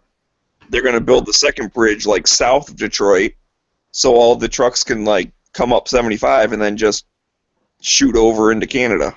Yeah, he was trying to say, well, this is going to cost the Michigan taxpayers so much money. He was like, we're not being fooled by. And he thought for sure he had it in a slam dunk, and then everybody was like, oh, we're not idiots, man. We're not falling. Yeah, because that's just a flat out lie. Canada was going to pay for it, and then they were going to like use the tolls to pay Canada back. Like Canada was going to, they were going to pay for half, and then they were going to like loan us the other half. So they basically pay for the whole thing, and then they're going to use the tolls to like pay back the half that they gave us, and then once they got their money back, they were going to split the revenue evenly between the two. Yeah, and then the guy go out of money pocket. Yeah. Whatever. I said that backwards. Anyways. But the thing is like he also got like discounts on gas too. Like he had that gas station or something. I can't remember what it was for truck drivers to fill up, or he was getting whole like tax breaks or something for gas. I can't remember, but it was. Yeah, whatever. I just he tried to fool everybody in Michigan. It's like, oh, this is the wrong idea, and we don't have the money, and this is not right. And he tried to make everybody say, hey, we're being conned, and he lost. That was hilarious. Like, yeah. Oh, and he spent a lot of money too on commercials. Oh my God! Every time you turn on channels about the Ambassador Bridge, it's like, you're gonna lose this one, buddy. We're not that stupid. I mean, and that'd be awesome too, having a second bridge.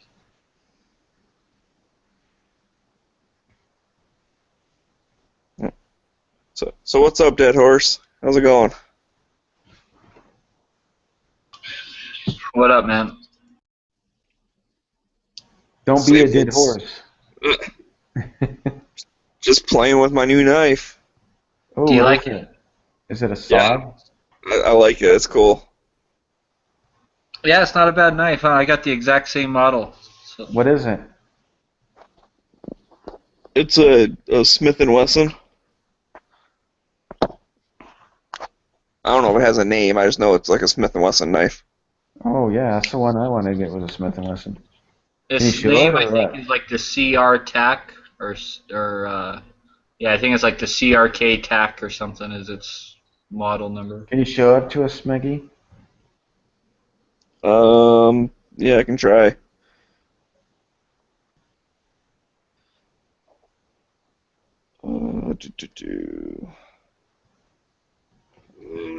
Turn that on. You just gotta hit the camera thing. No, I know. My house is dark. Oh, nice. I love the Red Wings flag. That's pretty cool. But the knife thing's pretty cool. Don't worry, Smeg. If you're trying to hide from people, it's all right. Like if you have zombies at the other end, outside the closet. Well, could you imagine that zombie apocalypse? We're all hiding in our closets and we're still doing this. You're like, hey man, like Michigan this, Michigan that. I like it. Stab the camera. Ah!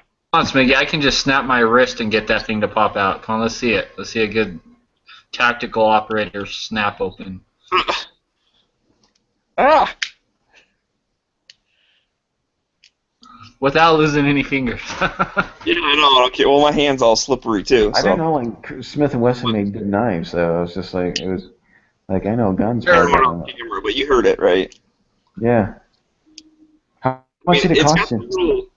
a little like nub on the back. I was hoping it was like spring assist. I hit it, and then it only opened up that much. It was like, oh man, It's not spring assist. That would just make it so much nicer. Bloop. Then you can stab them that way. But those knives, Smith & Wesson knives, are made by Taylor, the Taylor Knife Company. And Taylor Knife Company, they own Schrade, Old Timer, Henry. So they own like a lot of big name knife companies. And the Smith & Wesson knives are made on the same line as the Schrade knives. Oh, nice. They're made in the same factory, like right on the same line. So. Because I'm always very hesitant when I see a company that's known for something else and they try to break into another market. Well, like HK knives are really made by Benchmade, and they're some of the best knives you'll ever buy. Oh, really? Yeah, any HK knife is made by Benchmade, and they're just phenomenal knives. I'm gonna have to look into that because I always thought they were like just another a product for a quick buck. You know, like. Well, hey, I know you mean. I bought a Smith & Wesson flashlight, and it was like garbage. It wasn't good at all. Oh, I'm not saying like Smith & Wesson make junk, but I'm just saying like, okay. Well, the stuff that like buys the copyright for their name or whatever to like rebrand stuff. I know what you're saying. Yeah, I bought a Smith & Wesson flashlight that obviously I think some other company makes, and it's just got the Smith & Wesson name on it. But it was absolute garbage, like a knockoff mini Maglite. It was bad. Yeah, I mean, because a lot of companies do that. They sell the rights to their name, so a company could sell their product, and then you're like, going, wow, this is crap. Like the light. I mean, I've run into companies that are known for making something else, and like, wow, this is junk. What the hell, man? I have a Beretta knife that's kind of just like a Swiss Army knife kind of thing, and that thing's pretty good. Oh yeah. I bought a bunch of them for my groomsmen. You know, I gave them the gifts and whatnot. So I bought a bunch and then I kept one for myself.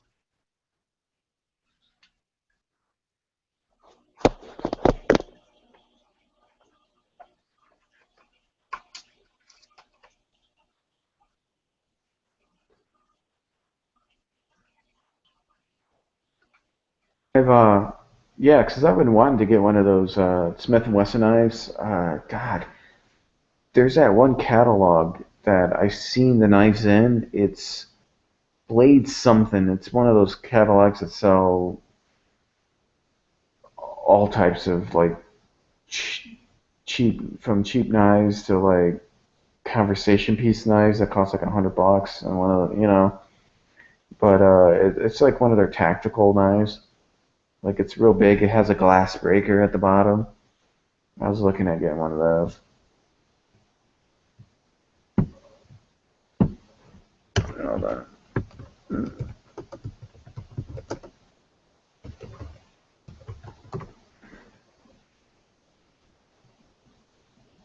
Oh, like the Smith & Wesson first response rescue something.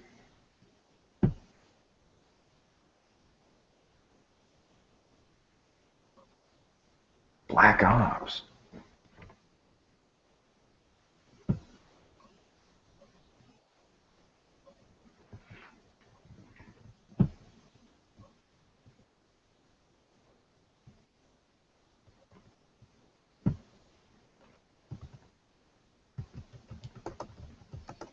So how many rifles have you built, Dead Horse, since the last time we talked?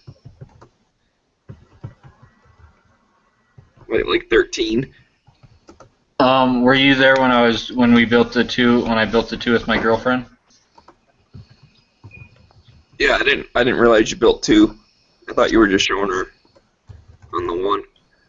No, yeah, we did 2 because those were the matching receiver. They're consecutive serial numbers, so that's what I did with my 300 Blackout and 223. Is I put them on matching lowers. I had a couple other lowers. I had them on just temporary, but I was waiting for the lower parts kits from PSA to come in to finish these ones off, and then I got one of the mil-spec triggers down to 3 pounds, dude. Wow. Yeah, I was pretty surprised. I did like that. I did like the whole polish job and everything while we were just on the air. I did both lowers, and that second mil-spec receiver came to 3 pounds. The first one was like at 4.5, and the second one I don't know. I guess I just did a little bit too much, but I was like pretty surprised. Either that or it has some weak springs from out of the box. I don't know. Well, what's the normal one? Is it like 5 or something? No, like the normal cheap mil-spec kits, like from PSA or whatever, if you don't do anything to them and you just put them right straight in the gun, they're always like minimum like 6, usually at 8, and sometimes like 9, 10, even 12. And mil-spec is supposed to be between like 5.5 and 9.5. So anywhere between there is good. They usually shoot for like around 7, 8, I would say is the normal, but I've had like 12-pound mil-spec kits. I've had or mil-spec triggers. I've had 10-pound, 8-pound. 8 pounds like really common. Just if you don't do anything to it, but if you just do a really good polish on it, I usually get that 8 down to like 5, 5.5, and I call it good. Yeah, so I didn't do anything to my first one, and it didn't seem like it was that heavy. It was just kind of gritty. You could like feel it. And that's why I'm really liking this new one is really smooth. Yeah, and that's an ACT trigger, right? That's the one you got the ACT, the ALG ACT, I think. Yeah, the advanced combat trigger. Yeah, that trigger. That's the one that's tuned by Giselle, right? I'm pretty sure Giselle. Or Geisley, as it's pronounced, but yeah. Or Geisel, or however I call him Giselle. Everyone always has to correct me on that, but I don't care. I call him Giselle.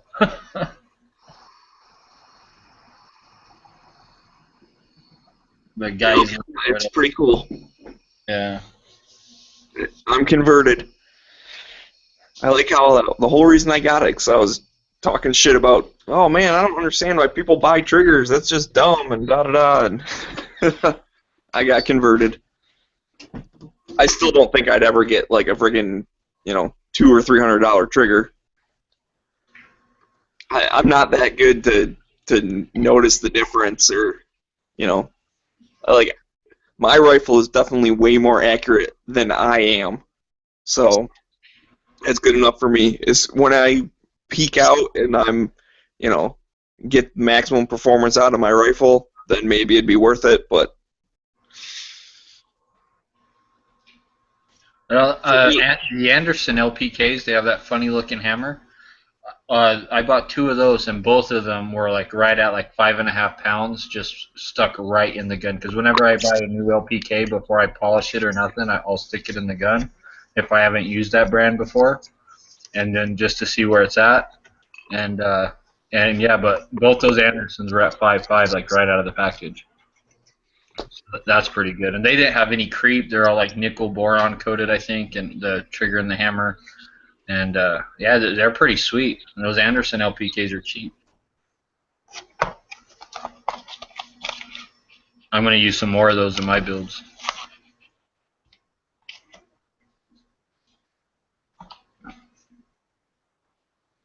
Oh, and I'm going to get the I'm going to get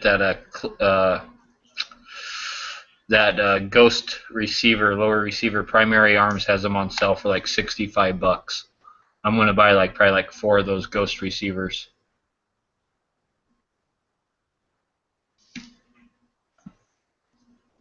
Have you seen those, Smiggy? Those Ghost lower receivers?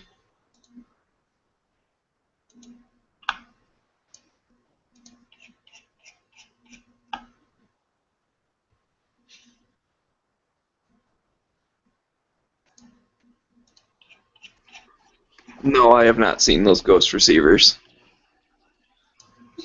Check this out.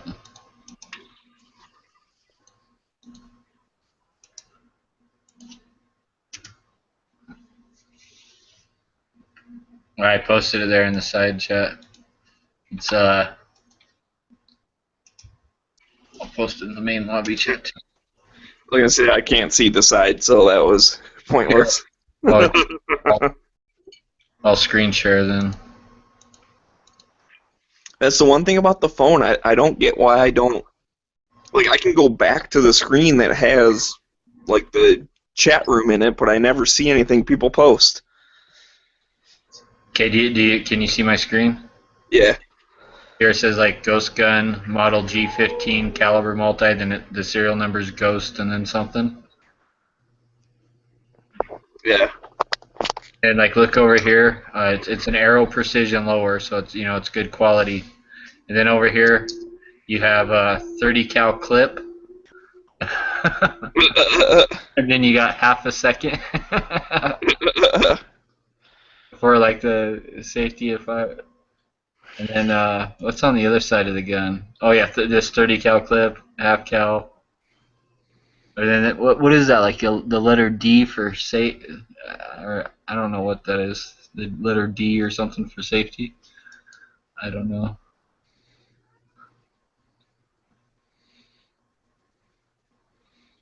Yeah. Did it say discontinued up there? Yeah, they're discontinued. I think. Okay. So that's why they're blowing them out now, probably. I think they only did 10,000 of them, if I remember right. So once they're gone, they're gone. I think they did 9,999 is all, because I think they all have 4-digit serial numbers, basically. Ghost and then whatever after it. Yeah, I want like 4 or 5 of those lowers. Those are probably going to be my next builds. They're $64.99. That's only like $15 more than I pay for the Andersons, but I think these will just be kind of neat and fun to. Like, I'll definitely paint the sides of these. I'll break out like some model paint enamel and paint the 30 caliber clip and stuff all in white. Yeah, I still have to do that with my Honey Badger. So it's got the first part's just like the little picture of like no bullets, and then bullets, and then don't give a shit for full auto. Because Honey Badger don't give a shit.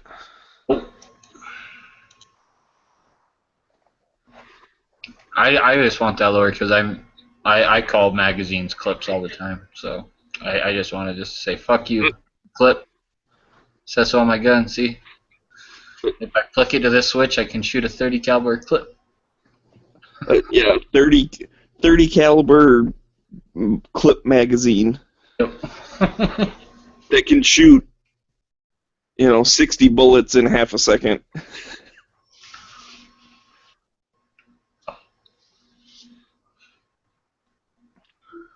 Yeah, that's it. I found a kind of funny picture that I have it on my desktop at work, but it's got whoever he is, some dude from California, and they got some rifles on the rack. He's at a press conference, and he goes, "This is a ghost gun," and then it's on the bottom where it goes, "Once we ban it, you can buy some from this gentleman standing behind me to my right." It's got that one dude, the Lee, whatever his name was.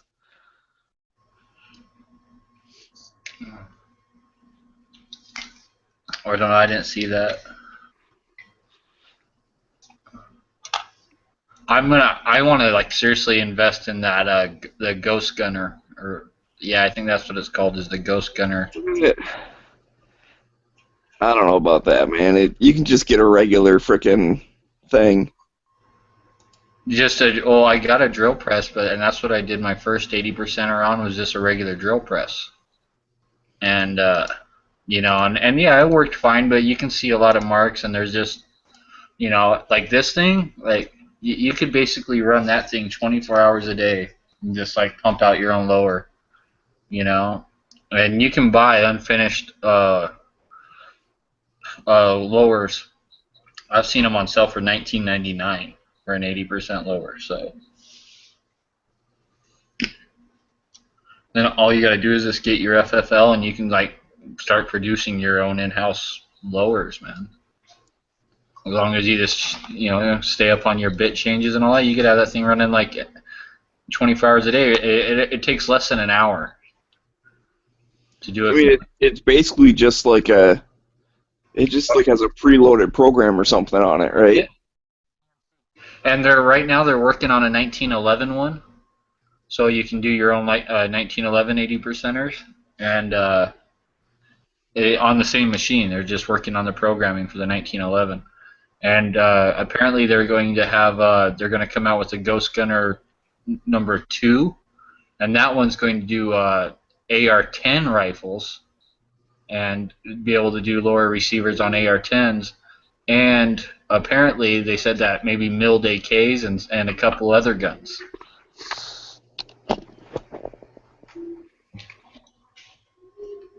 So I think that would be badass. I mean, and you could just pretty much have one of those machines running 24 hours a day around the clock, just pumping out lowers.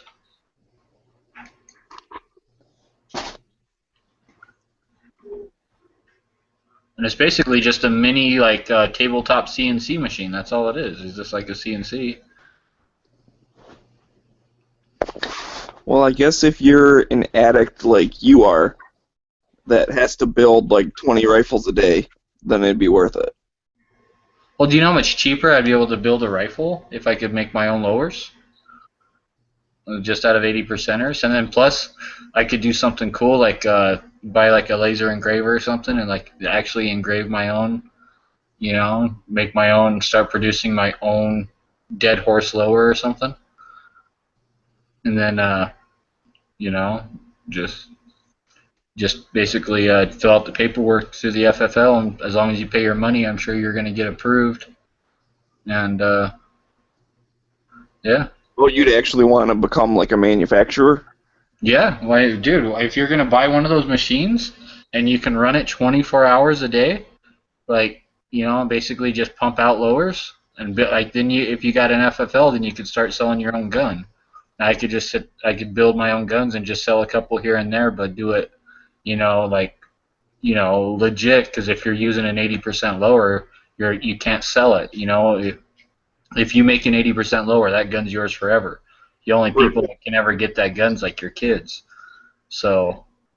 And that's I was actually just about to ask that. I didn't know if you knew the law on that. Was, like I said, I know you can't sell it, but can you give it to people as an inheritance, or can you gift it to someone, or no? I don't think you can gift it. I think it has to go to like a direct family member upon your death. I don't think you can gift it. I think that you either have to do like a trust, yeah, and then if you do a trust, then they're allowed to shoot it or use it or have it in their possession. But other than that, it's kind of like a silencer or something like that. How would you add it to a trust since there's no serial number or anything? Like, it's legally speaking. Well, a lot of guys make their own serial numbers. A lot of guys make their own serial number and they just put an X1 or, their initials even, something like that, and that's their serial number. Right, but then I think you have to be a manufacturer. Like, you have to get that license to then put the serial number, and then it's a gun. Then you're actually making a gun, and then you can do whatever you want with it. But I think for yourself, I think you're allowed to put your own serial numbers on it, because I've seen lots of pics of guys who've made their own 80s and have their own personalized serial number, like Jeff's number 1 or something like that, for their first. Right. But does that actually? I guess you can engrave anything you want on it. You can put little pictures and all that stuff, whatever. But does that actually count as like a legal serial number? Because you're not if you're just doing like 180% or whatever, you're not a manufacturer. It's still a homemade thing. Well, I think it would still somehow count as a serial number, 'cause it's an identifying mark of some kind. So it's got to count for something, I would think. Because even though it's not made by a manufacturer, it's a private gun.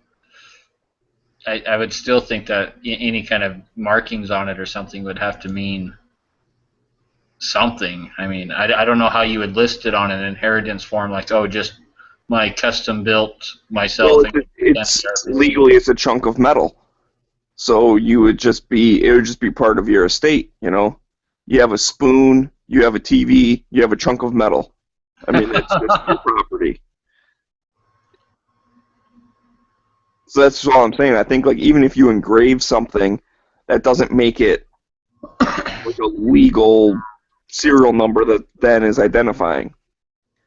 It's like if you made your own go-kart in the backyard and you carve a VIN number in it, it doesn't mean you can go register it with the state. That's not really an actual VIN number. It's just. But people do that with cars.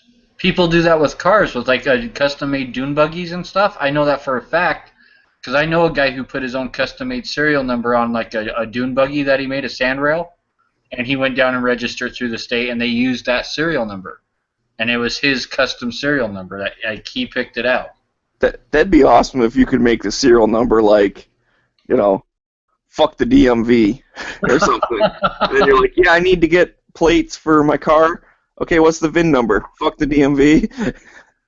Just like kind of like a gun, but on the car, he had to have it engraved in 3 different spots, and he actually had to weld on, and he actually got them from the DMV, these tags, these metal tags, and then he had to actually weld these 3 tags on to 3 different spots on the vehicle, and he got to choose the serial number of it.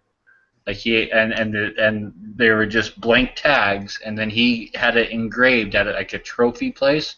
Because I remember him going through all that to try and get this sandrail registered as an off-road vehicle, only type thing, and it had to have a serial number, and he got to pick out his own serial number.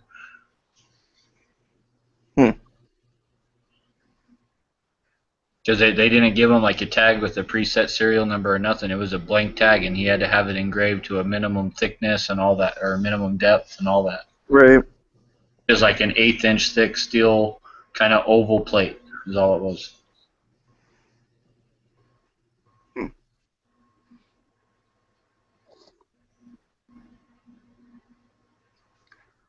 don't know. It's interesting. It's I like dabbling in the gray areas of the law. Not me. If I bought that Ghost Gunner, I would make a couple lowers for myself. And I'd be like, okay, this thing is going to work or it's not. And then if I decided it was going to work, I would go through all the paperwork, get an FFL, and then I would start kicking out some lowers. Well, is it really just an FFL, or do you have to I thought you had to have a separate thing to be a a manufacturer, and then you have the FFL to be able to sell it. A CHFL or something?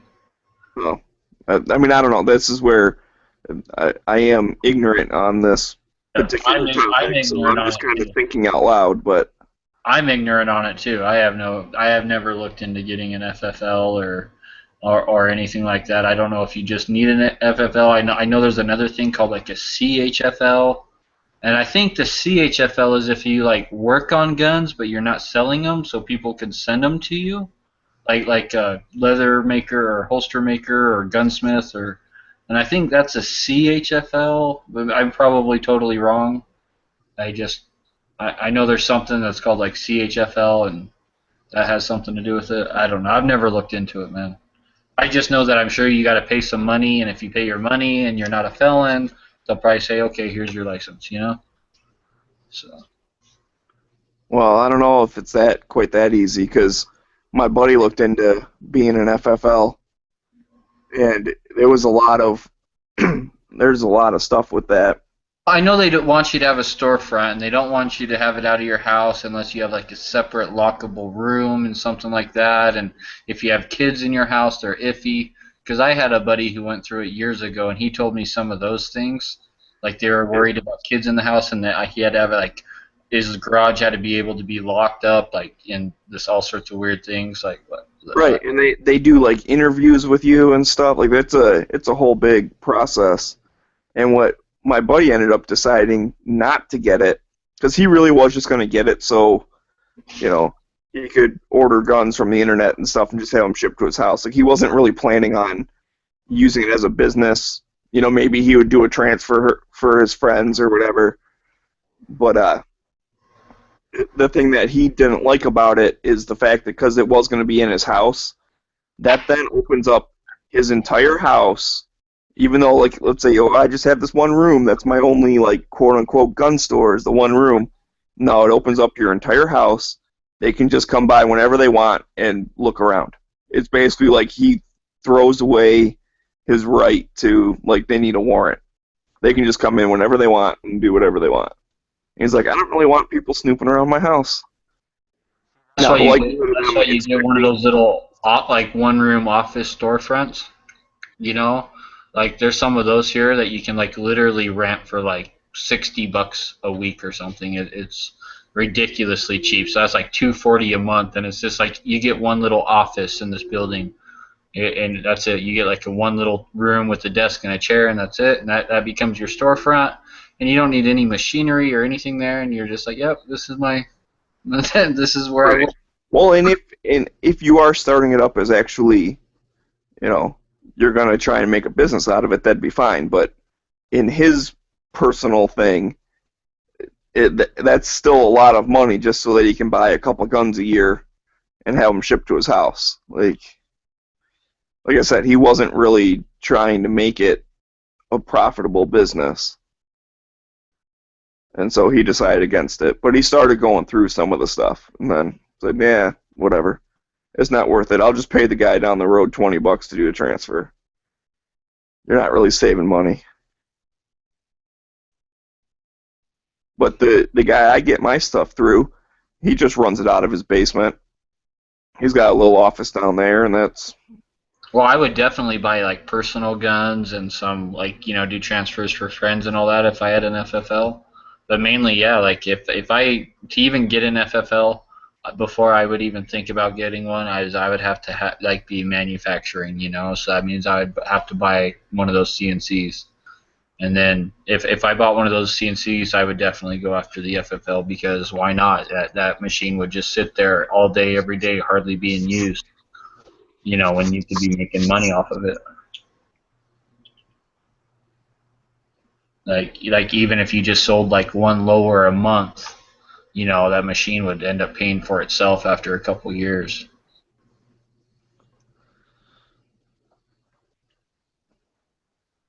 But when you can crank out, it makes a lower in like 40 minutes or something. So I don't know how many. That's over like 25 a day, like probably like close to 30 a day or something. Like, yeah, you can make cranking out lowers. So 30 lowers a day, 7 days a week. Yeah, but then you're not sleeping. I mean, that's not necessarily a realistic number. Yeah, that's not. You're going to be working 24 hours a day, 7 days a week.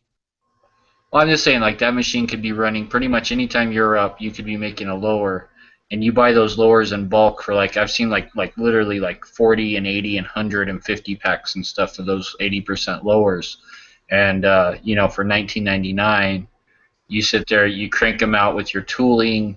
I can't imagine you're changing bits that often. I'm pretty sure like if you buy quality bits, I'm pretty sure one bit's going to go through multiple lowers. I'm guessing at least a dozen, if not way more. But I've never done that, so I don't know. But I'm guessing at least a dozen lowers a bit's going to go through before. Right. So I mean, you're just drilling through aluminum. So if you have a hardened bit, it's going to hold itself up for a while. God, I bet you. This is just a guess, but maybe you could go 50 or 100 or who knows how many lowers you could go through. I don't, but I'm guessing you could go through a bunch of lowers without any kind of bit change. So really, all you're paying for is electricity almost. And if you sell those lowers, if you're buying them $20 a piece, you're turning them out and then selling them raw as finished lowers. But you know, for like maybe 40 a piece, and then anodized or something for 50 a piece, nitrided, something like that. Buy some kind of chemical bath setup or something that you use to, you know, coat. I don't know what kind of, like, some kind of, you know, nitride or melanite or something like that. Get into something like that, then you could coat them there in house. You machine them in house and sell. I want a nickel boron coated lower. A nickel boron coated lower, is that what you said? Yeah, that would look sharp as hell, man. Nice and shiny. Then I can buy raw unfinished uppers. I don't know what kind of bulk deals, but I've looked into this to buy in raw unfinished uppers, and I see them for $24.99, $29.99, and so you could even coat those in a nickel boron match or something. But like, you know, like I said, like if you bought them for 20 a piece, machined them out for practically just pennies, because all you're paying for is the electricity. So you machine them out and then you coat them. I don't know how much it would actually cost you to actually coat each individual one if you bought a whole setup, but I'm guessing it's not very much. Not when you're doing it yourself. It can't be that much. So I'm guessing like you're still going to be in that lower under $25, and you know, so then you turn around and sell them for, you know, $50 a piece. Well, how much is that machine though? The machine's $1,500. The laser etching machine that'll do aluminum that I looked at is like $2,500. And but with that laser etching machine, it does it like pretty deep, you know, like, and you can do some pretty cool designs on that too. Not only just the serial number and stuff.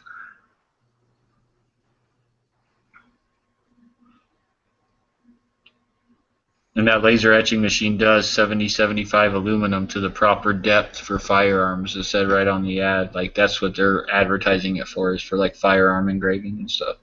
So that's kind of what it's made to do. And so that's like basically $4,000 setup for your laser etcher and your CNC machine. So you'd have to sell 160 of them to make your money back? Yeah.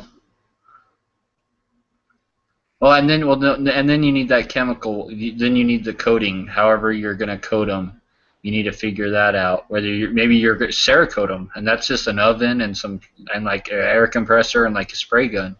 And you could just Cerakote all your lowers black, or that'd probably be the cheapest way. And then just bake them in an oven for the hour or two. That'd probably be the cheapest way, is just to Cerakote all your stuff, either black or flat dark earth or whatever.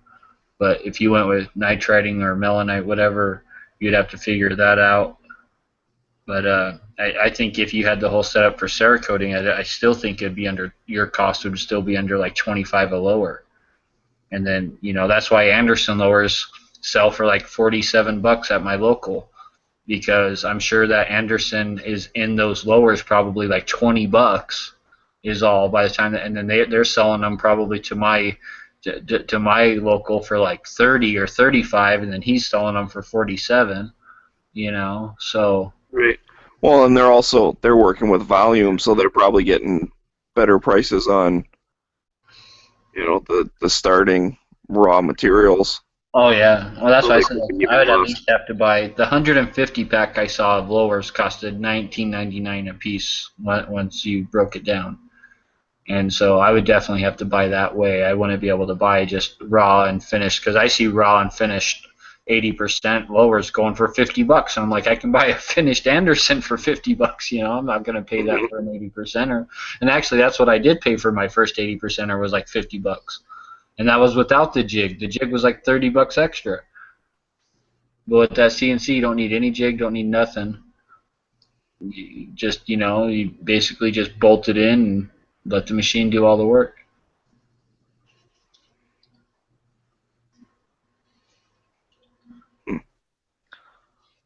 Well, let me know when you get that started up, because I'll have you build me a custom lower. Yeah, I definitely want to look into it. I'm thinking by this Christmas, I'm going to try and save the money in this Christmas. That's going to be my Christmas gift is just that CNC machine.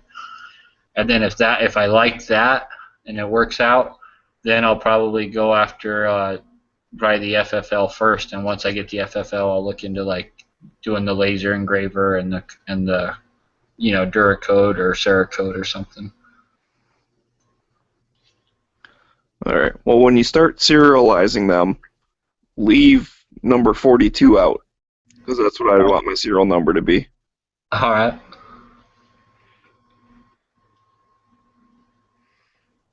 So I'm gonna have a cool logo. I'm gonna have like my logo is gonna be like the Colt logo, but like a dead horse, all skeletonized, like a skeleton type. Because Colt's dead. Everyone knows Colt's dead, so I'm gonna be the new Colt.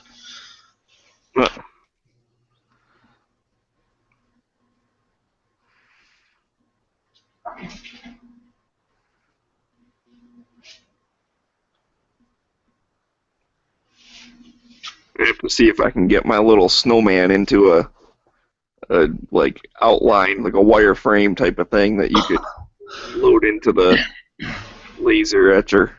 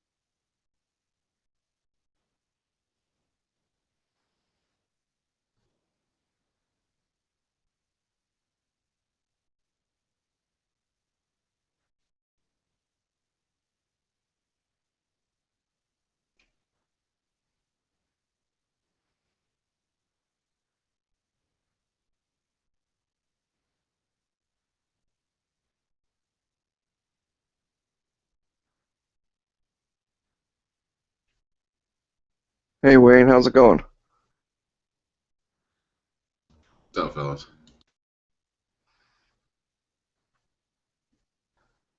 I saw you in here earlier. What, you didn't feel like talking? Oh no, you guys were killing me with freaking football, man.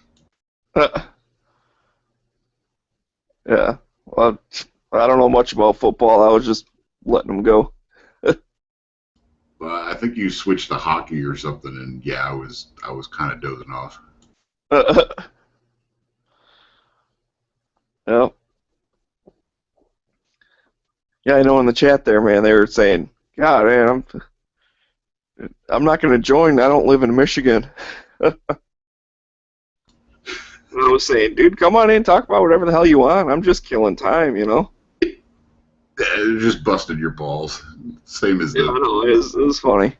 Same as the 40 shit with me, because I have, for pistols, I think most of my stuff is, I have 1.9, but everything else is 40. I just don't like buying a bunch of fucking rounds, so it's usually pretty cheap. So I'm happy with it. And I usually go along with it too. I don't care.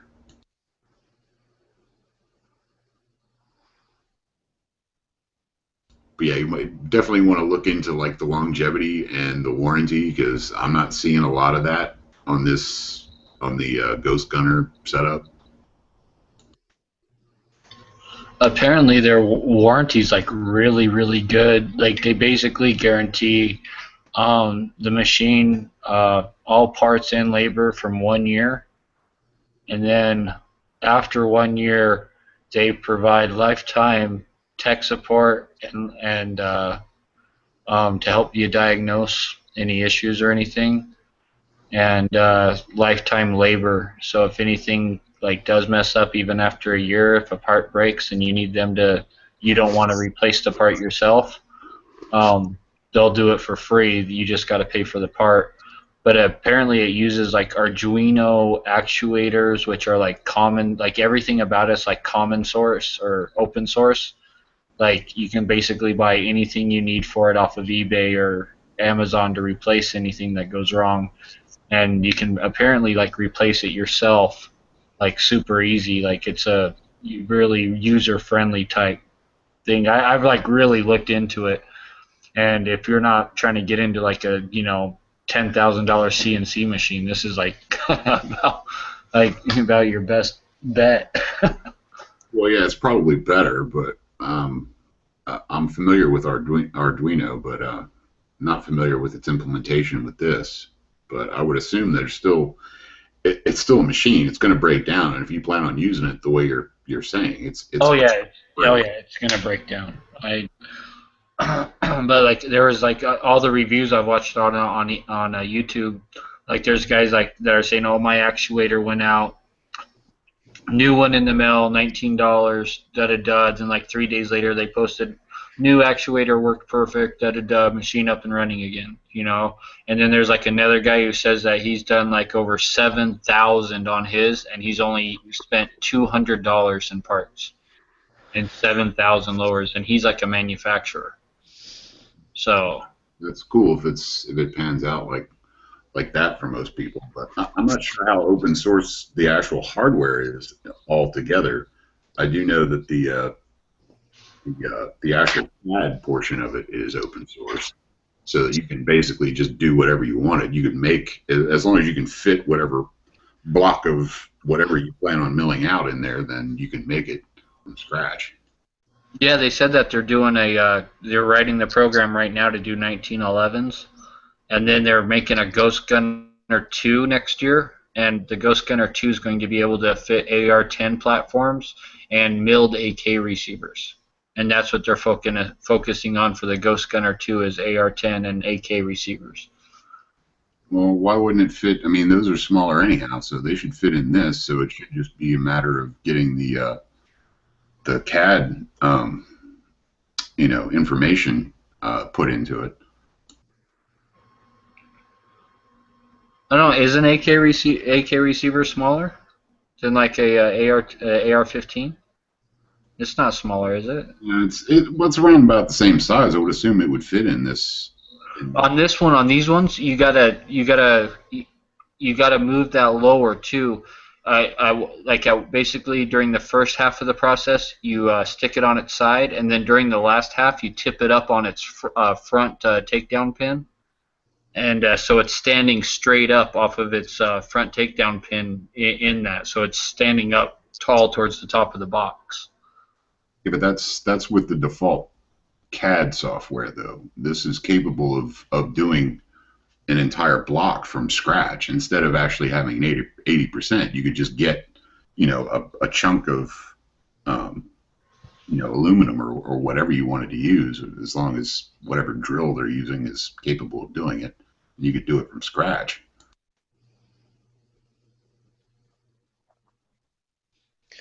Yeah, you would just have to get into writing the program of how to do it. Well, but then you would take a lot more manual labor because you would have to manually flip it around every time, like flip it from one side to the other, and then up on its top and then on its back, and so So it's only stationary. It doesn't do. I think the table that the lower sits on, I think, goes up and down, and then the bit comes from the back side of the box, and it's only like left, right, up, and down, but it only drills from the back side of that box. It's not like multi-axial dimensional. It doesn't like do it from all. It doesn't. The bit doesn't rotate around the receiver and do it from all different angles. That's why you got to pretty much lay it down on like its right side, let it do its thing, and then stand it up on its front, let it do its thing, and then you're done. But that's with an 80% lower. I've never seen any videos of them doing just a chunk of just a block, only 80%ers. Well, that's what it comes with. I mean, if you read the site, it's using open source CAD drawings and such. So you could just put in your own specs, and you could do it from the get-go. It's a $250 deposit right now to basically reserve your spot. Yeah, $1,500 total, and I think that $1,500 includes shipping. Oh no, it doesn't. $75 for shipping. Yeah, it's $75. Yeah, I looked at it before. I just think that'd be something really neat to have, like, and and even if it didn't work out to where you're like, okay, this thing isn't going to, be able to crank out, even a dozen lowers a day. I think it would still be kind of something neat to have just to make your own personal stuff, especially if it'll do 1911s. Like, yeah, I mean, it would be something cool to have. I mean, if I had a bit more money, but yeah, I'll stick to drill press.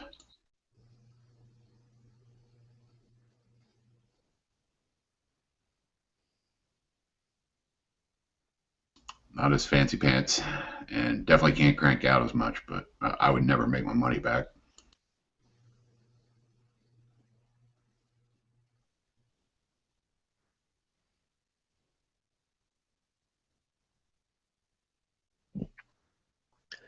I think I'll just stick with buying strip blowers.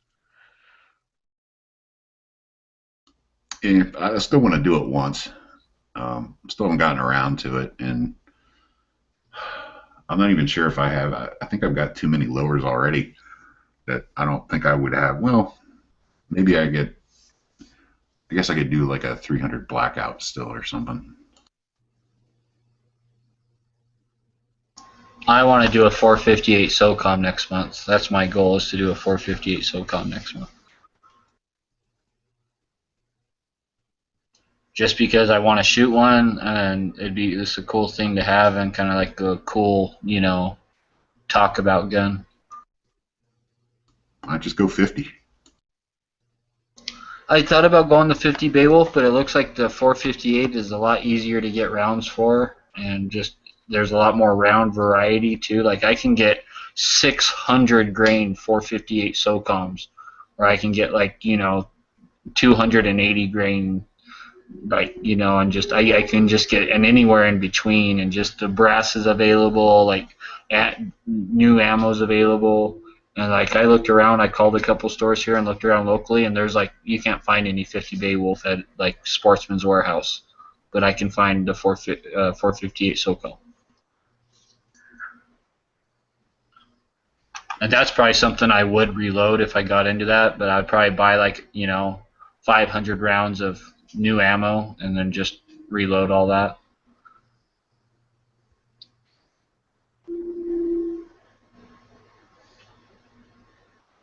But not like I would shoot it that much either. 500 rounds, I'd probably make that last a year or two.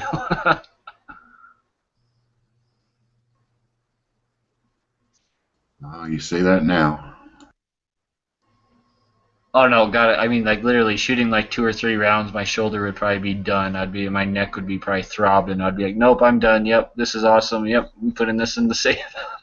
I just want it for like a shits and giggles gun. That's really it. I just want one for shits and giggles.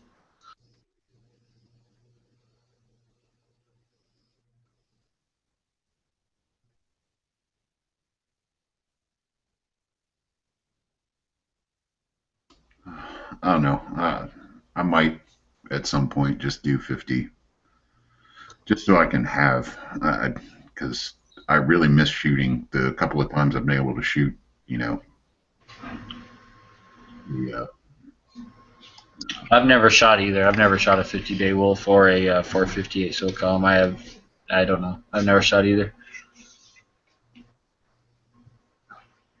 I shot a 204. Yeah, it was a Ruger 204, I believe, and that was out of an AR.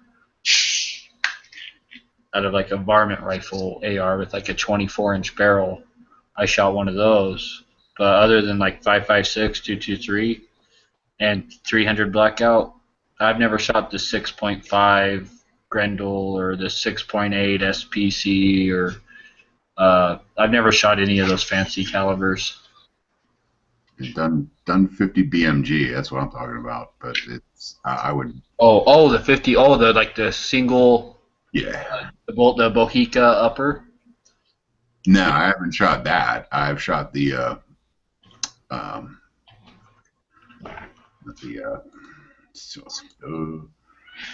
Barrett. Well, I can't even remember what model number he had, but he had one of them. You know, it was like $8,000 or something like that. Got to shoot it a couple times. That was a blast. Now they make a Bohica single shot upper for the AR, and they go. I see them like new sometimes on sale for like $1,400, and but it's just a single shot 50 BMG upper that bolts to your AR lower. Well, Yeah. you can get a side mounted magazine for it too, but that's just meh. Oh, I haven't seen those. Yeah, they come in two variants. It's single shot, and then there's one with a magazine, but it goes on the upper on the side of it. Yeah, I've only seen the single shot ones. I'll have to look into that one with the mag. I don't know if I'd want a mag sticking off the side though. But like here, I've seen them with the lower used here for like 1,800, and I've seen them like regular priced. I think I want to say about 1,800 for just the upper. But I've seen sales on them for like $13.99 and stuff for the upper.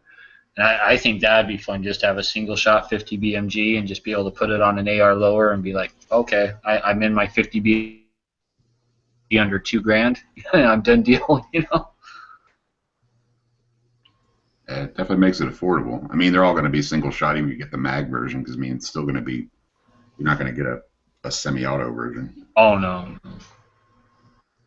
But I want to be able to afford to really shoot a 50 BMG anyway. You know, maybe like go out here and there and shoot 5 rounds just to blow something up, and you know that'd be it. You know, maybe shoot 20 or 50 rounds max a year or something like that. I could see, but like it's not like it's something I'd be able to shoot all the time anyway. It would just be just to be able to say, oh, I own a 50 BMG. You know, I got one. Yeah, I don't think most ranges even allow it, but I would probably take it out to my range anyhow, just for the fun of it, because you know, it's not in an open area or anything, and I'm out there all by myself most of the time, so I don't think anyone would even notice. I wouldn't want to waste one bullet on a 50 BMG. Like every single thing I shot would have to be something that blew up. A watermelon, a 2-liter bottle, something. Like I wouldn't want to waste a single shot. Shoot paper or steel, or I don't know, steel for penetration would be cool, but just to shoot paper or something, I wouldn't even be interested in that with the 50 BMG. Oh, I can make a 1 mile shot on paper. No, I wouldn't even care. I would just want to shoot stuff that exploded. I'd be going to my farmer's market and be like, you got any bad, you know, pumpkins, watermelons, like, you know, buying all their bad fruit. Going full Hickok. Okay. Well, that's what I do anyway for fun. That's what I go to a place called the DI, the Deseret Industries, which is like the Goodwill kind of. It's like a budget.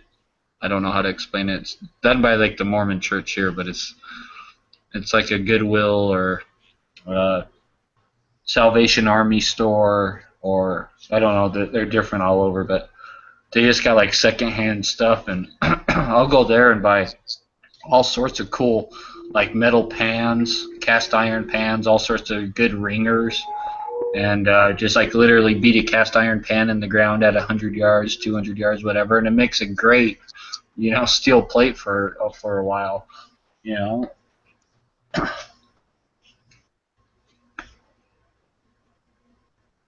I shot all my old cell phones on video. Like I literally I have like almost every cell phone I've ever had, right? Still, like I had this huge box of like cell phones going back 20 years, and I was just like, oh, you know what? Like I'm gonna just finally get rid of these. So I decided to shoot them. So I took all the batteries out and I donated the batteries to Home Depot in their little battery box. But I took all the batteries out and I took all the phones out and I shot them all. Well, no, I haven't shot all of them yet. I still have like half of them, but I shot about half of them with different guns and recorded it on video. And I save all my 2-liter bottles, then I fill them up with water, and I take those out and shoot them, all my 2-liter pop bottles. And I always save stuff like my pizza boxes. I save like my pizza boxes, and I turn my pizza box into like little standing targets.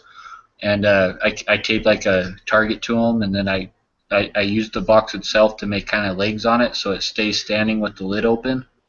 And then it's just like a little, hop out of your car, throw down a pizza box, open it up, your target's already stuck to it. The lid stays up on it, and you got a little standing, target. You shoot it, when you're done, you just grab the box, throw it back in the truck or in your car, and go home, throw it in the garbage. And it's just they make great little temporary target stands, and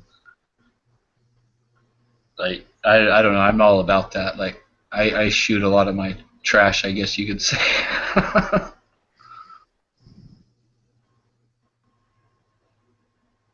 I call it recycling. There you go. It's recycling. I'm not sure if that's considered green or not. That's not garbage. I can still shoot that. But it's made for some cool penetration tests. Like one time, me and my buddies had all these phone books, and I can't remember how we got them. I think we were doing like work on this apartment building, and the apartment building was all like vacant, and the place came and dropped off like a whole bunch of phone books for us there. Like no one was going to be living in these places for months, so we took all these phone books out, and we did penetration tests, and we did like 9mm 40, 357, 44 mag, I think like a 50 caliber muzzle loader, 22, maybe a 380. Like we did all sorts of different rounds into these phone books, and I'll be damned, like the thing that penetrated the farthest was the 9mm. It shocked us all, like, and granted, like, it wasn't a fair test because all the guns didn't have the same length barrels or the same comparable ammunition. Like I think we only had hollow points for the 357, and there was a lot of discrepancies, but out of everything we took that day, the 9mm out penetrated everything.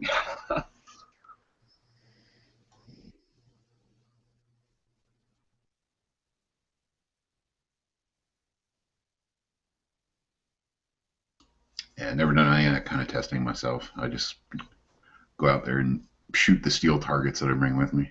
I had a level 2 soft vest, and it was rated, I think, up to 357 is all. It was only rated up to some handgun caliber. It might not have even been 357. It might have just been like 45 ACP. And but it was like a level 2 or 2A vest. And when I got my level 3 vest, we took that out to shoot to see what would go through that. And it was rated for 9mm, and it was funny because 9mm was going through it like butter. It was like the vest wasn't even there. And in fact, I think everything we shot at that vest went through it except for the 22 and 380. I think everything, like, I think even 22 mag went through that vest.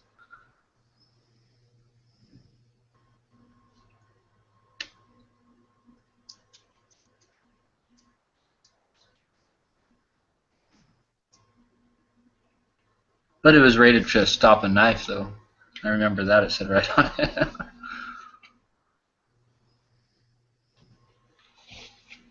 The level 3 vest I have right now is rated up to like 44 mag and double aught buckshot, and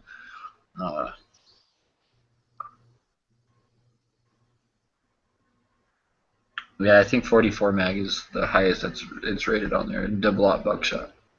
I think everything else is, I don't think it's rated for any rifle calibers.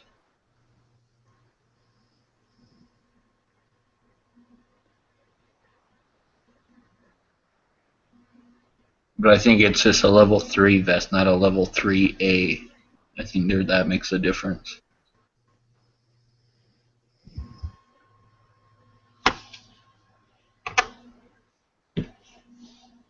Seriously, Pink? Pizza boxes? What's that? In the normal chat, it's talking about shooting pizza boxes. Pizza boxes around here have targets on them already.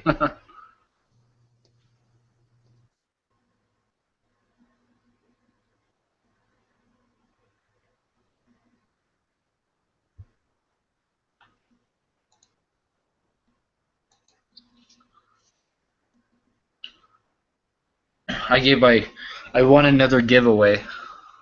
And it was a giveaway I kind of wasn't even, like, okay. It was a giveaway I wasn't even, like, entering. I got asked by the people who were doing the giveaway to repost it. So I was like, oh, okay, I'll repost this. And it was this kind of like antique knife. And I reposted it for them just to kind of spread the word about their giveaway, because they're like a new knife company, I guess, coming out. So I reposted it for them, and then they entered me into the giveaway, and I won it. So I was like, oh, okay. So I won another giveaway. So, like, basically every single giveaway I'm entering right now, it seems like I'm winning. Which isn't, like, many at all. Like, it just seems like every one I enter, I've been winning now. Spread the love. I want an AK. Well, I've been spreading the love back. I've been doing a ton of giveaways on my Instagram. Like, I've been doing a giveaway like every 3, 4, or 5 days with some like pretty cool knives and, you know, stuff like that. Like today, just today, I did 2 giveaways today. I did a nice like kind of knife for the ladies, and then I gave this other kid named Keegley, who follows me on Instagram. He makes all sorts of cool shit. Like, he'll take like a broken like butter knife handle and then this other broken knife and like mate them together and make like a skinning knife with it. And like he made a silencer for his air gun. He makes all sorts of cool stuff, and he sends me pictures on Instagram. But he never really posted on his Instagram, but he sends me direct messages all the time of the cool stuff he makes. So I just kind of picked him for one of my guys. I was like, you know what? I got some stuff here. I think this kid could probably turn into something. So I gave him a bunch of. They're new, but they've never been used, but they're old to me because I've had them for a long time. Just some knives I had laying around. So and a flashlight. So I just kind of gave it to him in a giveaway today.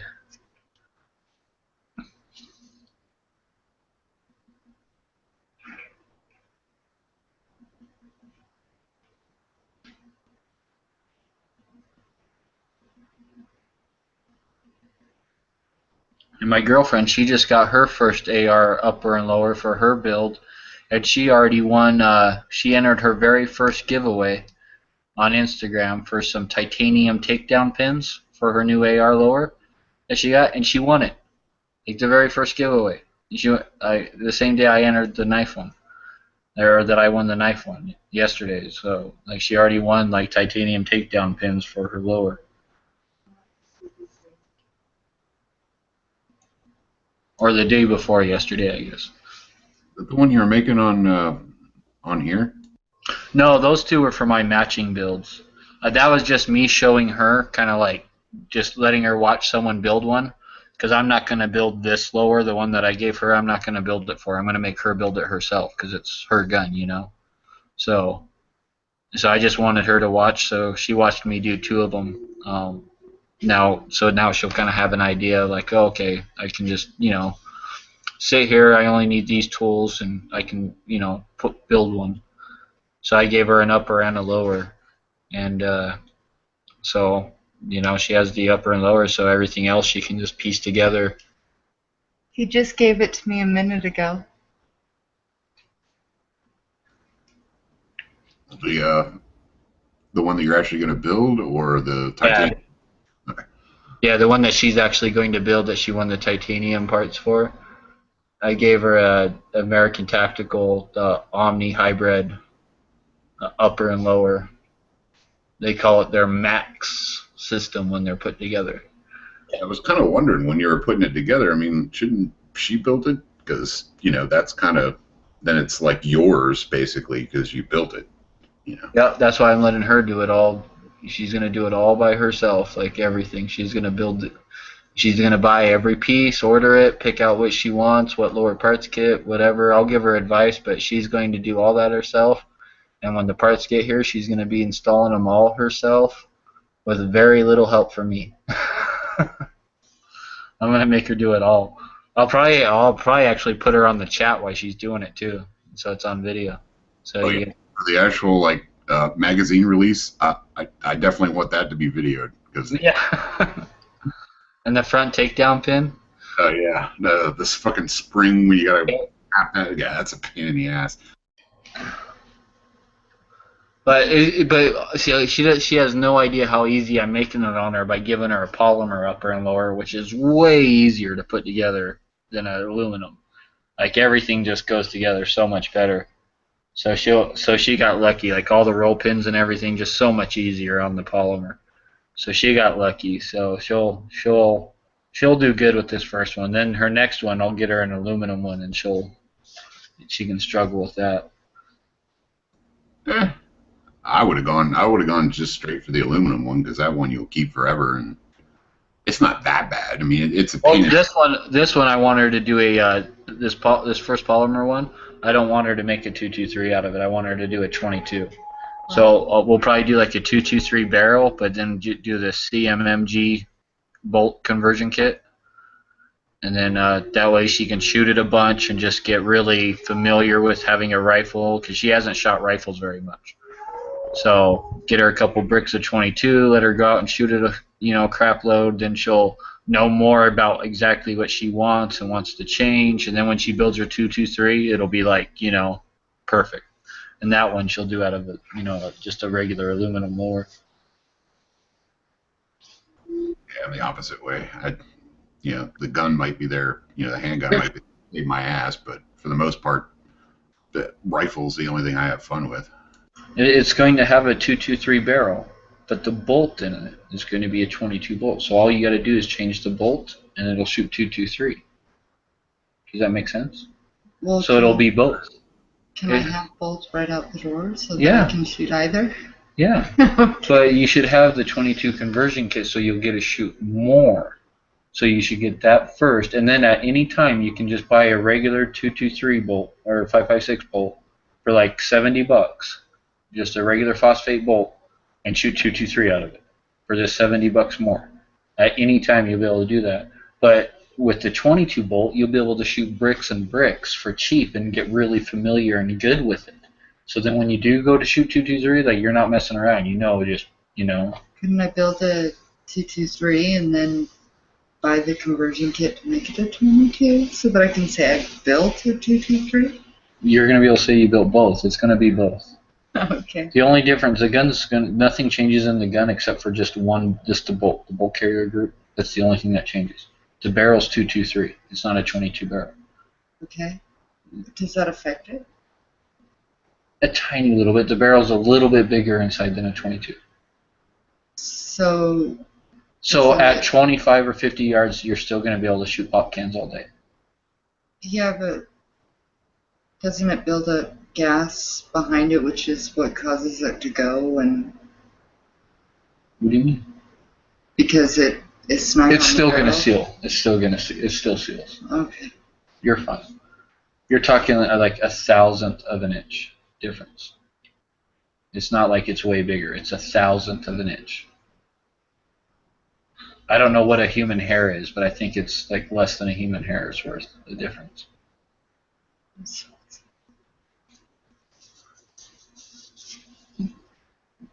I've shot a lot of 22s out of like my M&P and stuff, and like. When did you decide to give this to me? A long time ago. That's why it's just been sitting, laying around. What made you give it to me?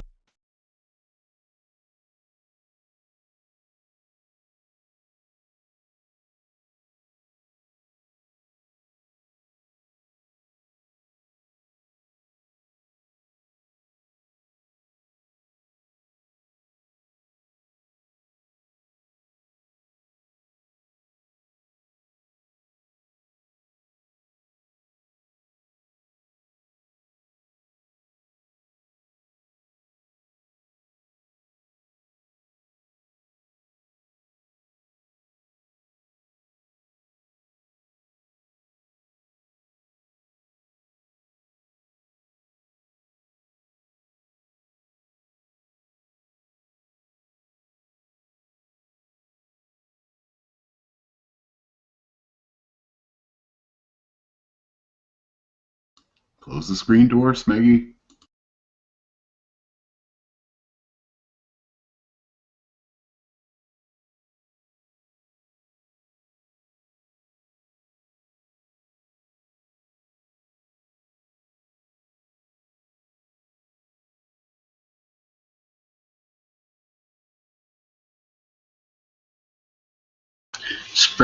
Springfield Armory just announced the winners from Thursday's drawing.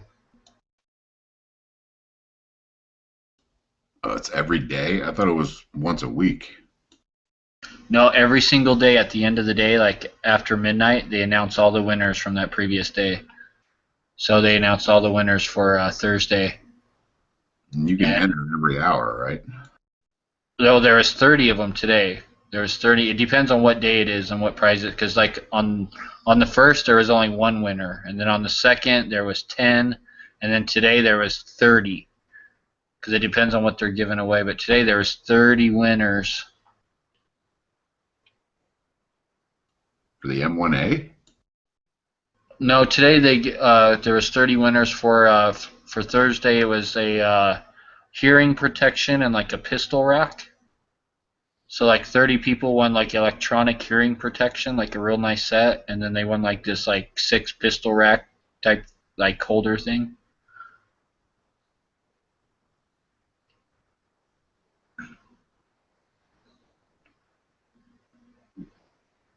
But you can start voting right now again for the winner of the M1A for today. Is the prize, I think, is Yeah, I already registered. I think it's been like an hour, so I think I can do it again. I know every vote's just, that slight more chance that that you might get something. Yeah, today's that M1A outdoor package. I think that outdoor package is that. Oh yeah, that comes with the case of Zombie Max ammo too. So there'll be one winner today of that. Oh, okay. So no, it's a case of ammo. You get a Wasp Gideon, like it's like a basically like a GoPro with a like a watch attachment. A Nebraska Star Beef Barbecue Master Steak package, a Gunbroker Gear package, and a Cold Steel 20 PH Outdoorsman Light, which looks like a baby katana. And you get a Tough backpack. Yeah, NRA membership and a bunch of other stuff. Yeah, wow. So today's package is, wow, look at that. A Well, cleaning kit. That's a little redundant for the NRA thing. I would hope that everybody that registers for this is already an NRA member. Combat handguns, Pro Mag Archangel. Shooting targets, gun magazine subscriptions. Wow, like you just win Wow, you just won like a ton of stuff for today. So yeah, there's only going to be like one winner for today to get all this crap. But man, I would really like that M1A and that Zombie Max ammo. Screw everything else. I definitely want to win all that shit, but I don't think I would. I don't think I would keep the M1A. That would probably be going on what they're giving away the patches for. Back on Gunbroker. I don't know. I think I would keep that M1A. I'd keep that and that ammo, and I'd be like, yes. And I'd sell all this other crap. A brand new M1A, that would go for a decent penny. And there's other rifles that I desperately want way more than that for that price point. Imagine if you just like stuck it in your safe for like the next 10 or 20 years though. And like didn't even shoot it. Yeah, I wouldn't be able to do that.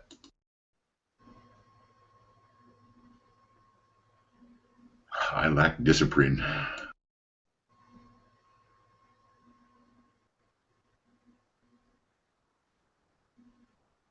I would have to go out to the range many times, unfortunately, unless I sold it.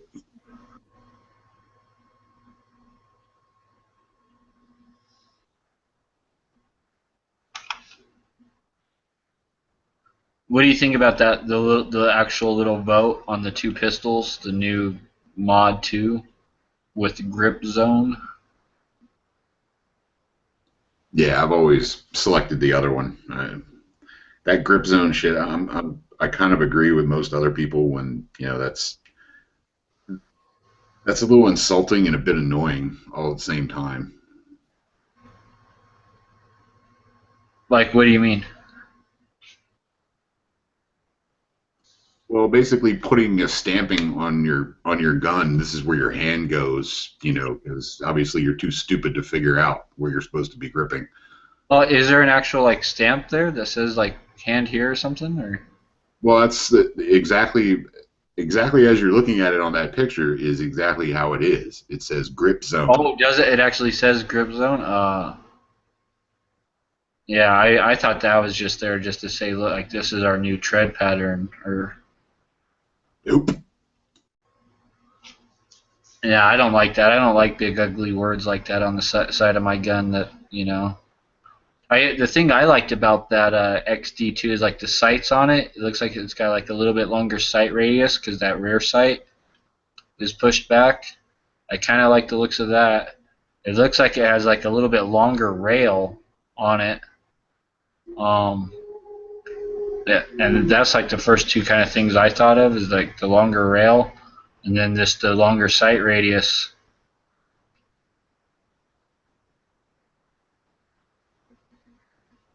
But if it actually said grip zone on it, I don't like that.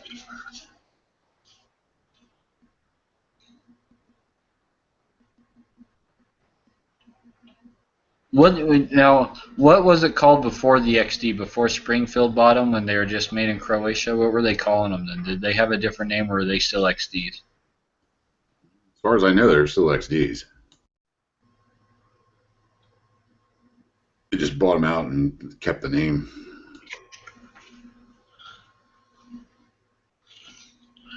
Because like a guy who owns a gun shop here was telling me and my girlfriend that he wonders how long before like a company like Springfield buys out the rights for Canik from SYA or whatever and starts selling them as Springfields for $600 or something. He said that he thought it was going to happen.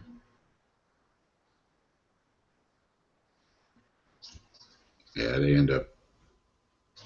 Most of the other ones try and gobble the smaller ones up just so, don't have any competition anymore. Yeah, and I don't think Century makes the Canik. I think they're like just the importer of it. Like, I heard like a company called SWA or SYA or something makes them. And like this company is like, they make like jet fighter planes and helicopters and missiles and stuff like that. And and that's why they're like all their stuff's that ISO 9000 certified or whatever. And that's why the pistol is too, is because like everything they make is like for defense contracting and stuff, so everything has to be that ISO certified. And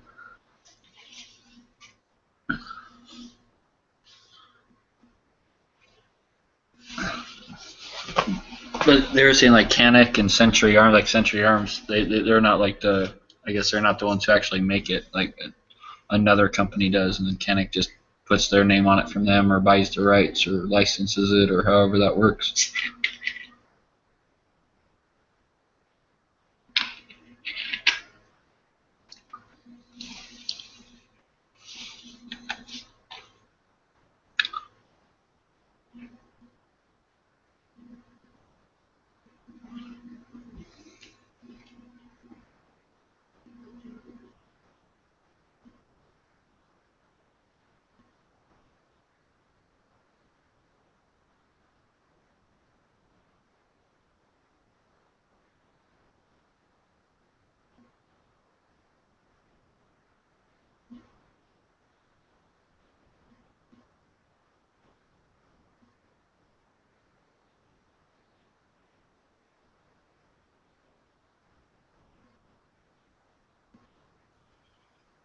You actually like building all of these and then just like selling them on Gunbroker or something for like a $50 extra or something, whatever you put into it, or what? On the ones I build? Yeah, I would assume you're doing quite a few of them, right? So I mean, you're not. No, I've only sold.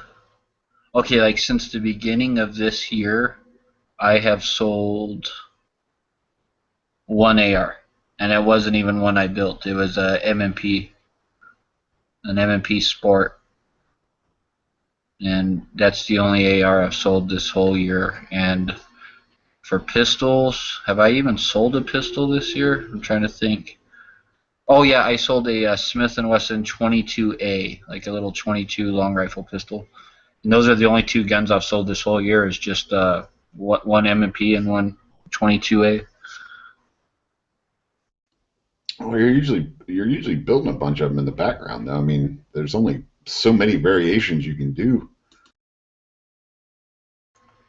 Well, yeah, and there's a lot of subtle things you can do, and some of them they're not to shoot; they're just to kind of like stockpile, and like kind of like prepping in a way, because you never know when like family or when something might happen, and family and friends might need to come over or bug out with you or something like that, and so it's kind of good to have a little collection going, hashtag not an arsenal, and then it's also good, and if something ever comes up again like Sandy Hook, and people want to spend, $1,200 on a, $500 AR, that's also a good thing. Well, not a good thing, but it's also a thing that happens.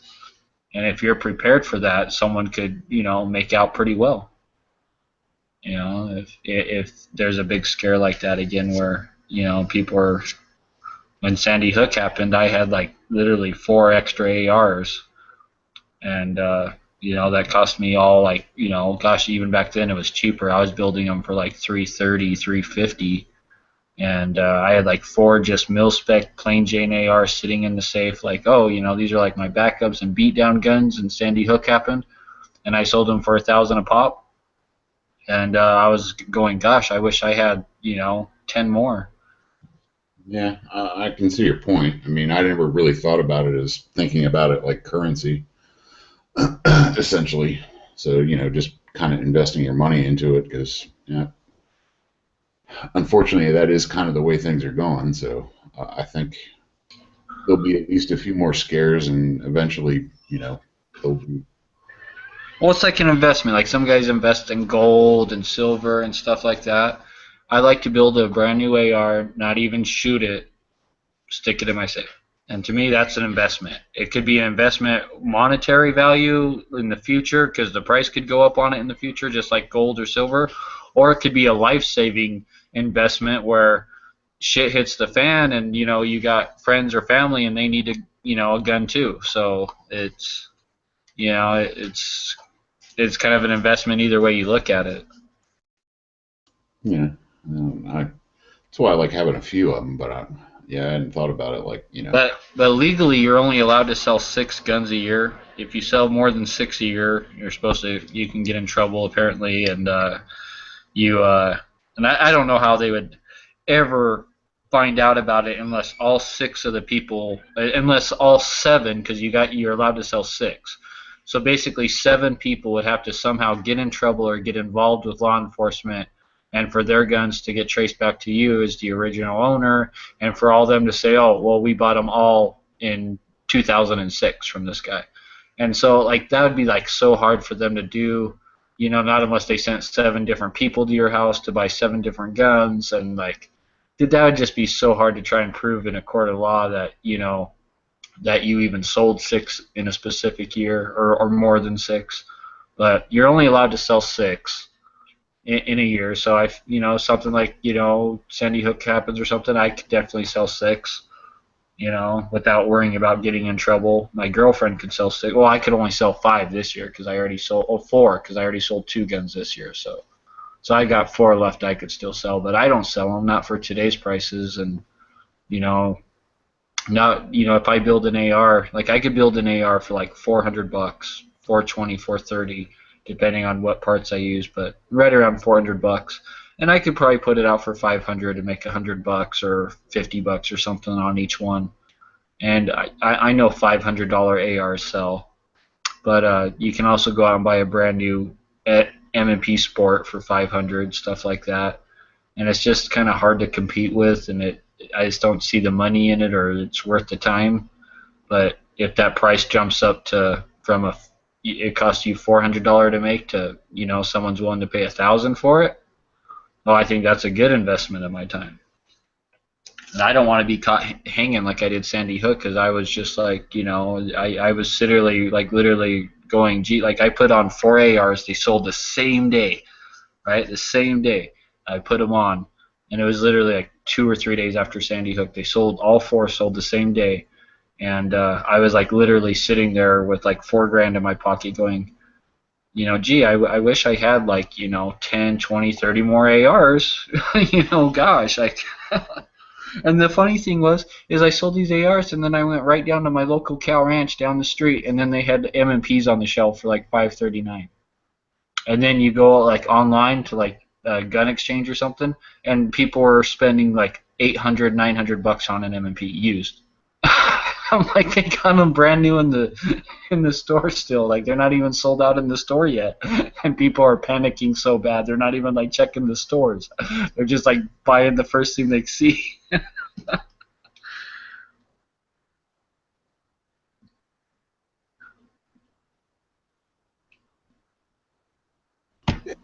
Well, it's just crazy. It will probably happen again. So I hope it doesn't. I really don't, because I really don't mind just having some. And some of these guns here I play with, but like, yeah, I don't play with all of them. Like, most of them are pretty new. There's only specific ones I pick to actually be shooters, and that I actually shoot. Like the one I bought from PBR Street Gang.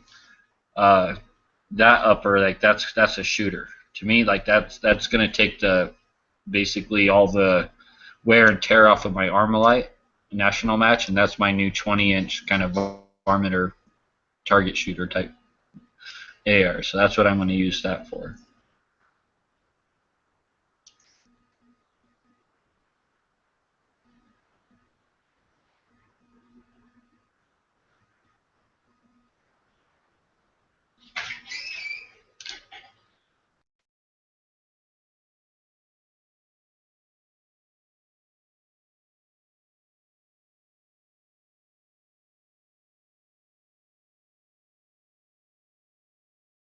I'm gonna do the same with some AKs.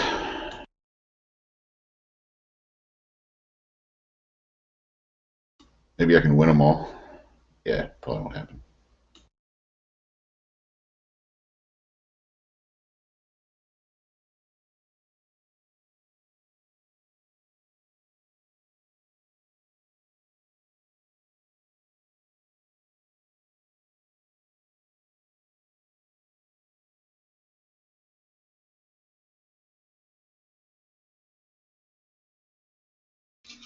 I just saw a thing on Instagram. They have a belt-fed 9mm AR now. That just came out. It looks pretty sweet. They actually, there was, who the hell was it? It might have been Vickers. It was one of the guys on Full 30. had a belt-fed AR. It's just like it uses standard. I think it uses the standard lower, and it's just a modified upper. Yeah, that's what this 9mm kind of looked like. It was just and the magazine looked like it went into it like normal, but then at the bottom of the mag it had this box that stuck off the side of it, and that held all the 9mm just in there in the belt.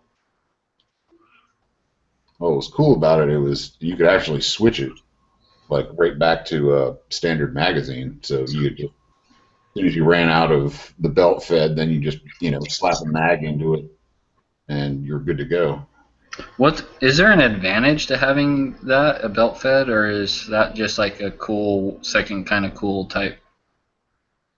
Oh, it's just kind of cool. I mean, if you live in a relatively free state and you have a spare, 15 grand or something to be able to buy, a fully automatic lower of some type, then it might be fun. But other than that.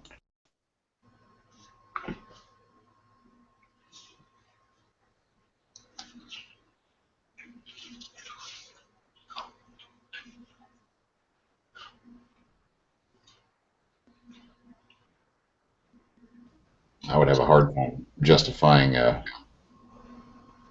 any 50 BMG or anything, considering it costs like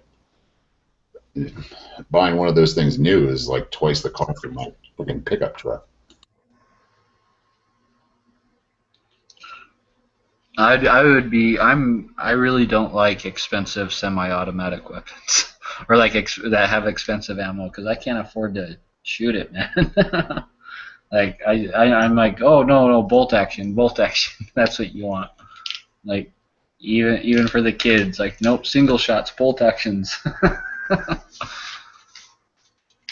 Well, that's why you go all #reloading.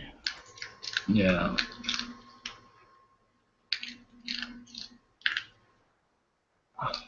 Oh, but God, to get like one of those good like RCBS like rock chucker progressive presses, like they're like what, like $2 grand, $1,800 or something for like a setup. Yeah, they're cheap. Yeah. I don't know. I shoot 22, man. That's my go-to. That's my go-to round. I have a trainer for all my major platforms in 22, and that's what I do. Is I shoot like 10% the real thing, 90% 22.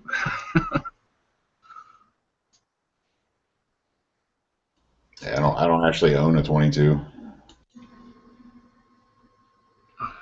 I've never actually owned one. I've shot a couple of friends, but you've never owned a 22 long rifle? Never. Oh.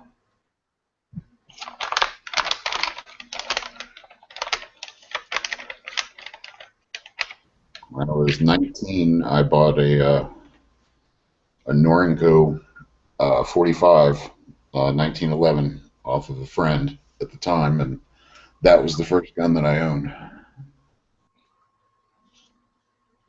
And actually, I want to say it's the first one. No, I shot a couple of friends' other guns, but I think 45 was still the first thing that I shot ever.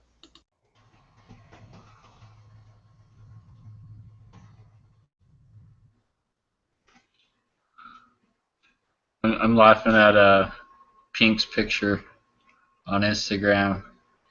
He found the spot that he found the spot that Moon is always taking his pics at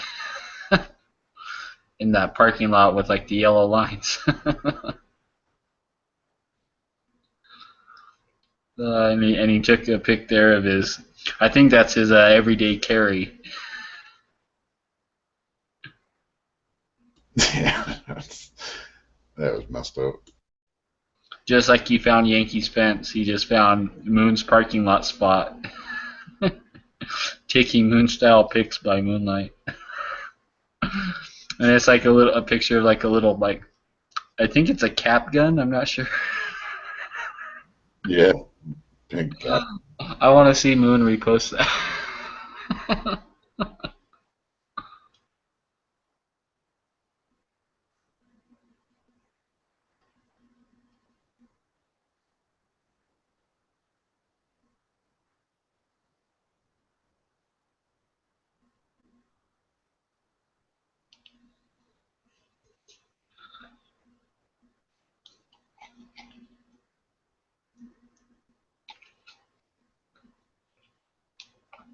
And I'm only down to 3 strip lowers left.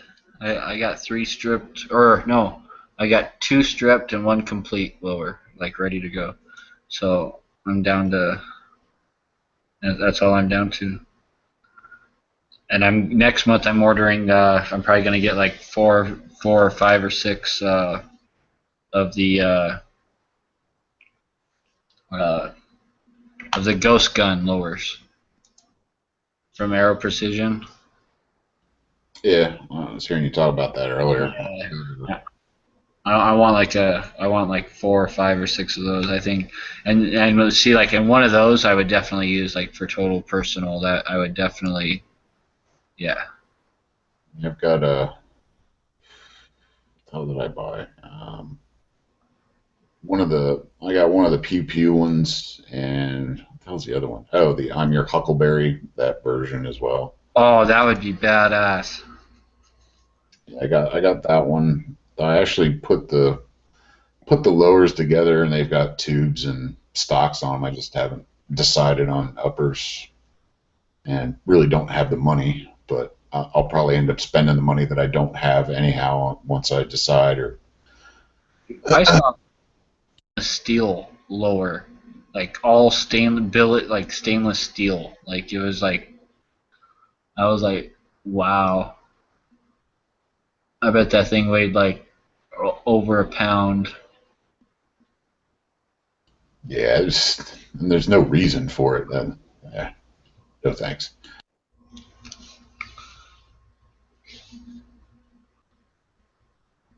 Aluminum is fine, or actually, is titanium lighter? I don't know.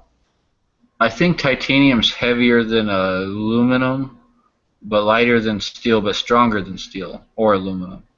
I think it's in between aluminum and steel for how light it is.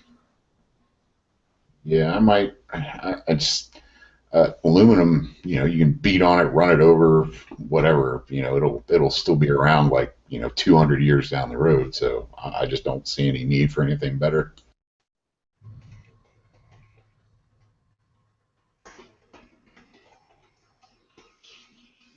I know a lot of guys do like titanium pins and stuff. That's what my girlfriend just won, and they got like titanium buffer tube detents, titanium trigger and hammer pins.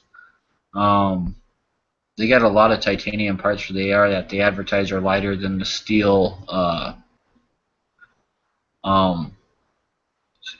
Okay, titanium is 30% stronger than steel, but is nearly 50% lighter. Titanium is 60% heavier than aluminum, but twice as strong. Yeah, so that's a good compromise for all the pins and such. Good. Titanium has excellent strength retention to 1,000 degrees Fahrenheit.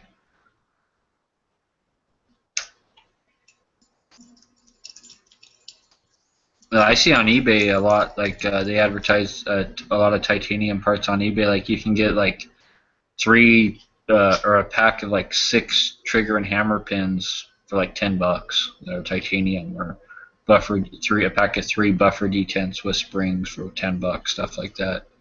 It's not like they're super expensive compared to when just like 1 mil-spec buffer tube detent and spring is, a lot of places are charging you $3 or $4 plus shipping.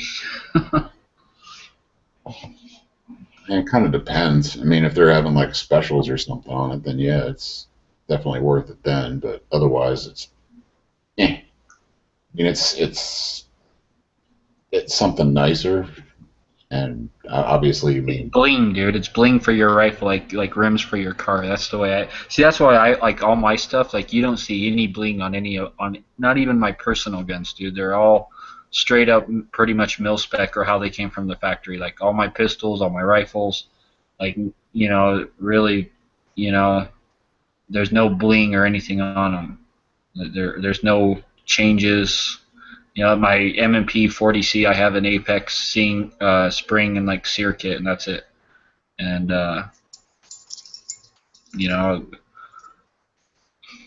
gosh, my ARs maybe an optic, if that.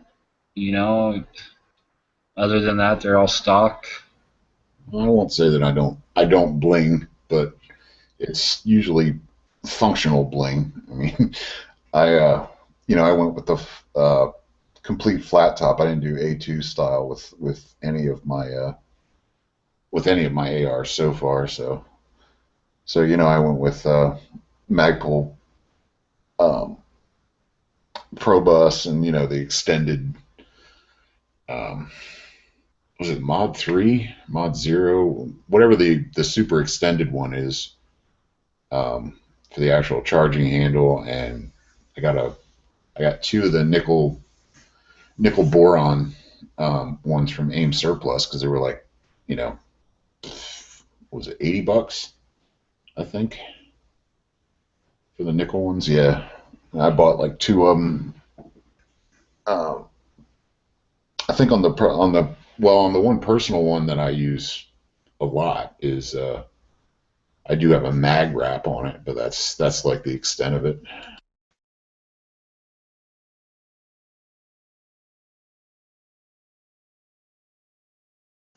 No, I'm going to do a Mall Ninja build.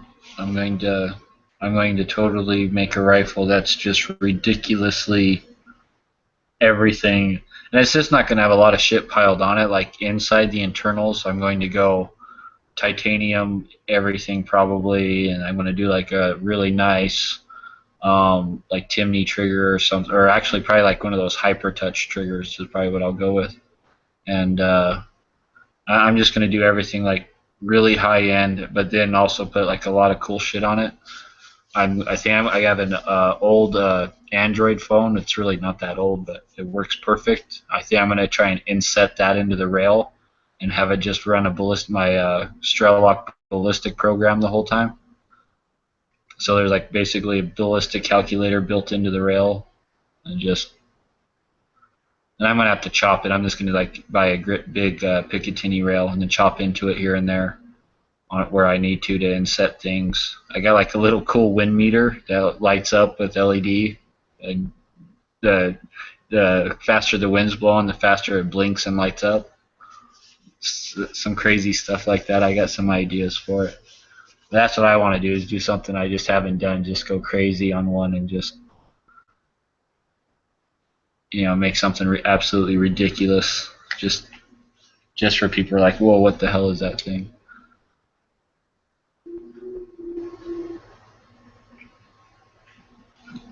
Like 24-inch barrel, one of those great big huge like 50 cal muzzle brakes on the end, like the tank brakes.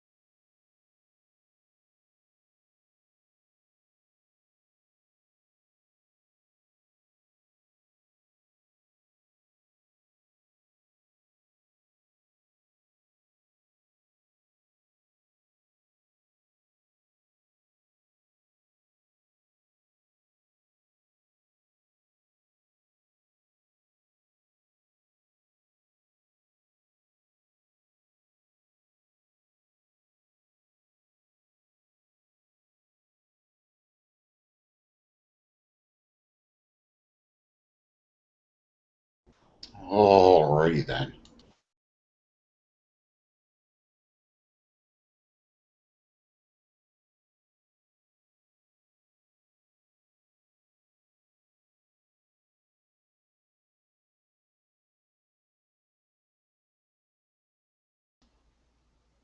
Everybody leave? I only got booted for like 40 seconds. I'm trying to figure out what this Lucky Fat Man stuff's all about that I see people posting in their EDC pics. They have these Lucky Fat Man like doll things. I don't know. Like, it just kind of looks like a naked fat man, and I can't figure it out. Like, are they some kind of knife sharpener? I don't know.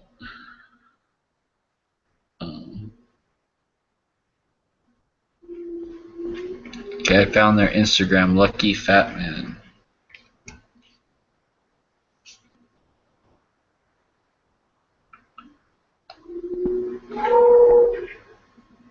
Like, all their stuff's like all kind of like spiritual and stuff, and they're calling them talismans and saying that they're good luck if you believe in them and stuff, but I'm not finding like an actual use for them to actually carry around in your EDC it and let, like, as nothing more than just a talisman.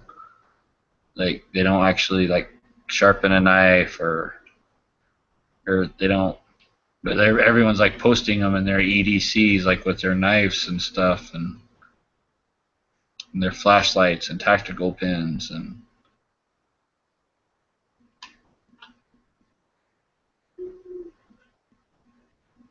The lucky fat man believes in you. Be the light. We believe in you. Be the light for those around you every day. Yeah, I'm not sure what the hell that's all about. Like it's crazy. Like I see tons of people, and especially lately, it seems like every EDC pocket dump pick I see, like one of these people has like one of these fat mans in it, and I just don't like if it was like a knife sharpener too, or serves some kind of purpose. Like I don't know, you could use it for something to start a fire. I don't know. Like I could see, okay, yeah, you know, that's why you got it in your EDC. But guys have like pictures of their guns and knives, and then just this naked fat man doll.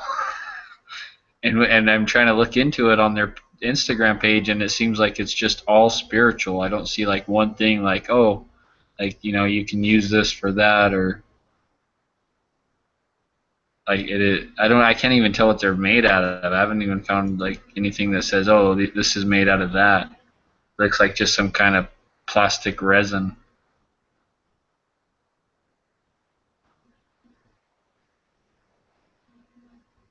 Talisman Tuesday.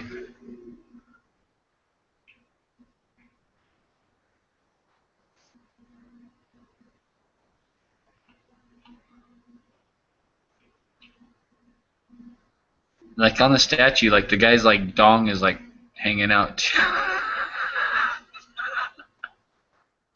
Looking through some of these with that hashtag, I don't. It's probably somebody trolling at the freaking beginning, and then it got adopted by everyone just out of the. Like those guys with like a paracord tied to these things, like they're a tool or something, man. Like, you know, and it's like I can't find one thing. If anyone knows if these things actually have a purpose other than what I'm seeing here, which is just a talisman, like let me know. Like,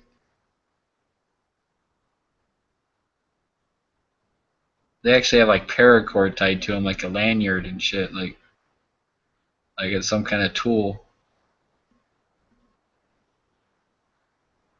If it was some kind of like blade waxer or something, I don't know. I could see it.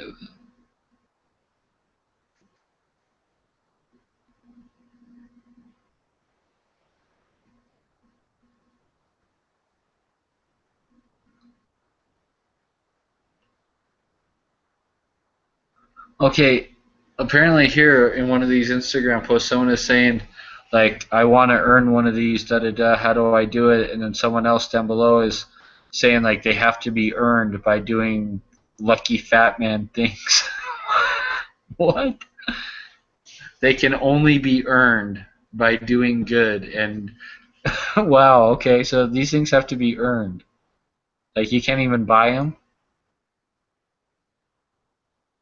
They gotta have a website. Lucky. Let's see here. LuckyFatMan.com. Lucky Fat Man. He's good luck for all who believe.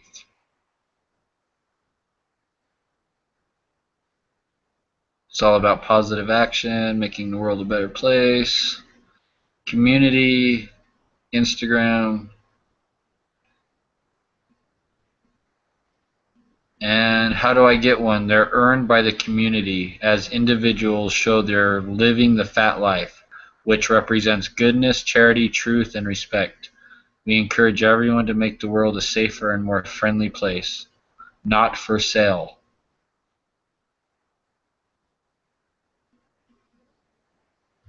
Wow.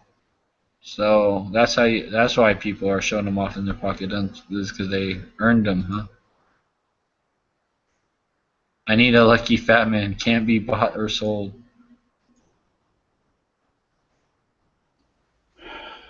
Yeah, I'm calling bullshit. Like, if it actually did something, like, dude, there's a guy with the Lucky Fat Man tattoo. That's just like his doll. He got a doll, one of these dolls, and then he went and got the, like, exactly like how the doll looks tattooed on him. Are you kidding me?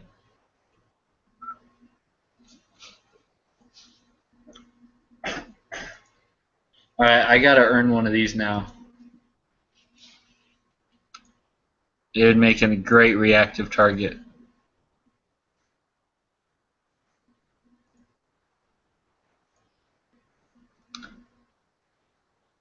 Hashtag Lucky Fat Man meets 40.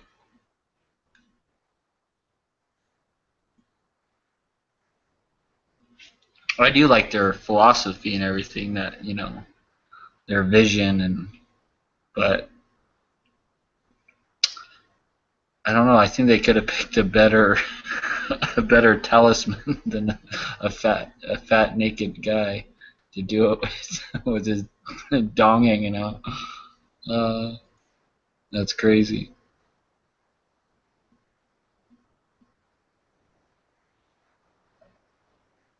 More Lucky Fat Man tattoos from like 3 more people, 4 more people. Wow. Yeah, all I'm seeing is basically what any one person wants to read into it as.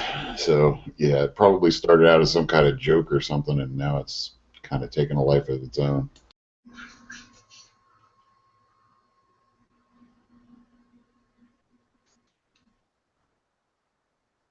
Yeah, they definitely could have picked a better talisman to, or, you know, it says that they believe in the EDC movement on their website. It says that everyday carry, we are part of the everyday carry movement, which prides itself on being prepared for most everyday situations using carefully selected items carried in one's pocket or bag. So is this a carefully selected item?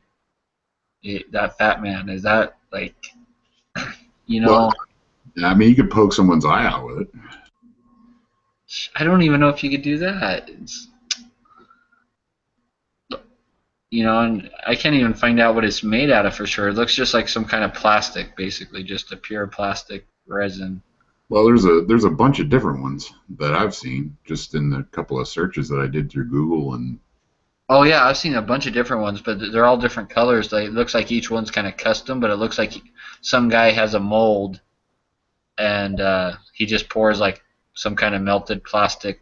Maybe they're wax. I don't think they're wax, because I see a lot of pics out in the sun and stuff. well, I'm seeing a bunch of them that are different. They're not all the same from any same mold that I can tell. I think people are just kind of reading what they want into it now. Really, the ones I'm looking look like almost like all identical, just all different colors.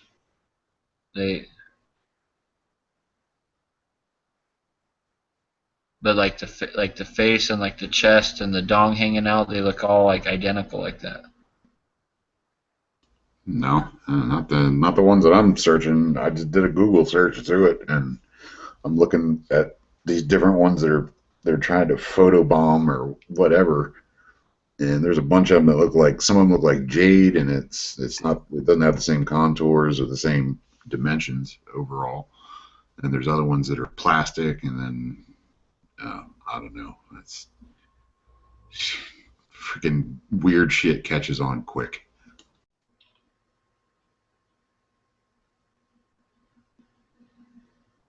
I don't know, if it doesn't have a use or a purpose, I definitely don't want to be carrying it in my pocket. Yeah, I don't know. Yeah, it's definitely something that got read into or something, because everyday carry, I mean, that could mean anything. I mean, my keys are my everyday carry.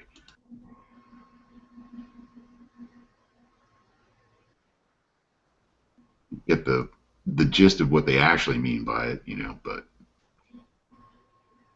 that's only their one interpretation. The other sites that I'm seeing, it's about love, hope, and wow.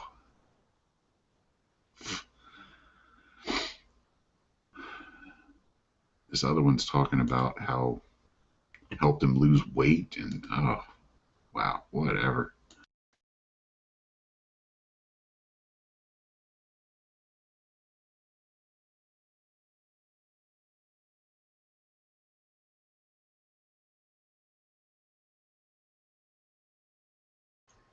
Right now on the History Channel on H2, there's this guy basically standing in a mall and he's like doing pocket dumps for like everyone. It's like basically an episode on like what's in your pockets, I guess. So basically he's doing like an EDC on like every single person that comes around. It's kind of cool to see. The show's Pocket Tools. He's basically just going around the mall seeing like what everyone has in their pockets, and like some people have some crazy ass shit in their pockets, man. Like I want to see those kind of EDC pocket dumps on Instagram. People are pulling out like things like hair gel and. Well, definitely must not be anywhere in the South. There'd be a lot of guns involved.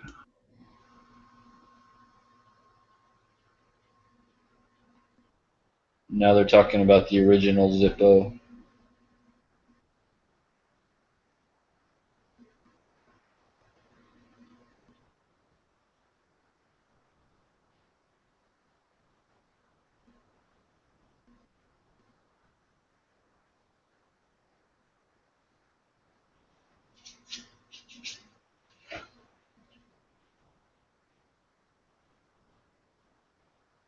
Used to carry a Zippo on me all the time.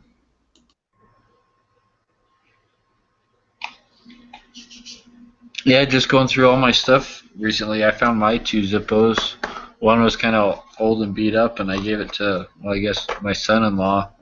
And the other one's like brand new. It's never been used, but that's because it has a Dallas Cowboys thing on it. It's like a Dallas Cowboys Zippo. Nice.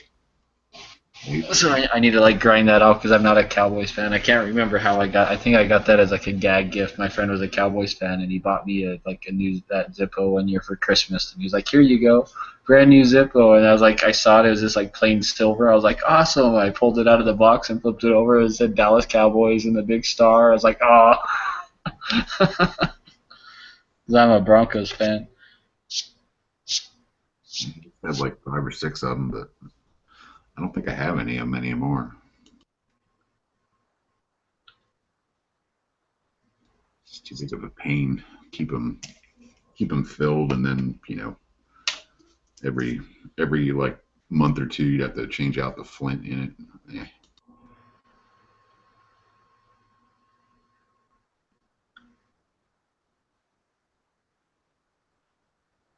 Butane's much simpler.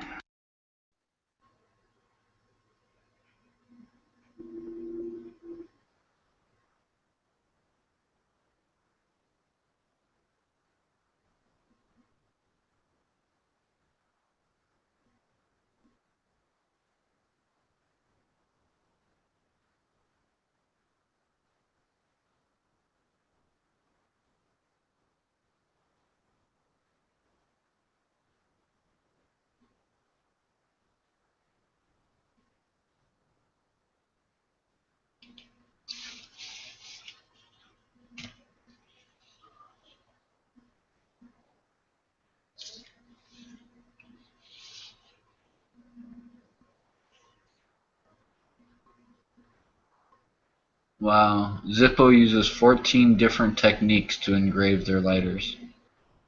So there's like 14 different ways that they basically put something on the outside of them. Yeah, like laser engraving, hand engraving, machine engraving, some kind of stamping. Like what is it called? A roll stamp?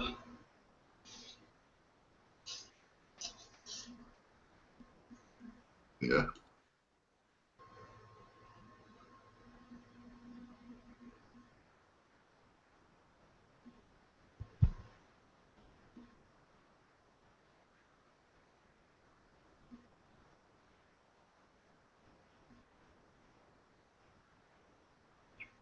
Isn't it just a sort of roll stamp that like most companies use to engrave their lowers with to like set the serial, put the serial number in?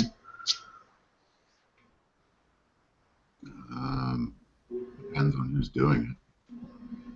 Like, because I know some companies use laser and stuff nowadays, but like let's say back in Vietnam, like how was Colt putting how were they stamping their lowers?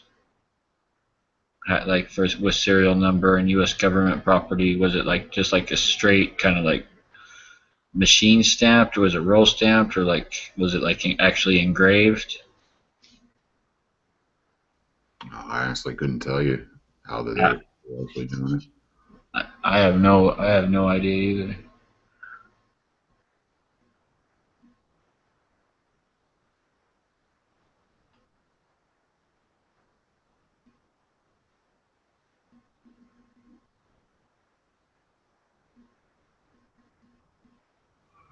So Nathan M is the freaking winner to what, yesterday's? Yeah. What? I'm just looking at the winners from the previous days. Oh, yeah, I had to check that out too. I was like, oh, please, let me see my name. Because I would have liked to wear that electronic hearing protection. I don't have any of that. I just have like basic muffs.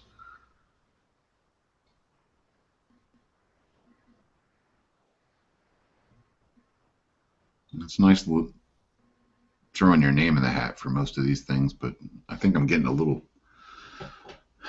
too much spam from some of these.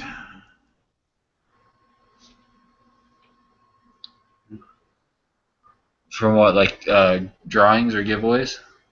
Yeah, I mean that's basically the hook, is to get your name, address, or just the email, just so they can give you their latest and greatest for advertising purposes.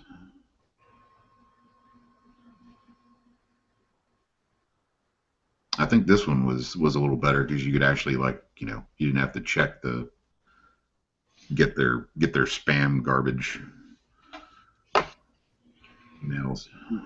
I don't enter that many giveaways, but when I do, I always make sure it's something that I need, that not like something I already have or something I wouldn't use. Like I don't want to win something I'm just totally never going to use. I'd rather have someone else that really wants that wants to win that. You know what I mean? So those like little knuckler gauze that like everyone sells that go on your keychain that I guess you're supposed to punch a bad guy with. They're basically like brass knuckles. But they all those get like, there's a ton of people who make them and a ton of giveaways. Like every day on Instagram I see a new giveaway for those things, and I've never entered one of them because I would never use that thing. I would never put that thing on my keys, and I wouldn't. If it's something relatively small like that, then yeah, I won't even bother. But if it's Well, they got different sizes of them, and like I said, everyone makes them, and just small as in being able to hawk and actually get something that you would use or you do want.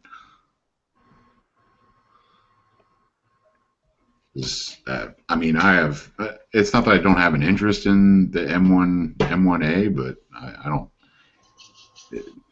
There's definitely other 308 options that I would. Okay, would you shoot it at least before you sold it?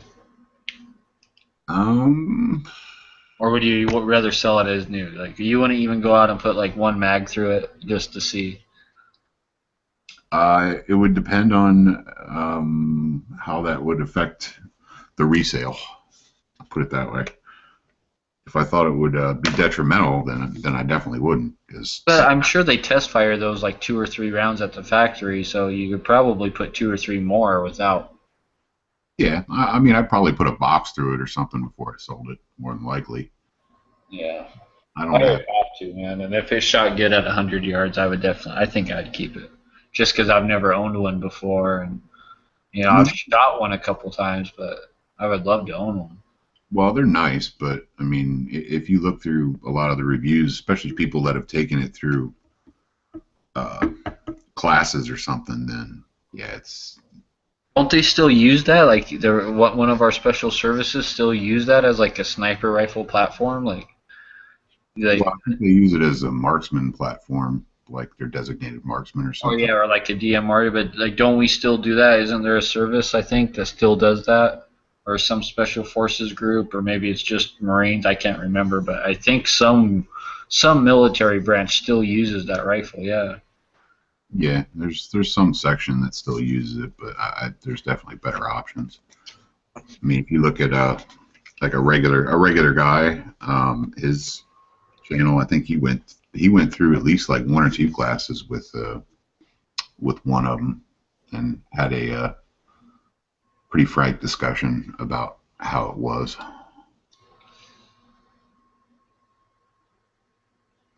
It wasn't bad. It's just, it's really heavy.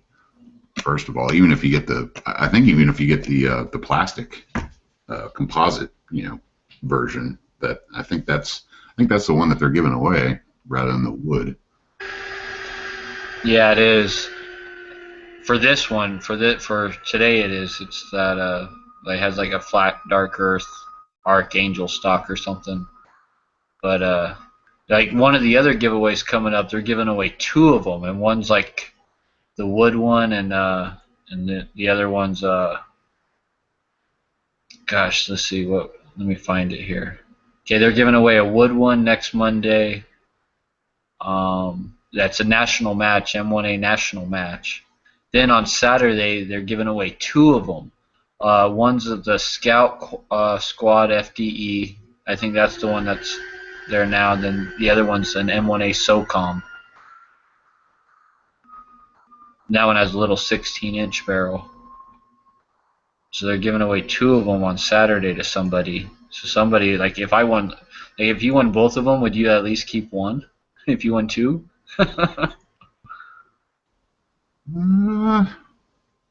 Maybe. I don't know. I mean, I don't think it's just. I would rather have a grand myself if I was going to go that route. That's just me. Well, you could probably trade one of those for a grand. Well, I'd be able to. I think you're actually going. You'd be able to get a little bit more money out of it, because I think a grand would be a little less expensive. How much does like a vintage World War II serial number grand go for? That's like really good shape and clean. God, yeah, I don't know. That might be like a square trade there, but yeah, that's what when I think grand, that's what I think is like a World War II era, like really clean, like unissued, something like that. That's like. I don't need it perfect. I don't care, because I want to actually shoot it. I mean, if I'm getting something, then I'm not gonna stuff it in the safe and forget about it. If I was gonna get a grand, I would definitely use it quite a bit. On week 5, they're giving away a super match M1A. I don't know what it makes it a super match over the national match. Like, what's the difference? And then they're giving away a tactical package that has like all sorts of training and stuff with it. But then that grand prize, that golden ticket, where you get to go do their factory tour and make your own gun. Dude, that would just be absolutely. I would do that. I'd probably never want to go home. I'd ask him if I could sleep under their mill or something. I'd ask if they were hiring.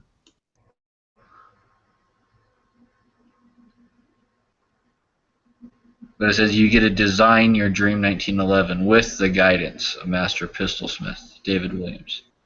And then following the assembly, duel with world champion shooter Rob Leatham. So that'd be pretty sweet.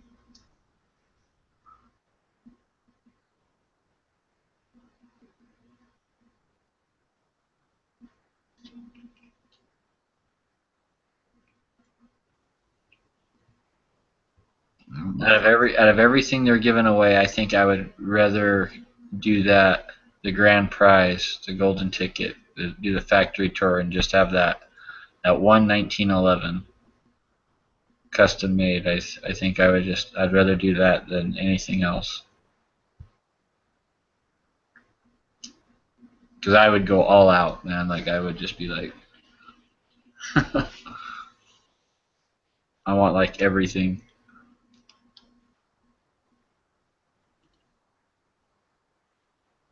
In like in a Kimber finish, in a Kimber Eclipse 2 finish. Oh, that pissed him off.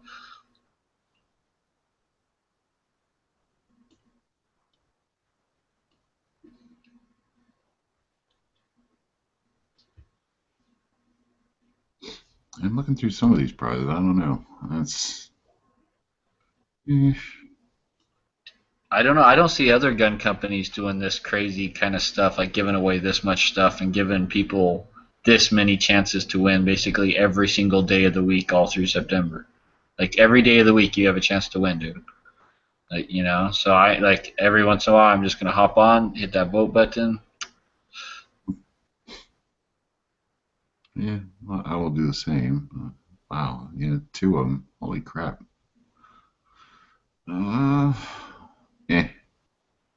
And some of them you gotta be careful because some of them it looks like, oh, it's just a pistol, but then you click on it and then it's like a pistol and like 10 or 20 other things with it. Like, you know, it's like a huge prize. Monday Gun Day. Okay. Stealing stuff. Not bad. They're definitely giving away a lot of stuff. Yeah, Wild Wednesday last week was 10 XD9s. They gave away to 10 people. So one day they gave away 10 guns. I mean,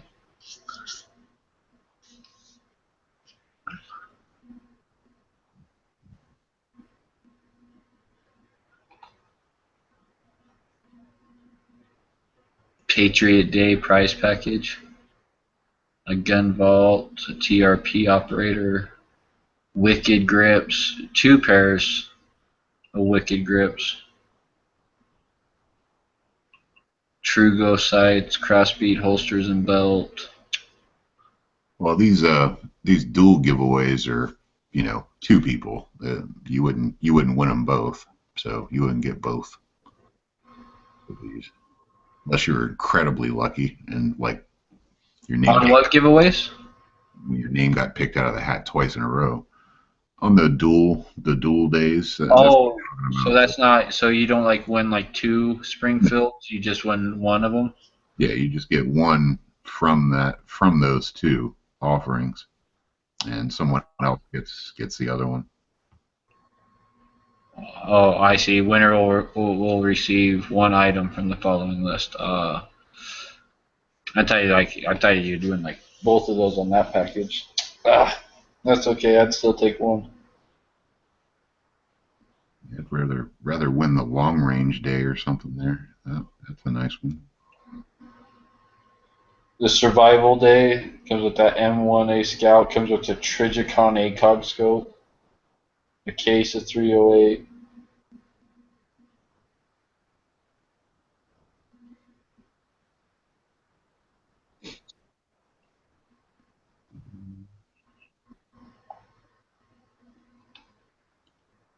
Tactical day. Oh, yeah, that would work. I need a freaking gun safe. Do they got one where you can do a gun safe? Yeah, it's a I guess it's a half size. It looks like it's one of the 59 by 24. Include dial and handle, and a gun as well. So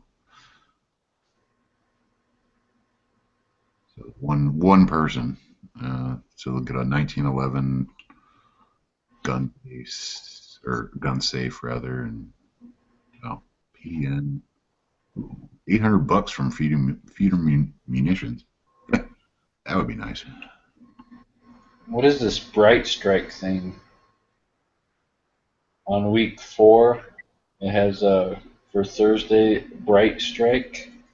I can't tell what it is in the box. It says an illumination product. So it doesn't look like a flashlight. Like I can't tell. Bright Strike. Which is that? Monday, Sunday? It's on Thursday on week 4. Bright Strike. 30 winners will receive the following Bright Strike. Well, it's a blade, pocket knife. Oh, is it? Okay. Built to the higher standard. Okay, I kind of see it now. I see the little. Okay. I've never heard of that before.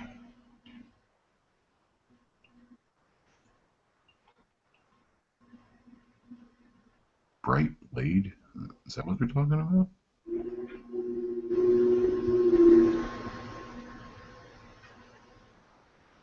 Got a flashlight built into it, and as well as the flip up blade and a I guess seatbelt cutter, for an emergency punch for breaking your window or something.